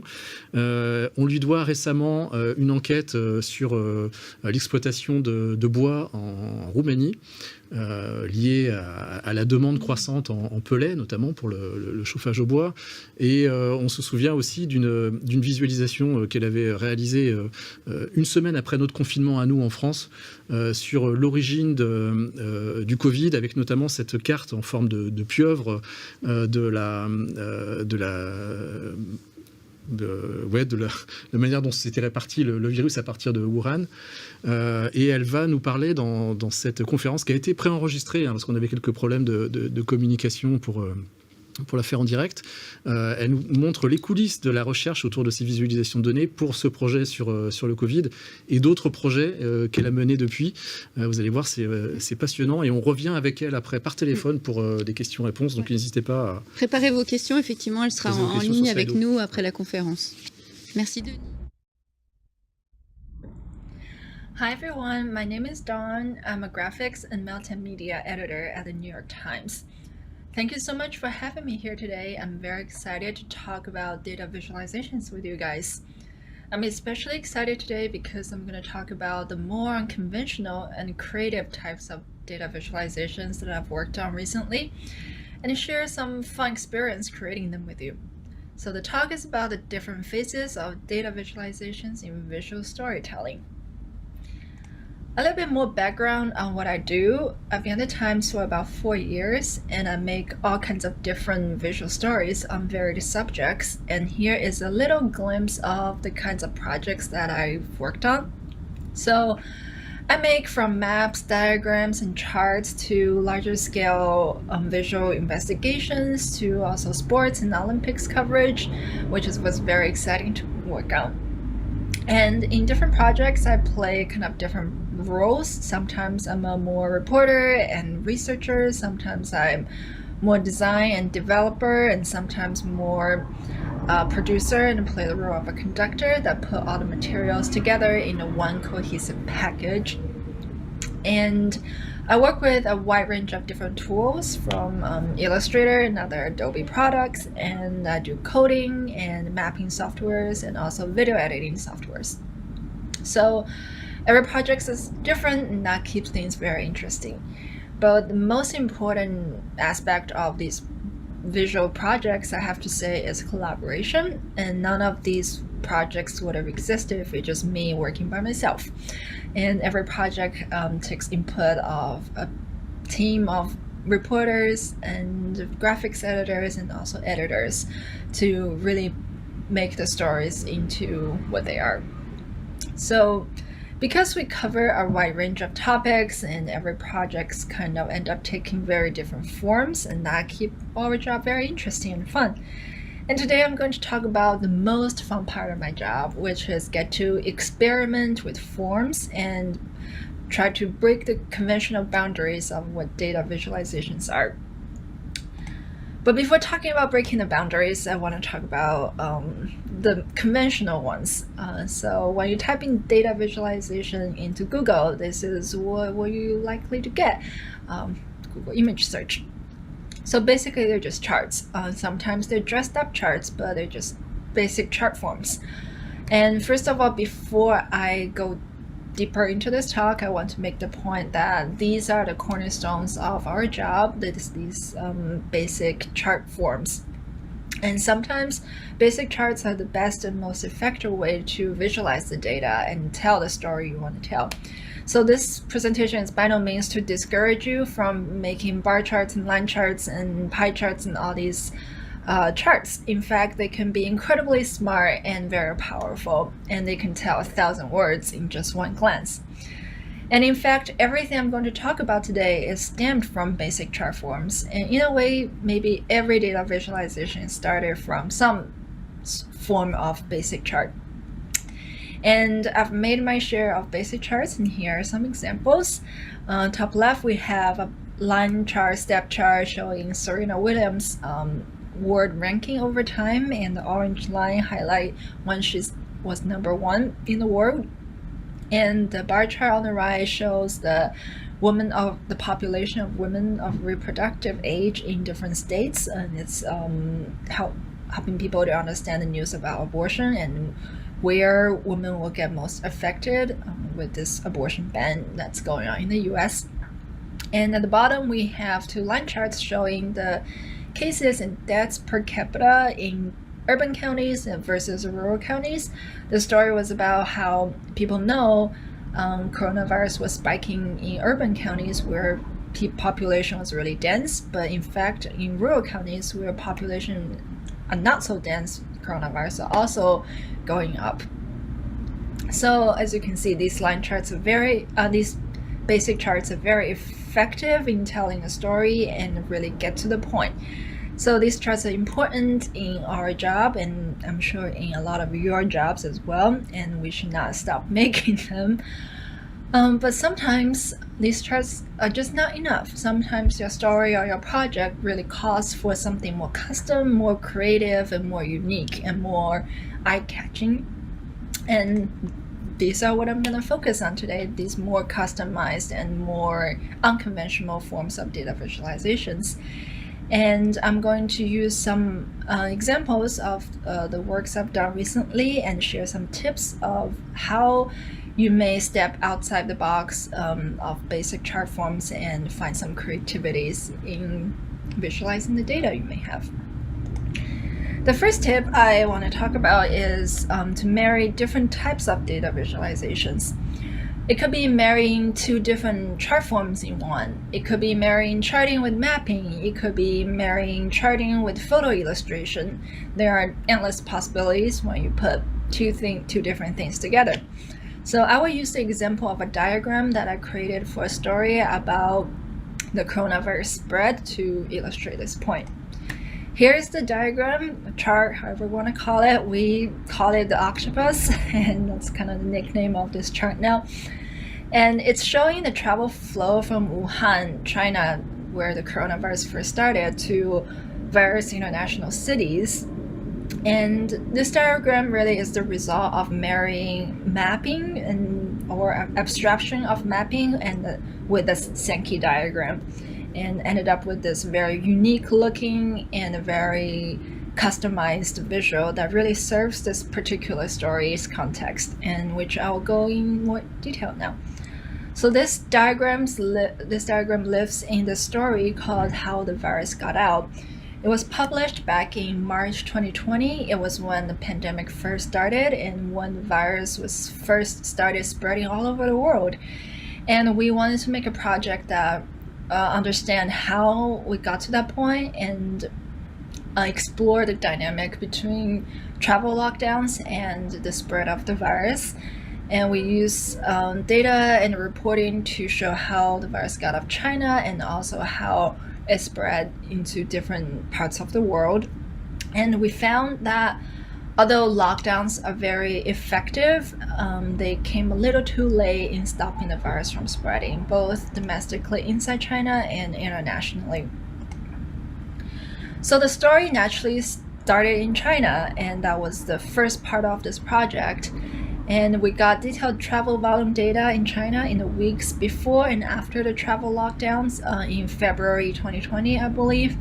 And in the first map, you can see we used the green dots, and they're dots, and they kind of look like lines in the scale, but they're little dots showing the travel flow when everything was normal and no lockdown. But the story goes on to say that but people carrying the virus had already left Wuhan at that point, and they are symbolized in these red dots. Because it was Chinese New Year time, so people are frequently traveling, so there's a large volume of travel. So many people who were carrying the virus left Wuhan. And the third map was showing that that's when the lockdown happened. You can see the red dots, the green dots, the green lines have become a lot more sparse than comparing to the first one, but the red dots, which represent cases, have exploded everywhere in China. So this first half, focusing China, really tells that China was quick to lockdown, but the lockdown the lockdown was really effective in reduce the travel volume, but it was a little too late. And so the second half of the story, we take on a more international view of how China spread from how the virus spread from China to the rest of the world.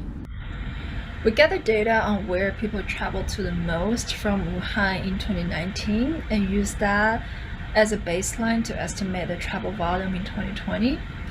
So as the story is a continuous scrolling experience, we wanted to carry out the same visual style throughout the piece. So when I first started to think about visualizing this data, I naturally started with a map to match the same mapping style as we did for the first part of the story of China. So I plotted all the top destinations where people in Wuhan travel to. There's about 100 or so in this map. As you can see, they're scattered across the globe, but they're really only concentrated in these three circles. They're North America, Western Europe, and Asia. Especially South and Southeast Asia, the destinations are very dense in those areas. So this poses an immediate challenge that if we want to continue the same visualization style as we did China as a map, it's really hard to be able to see every single route in one view without zooming in and out of the map a lot. So, and at the same time, we have a lot of wasted space in this map that people didn't really travel to Africa or North or South America. And there's also the ocean space that's not really utilized in this map. So this made me realize that some customization is needed in order to show what we want to show, which is where people travel to and the travel volume to each destination. So this is when I started to think about a more different approach to this visualization. I turned into a more schematic route at first, trying to be very scientific and establish an axis system. As you can see on the left, I put Wuhan in the middle, and each line and axis represent one continent, and I was trying to plotting cities along those continents based on how far they are to Wuhan. And I'm not sure if you guys can see, but there are tiny little ant-sized labels that are city labels on those axes. And as you can see, I didn't go very far because I quickly realized it's really impossible to make all the cities legible and not even mention routes and lines and volumes. And so I realized it was not really worth going down further exploring because it would just turn into a bigger mess than the map. So, but I really liked the idea of putting Wuhan in the center and create kind of like a constellation type of visualization that have other cities that people travel to surround Wuhan. So that's what I was doodling in the second page. And a breakthrough really came when I married these two ideas into one, when I created this little sketch on the left where every line still is like an axis in the first attempt. Each line is a continent, but instead of so rigidly positioned, they're more organically positioned, kind of like a constellation. And the position of these lines are relative to where they are on the map. So Europe is all the way to the west, and the south and Southeast Asia is down south. And the thickness of the line represents the travel volume. So the thicker the line, the more people that travel. And after I came up with this sketch, I realized that this looks kind of promising and I can maybe explore it a little more and try to add the 100 of cities into this system. So this is on the right is when I first started sketching how it would possibly look like if we use this logic, but instead of continents, we have cities along this axis. And after that sketch, I realized maybe I can really start trying to put cities in this system. And it turned out to be pretty exciting. On the left is my first attempt of plotting cities. I plotted some East Asia and some Australia and New Zealand cities. And that made me realize, okay, that is a route that's worth going down. So I went on and plotted all the cities in the system where each branch is a continent, and the sub-branch on these bigger branches are cities. And it seems promising looking and it's pretty cool, but this first version still seemed like it needed tweaking, and there's people mentioning it kind of reminded them of a swastika, which is not great. So after some more playing around with the layout, this is the final version that I arrived on. And on the right, it's the mobile version that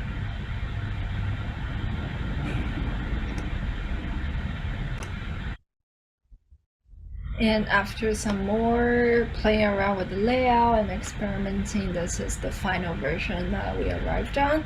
And on the right, there is a mobile version which actually translates really well to smaller screen sizes, which is always a big win because most of our readers actually experience our stories on the phone. So, and at the end, with the magic of some more tech-savvy colleagues, this is the final product of how this diagram is married with motion, with dots representing travel volume, showing travel direction, and then zoom and pan around the diagram based on the need of the narrative. And the chart really comes to life in the project. And we ended up with a drastic different visual style from the map that we used for the first part of the story. But because the symbology we used for this diagram is the same as what we used for the China part of the story, the green dots represent travel volume and the red dots represent the cases. So it still gives it a very cohesive visual identity, and so people are not lost that this is a different story. It's still in a very much same visual world. And on top of that, because it's so different, it gives a very natural visual break. So from the first part of the story that's a map-based to this diagram-based story, we jumped from China to international, and it gives a visual signal that these are two chapters of the story. That really helps preventing mapping overload and like visual fatigue. So yeah. And now I want to move on to the second tip, which is about adding motion and emotion. So motion, when used right, can really bring a visualization to life, as you just saw earlier in the previous example. In the end, when we added all the dot animation and when we pan around the diagram, it really becomes an experience. So this next example, I want to talk about encoding motion as a part of the data to create an animated timeline in a way. But before showing you the visualization, I want to talk a little bit about the story and the time context that visualization lived in. So in January this year, there was a tragic apartment fire in the Bronx borough of New York City. The fire was caused by a faulty space heater, and the fire itself was contained, but due to multiple layers of failure in the building, the smoke was spread throughout the building and actually turned the staircase where people escaped from into a chimney, and it ended up killing 17 people. We published a comprehensive visual investigation on what happened and what went wrong. This is a quick overview of the story here on the screen. And it was a huge collaborative effort with colleagues across departments. We modeled the building in detail and taking readers into the building and follow the path of the smoke and show how the smoke really spread throughout the building and how the self-closing doors failed to prevent that spread.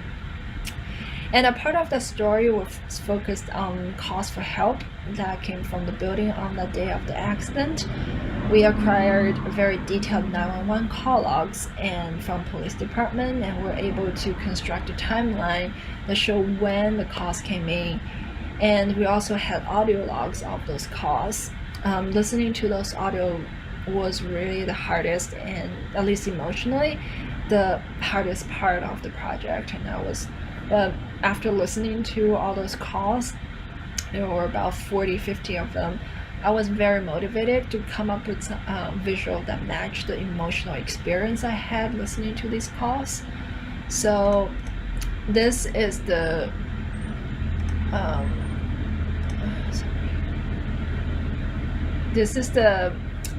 visualization that we ended up with in the project. This is an animation that readers can scroll through. So we use 3D as a base, using a rectangular plane highlight that is placed in the exact location where the caller's apartments are, and let them show up based on the time the call was placed. And because the first and last calls were very far apart, they're about more than an hour apart, we had to speed up the animation by a lot. But everything is represented truthfully both in time and space. So this result is really powerful because it puts those calls directly in the context of time and space.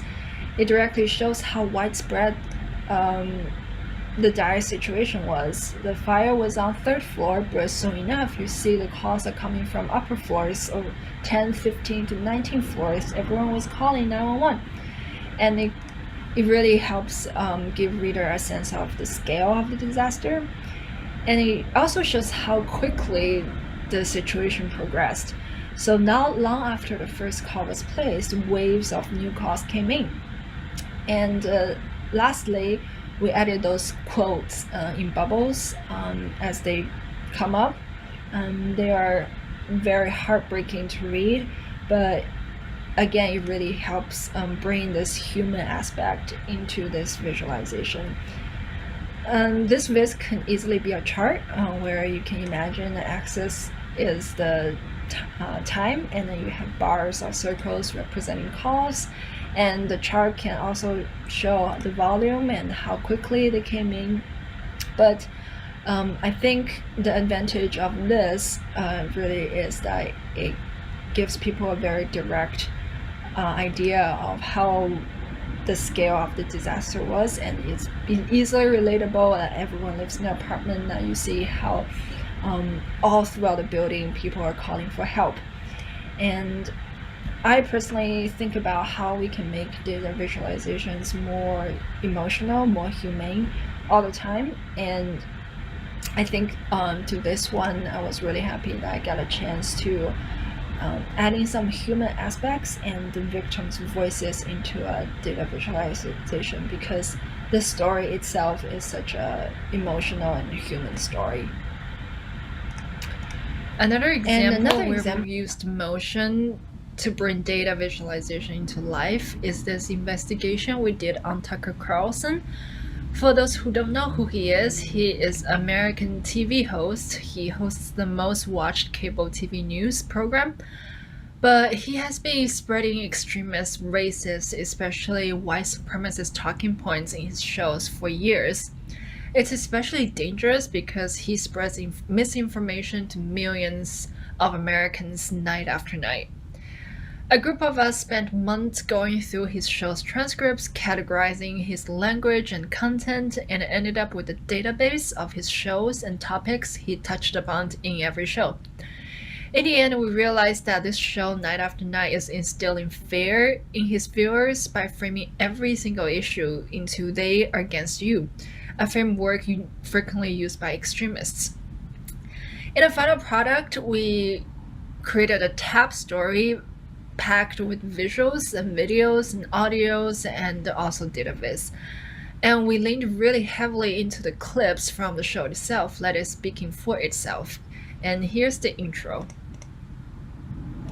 They don't care what you think. They want to control your mind. They want you to do what you're told. They want you to kiss the ring. They're not sentimental. They want power. They want power. They hate you. They want to hurt you. They call you a racist. They call you racist. They want to control what you do. And of course, they want to control your children too. And they want you to know it. They couldn't be clearer about that. We started with a grid of screenshots from the show, each one taken from an individual show, signifying the depth of the research we did. And then we cut together a bunch of repetitive clips that helps illustrate this they versus you rhetoric and really bring the readers into this world that Tucker Carlson frames for his viewers night after night. And throughout the project, we continuously use this great idea of visualization in the show. Like each box is made by a screenshot from the show and represents the show. And the story goes through multiple chapters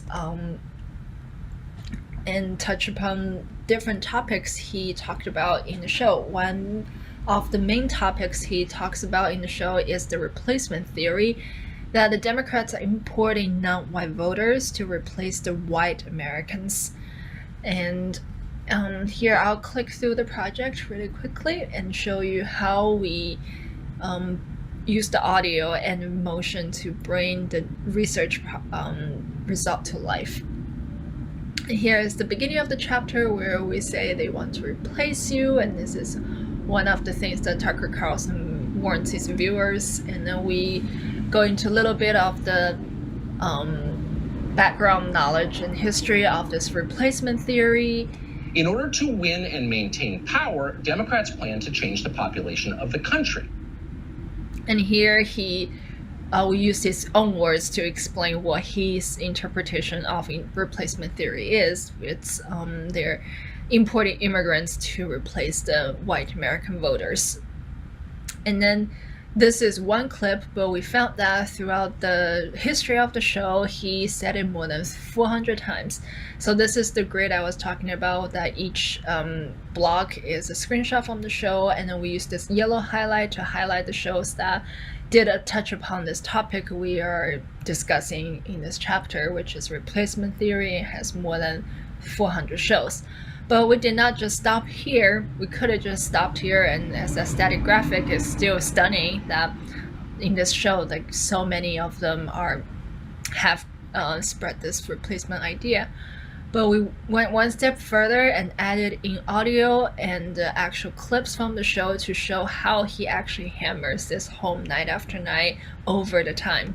This is how radical demographic change happens. I don't want to live in a country that looks nothing like the country I grew up in. They can embrace the issues the middle class cares about, or they can import an entirely new electorate from the third world and change the demographics of the U.S. so completely they'll never lose again. Democrats know if they import enough new voters, they'll be able to run the country forever. Dramatic demographic change means many Americans don't recognize where they grew up. As with illegal immigration, the long-term agenda of refugee resettlement is to bring in future Democratic voters. Illegal immigrants are the key to their power. The point is to import as many new Democratic voters as possible. The whole point of their immigration policy is to ensure political control, replace the population. This policy is called the Great Replacement, the replacement of legacy Americans with more obedient people from faraway countries.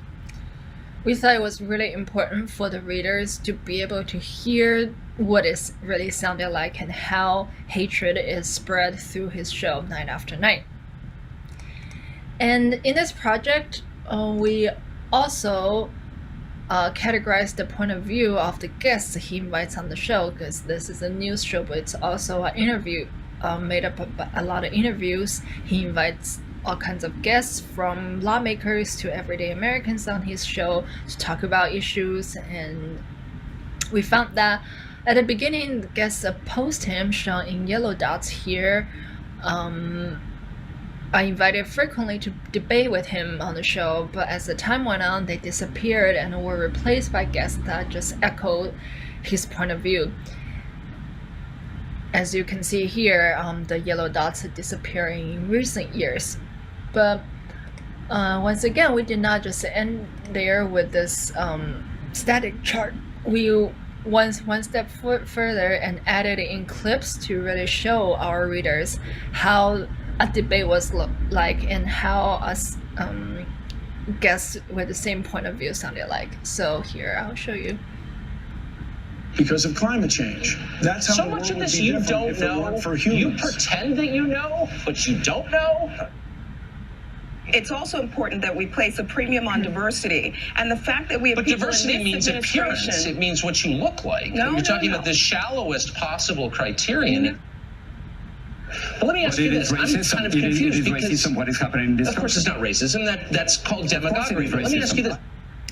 And you can really see that although the guests are there to debate with Mr. Carlson, but Tucker Carlson always just dismiss those guests as they don't know what they're talking about.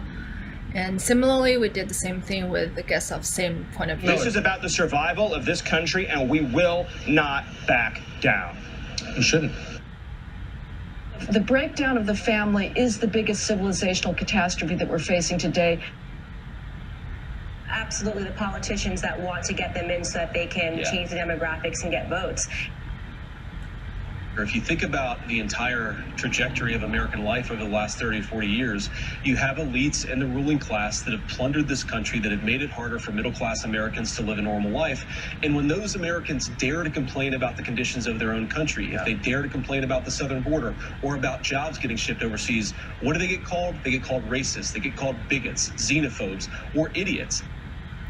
So by adding motion and adding clips into this chart, it brings the chart to life, and they're not just dots. People understand that each dot actually means a conversation, and guests that was on the show.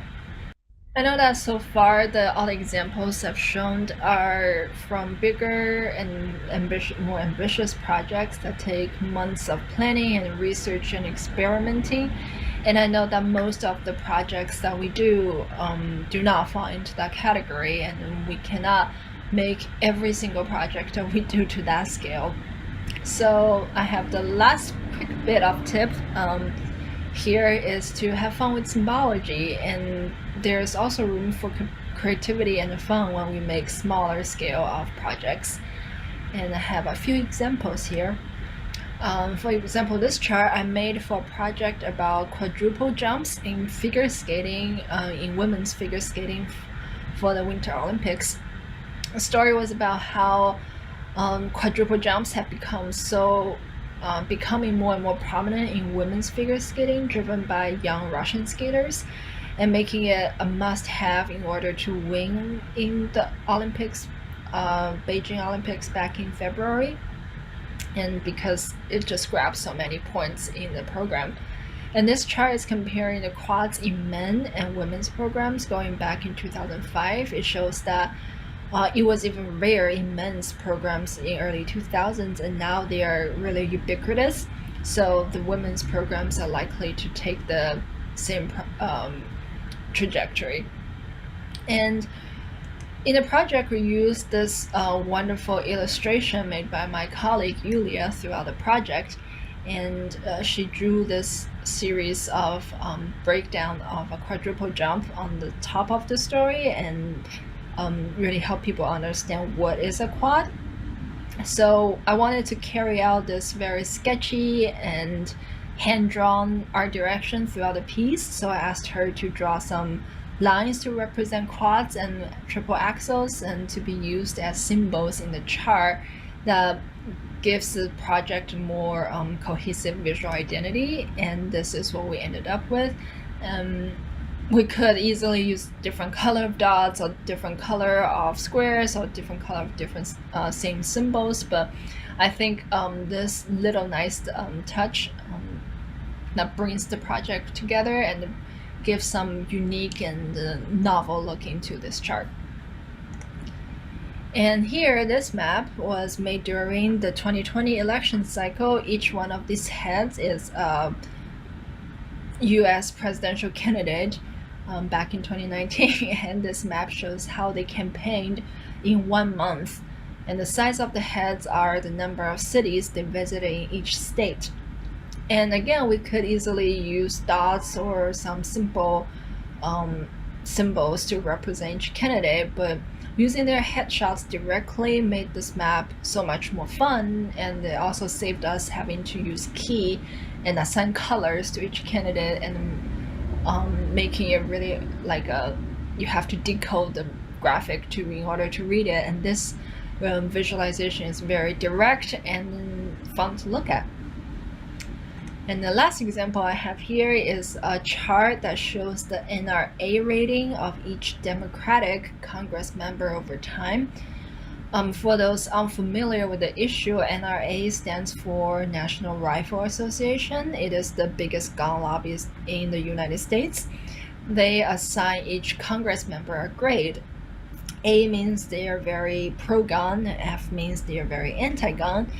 And this chart shows as the time goes on, less and less Democratic Congress members are pro-gun. Most of them are anti-gun. Almost all of them are anti-gun now. So each of these letters can easily become a dot here, and in fact that was actually how I did it the first draft. But editor pointed out that maybe using a letter to represent each member here is more direct, and in fact it did end up being a more interesting and intriguing visual to look at. And it's very important for us to present something to readers that help them do the work. So if we use dots and then we have to label A, B, and C, and D, and F, and readers have to take more time to decode the meaning of each row, and this way we save them some time in having to decode the symbols here. Similar to the map in the last slide, now we save the readers to decode colors and symbols and make the graphics a little more direct and straightforward. So to recap, the 3 tips I talked about today are marrying different types of visualization. You can put different chart types, or you marry mapping and charting together to create something novel. And number 2 tip is to add motion and emotion if you can to your visualization, and that really brings a data visualization to life with animation and motion. And then tip number 3 is just to have fun with symbology. Sometimes a basic chart could be turned into something completely fun and interesting just by using unconventional symbols to represent the data. Thank you so much for listening, and again, I'm really happy to be here to talk to you about these more fun data visualizations we've done, and I hope you saw something you like, you saw something that's helpful to you, or was inspiring you to experiment a little more, or something that light up a light bulb in your head.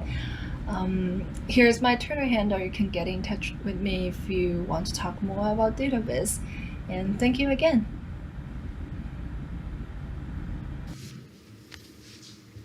Thank you. Thank you very much, Weiyi Cai. Can you hear me? I don't know.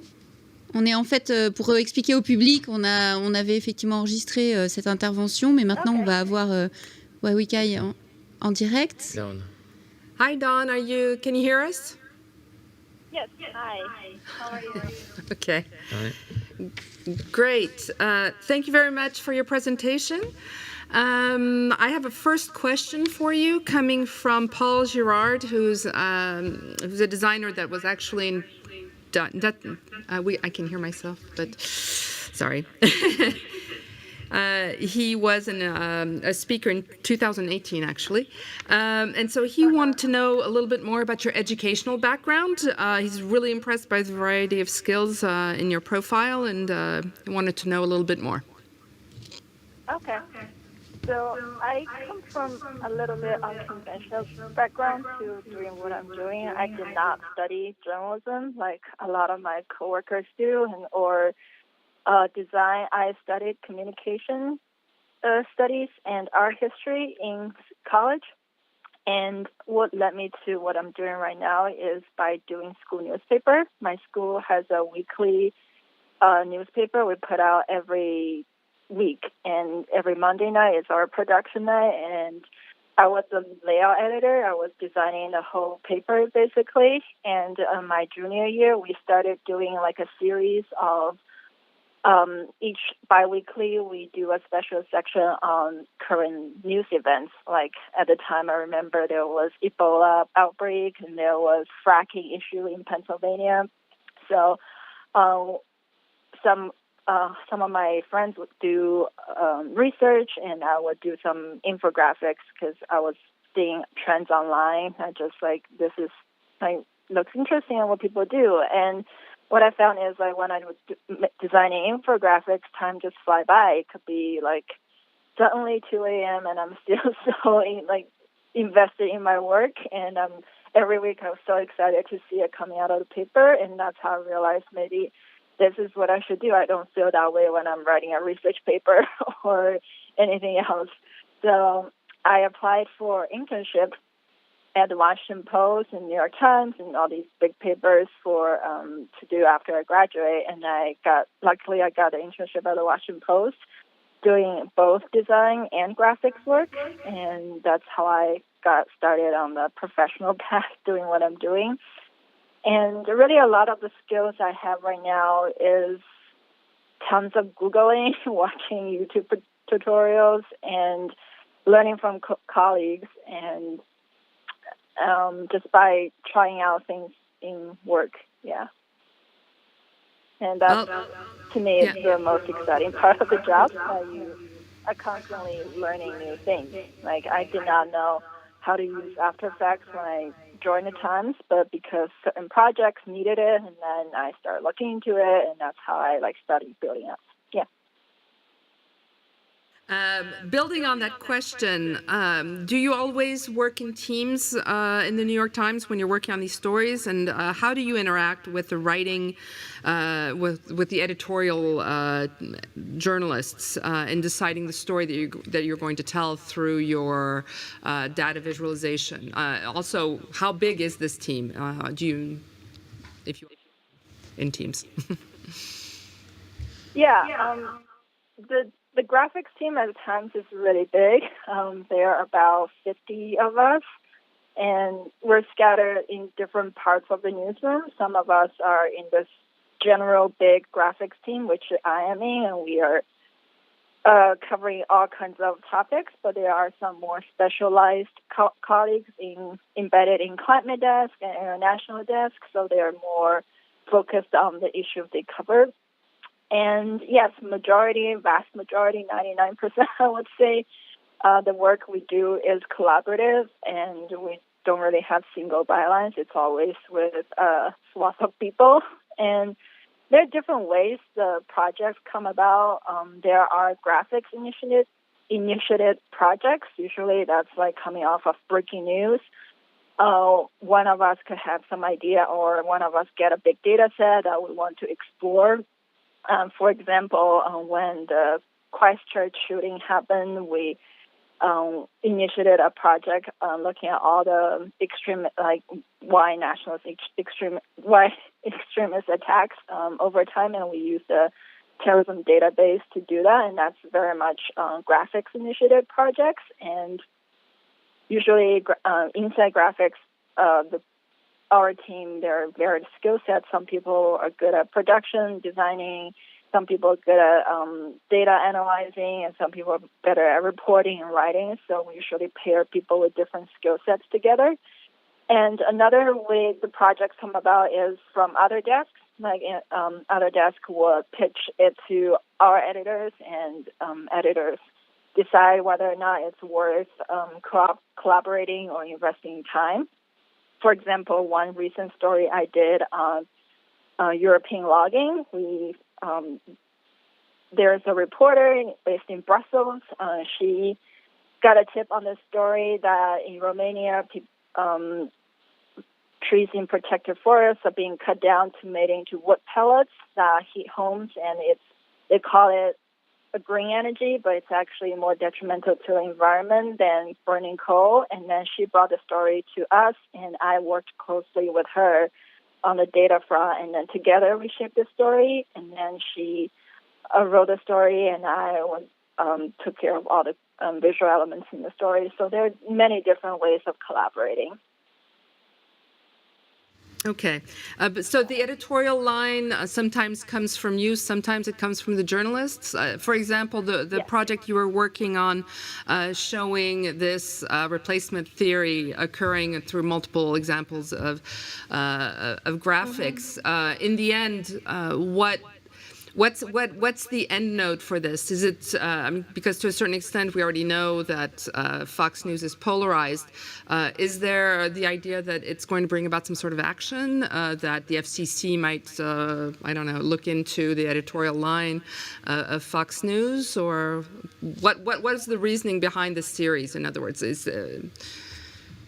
I think that series is a collaboration with investigation, a national investigation. And I think the story came about when we were noticing that Tucker Carlson is such a big force in America, both and also politically. And I think the thinking is that our reader may not necessarily know the full scope of his influence. And there has not been any systematic study of what he's doing. You hear examples here and there about this crazy thing he said, that crazy thing he said, but there has not been a comprehensive study of that, and then that's what we try to do. And I think a big part of it is really calling out him for what he's doing, and in a big scale and high profile. and educate our readers to really tell them that this is what's happening. Because the sad truth is different. There are many Americas, and Times reader may not necessarily be Fox watchers, but it's very important to know that this is very much what's happening. And also, there are people who watch him day after day and maybe not realize that what he's doing is dangerous. And that's also something we try to do, and to show that how dangerous his rhetorics are. We have one last question coming in from Slido. Do you test your visualizations with some kind of reader surveys, or testing them, doing any kind of statistical analysis? And do you confirm that I don't see the interactivity something published by the New York Times a few years ago? Fatigue. What is fatigue? I think it's a typo, but... Anyhow, the question is, do you do user testing for your visualizations? C'est fatigue, je pense. I don't think we do user testing per se. Just one reason is that it's so fast-paced, and every project is different in nature. But we do have metrics on viewership, and we get reader response. And one thing I think we have been looking at is where our readers are and how they consume our stories. And we found that, not surprisingly, more than 70% of our readers consume our content on mobile devices. And I think that's kind of informing us to change the way we approach the designing of our projects. So more and more, you can see more and more people start to design from mobile. Instead of starting sketching on a desktop size, we start thinking on a mobile size. And I think for me, that was helpful. It's been helpful to really help me nail down what is the thing that graphic wants to convey, because on the tiny screen there's limited things you can say. You can only say the most important thing. So I think that's been a very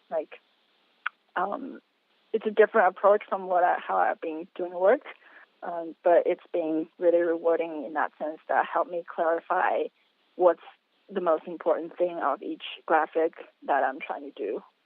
Yeah. I guess it doesn't really answer the question, but I don't think we have any user testing, but we do keep an eye on how readers are engaging and consuming our stories. And obviously, we all have access to the readership and how the page views, and it's there if we want to see it, but it's not a metric of success of stories. It is one of them, but our boss would never be like, oh, you have to have certain clicks on your story. Yeah. Okay, thank you very much. Okay, thank you very much, Dawn, for your time and for showing us all this making of a fantastic project. Yeah, we hope maybe next time you come to Nantes to visit us. Yes, come in person. Thank you very much. Thank you so much. Cette journée donc touche à sa fin. On espère que la 7e édition de Datarama vous a plu, vous a intéressé. Je ne sais pas ce que vous en avez retiré. C'était riche, dense, assez varié finalement, mais vraiment dans cette idée de l'urgence. Et tout le monde a bien joué le jeu de la thématique. Je ne sais pas si vous voulez rajouter quelque chose pour commenter. Une fois de plus, c'est parti dans tous les sens. C'est avec la Dataviz au centre, c'est-à-dire des pratiques de la donnée, de la Dataviz, et puis... mais des pratiques complètement variées, avec des objectifs complètement variés, et dans des domaines métiers aussi complètement variés. Donc c'est toujours très intéressant. Inspirant. Et surtout, si on travaille autour d'une Dataviz pour l'urgence, qu'il y a différentes choses que ces Dataviz peuvent faire. Donc, on avait parlé justement de l'importance de la persuasion, de convaincre à travers ces données, mais aussi d'informer, de trouver la piste pour l'action. Et donc, on a vu de différentes manières, justement, que les données ne feront pas nécessairement automatiquement des plans vers l'action, mais potentiellement juste informer pour démarrer la discussion. Donc, très intéressant le lien entre Paolo et Weiyi Cai. Et comme l'a dit Weiyi Cai, c'est effectivement la collaboration qui est la clé. Et c'est comme ça que travaillent beaucoup de grands médias qui arrivent à faire des grands projets de data journalisme. Et d'une manière générale, effectivement, travailler entre scientifiques, artistes, informaticiens, mêler les approches permet d'avoir des choses très originales. Donc il faut éviter de rester dans son coin, dans son sérail et s'ouvrir. Merci à tous, merci à tous nos invités. Puis un grand merci aussi à l'équipe organisatrice qui, derrière, a fait que cette journée soit un succès. J'ai nommé Marine Bonatti pour l'école de design, Jean-Philippe Picara pour Sciencescom et Camilla aussi Taïbi-Chivard côté Sciencescom. Donc grand merci à eux. Et on vous donne maintenant rendez-vous l'année prochaine pour la prochaine édition de Datarama. À bientôt, bonne journée. Au revoir. Wow.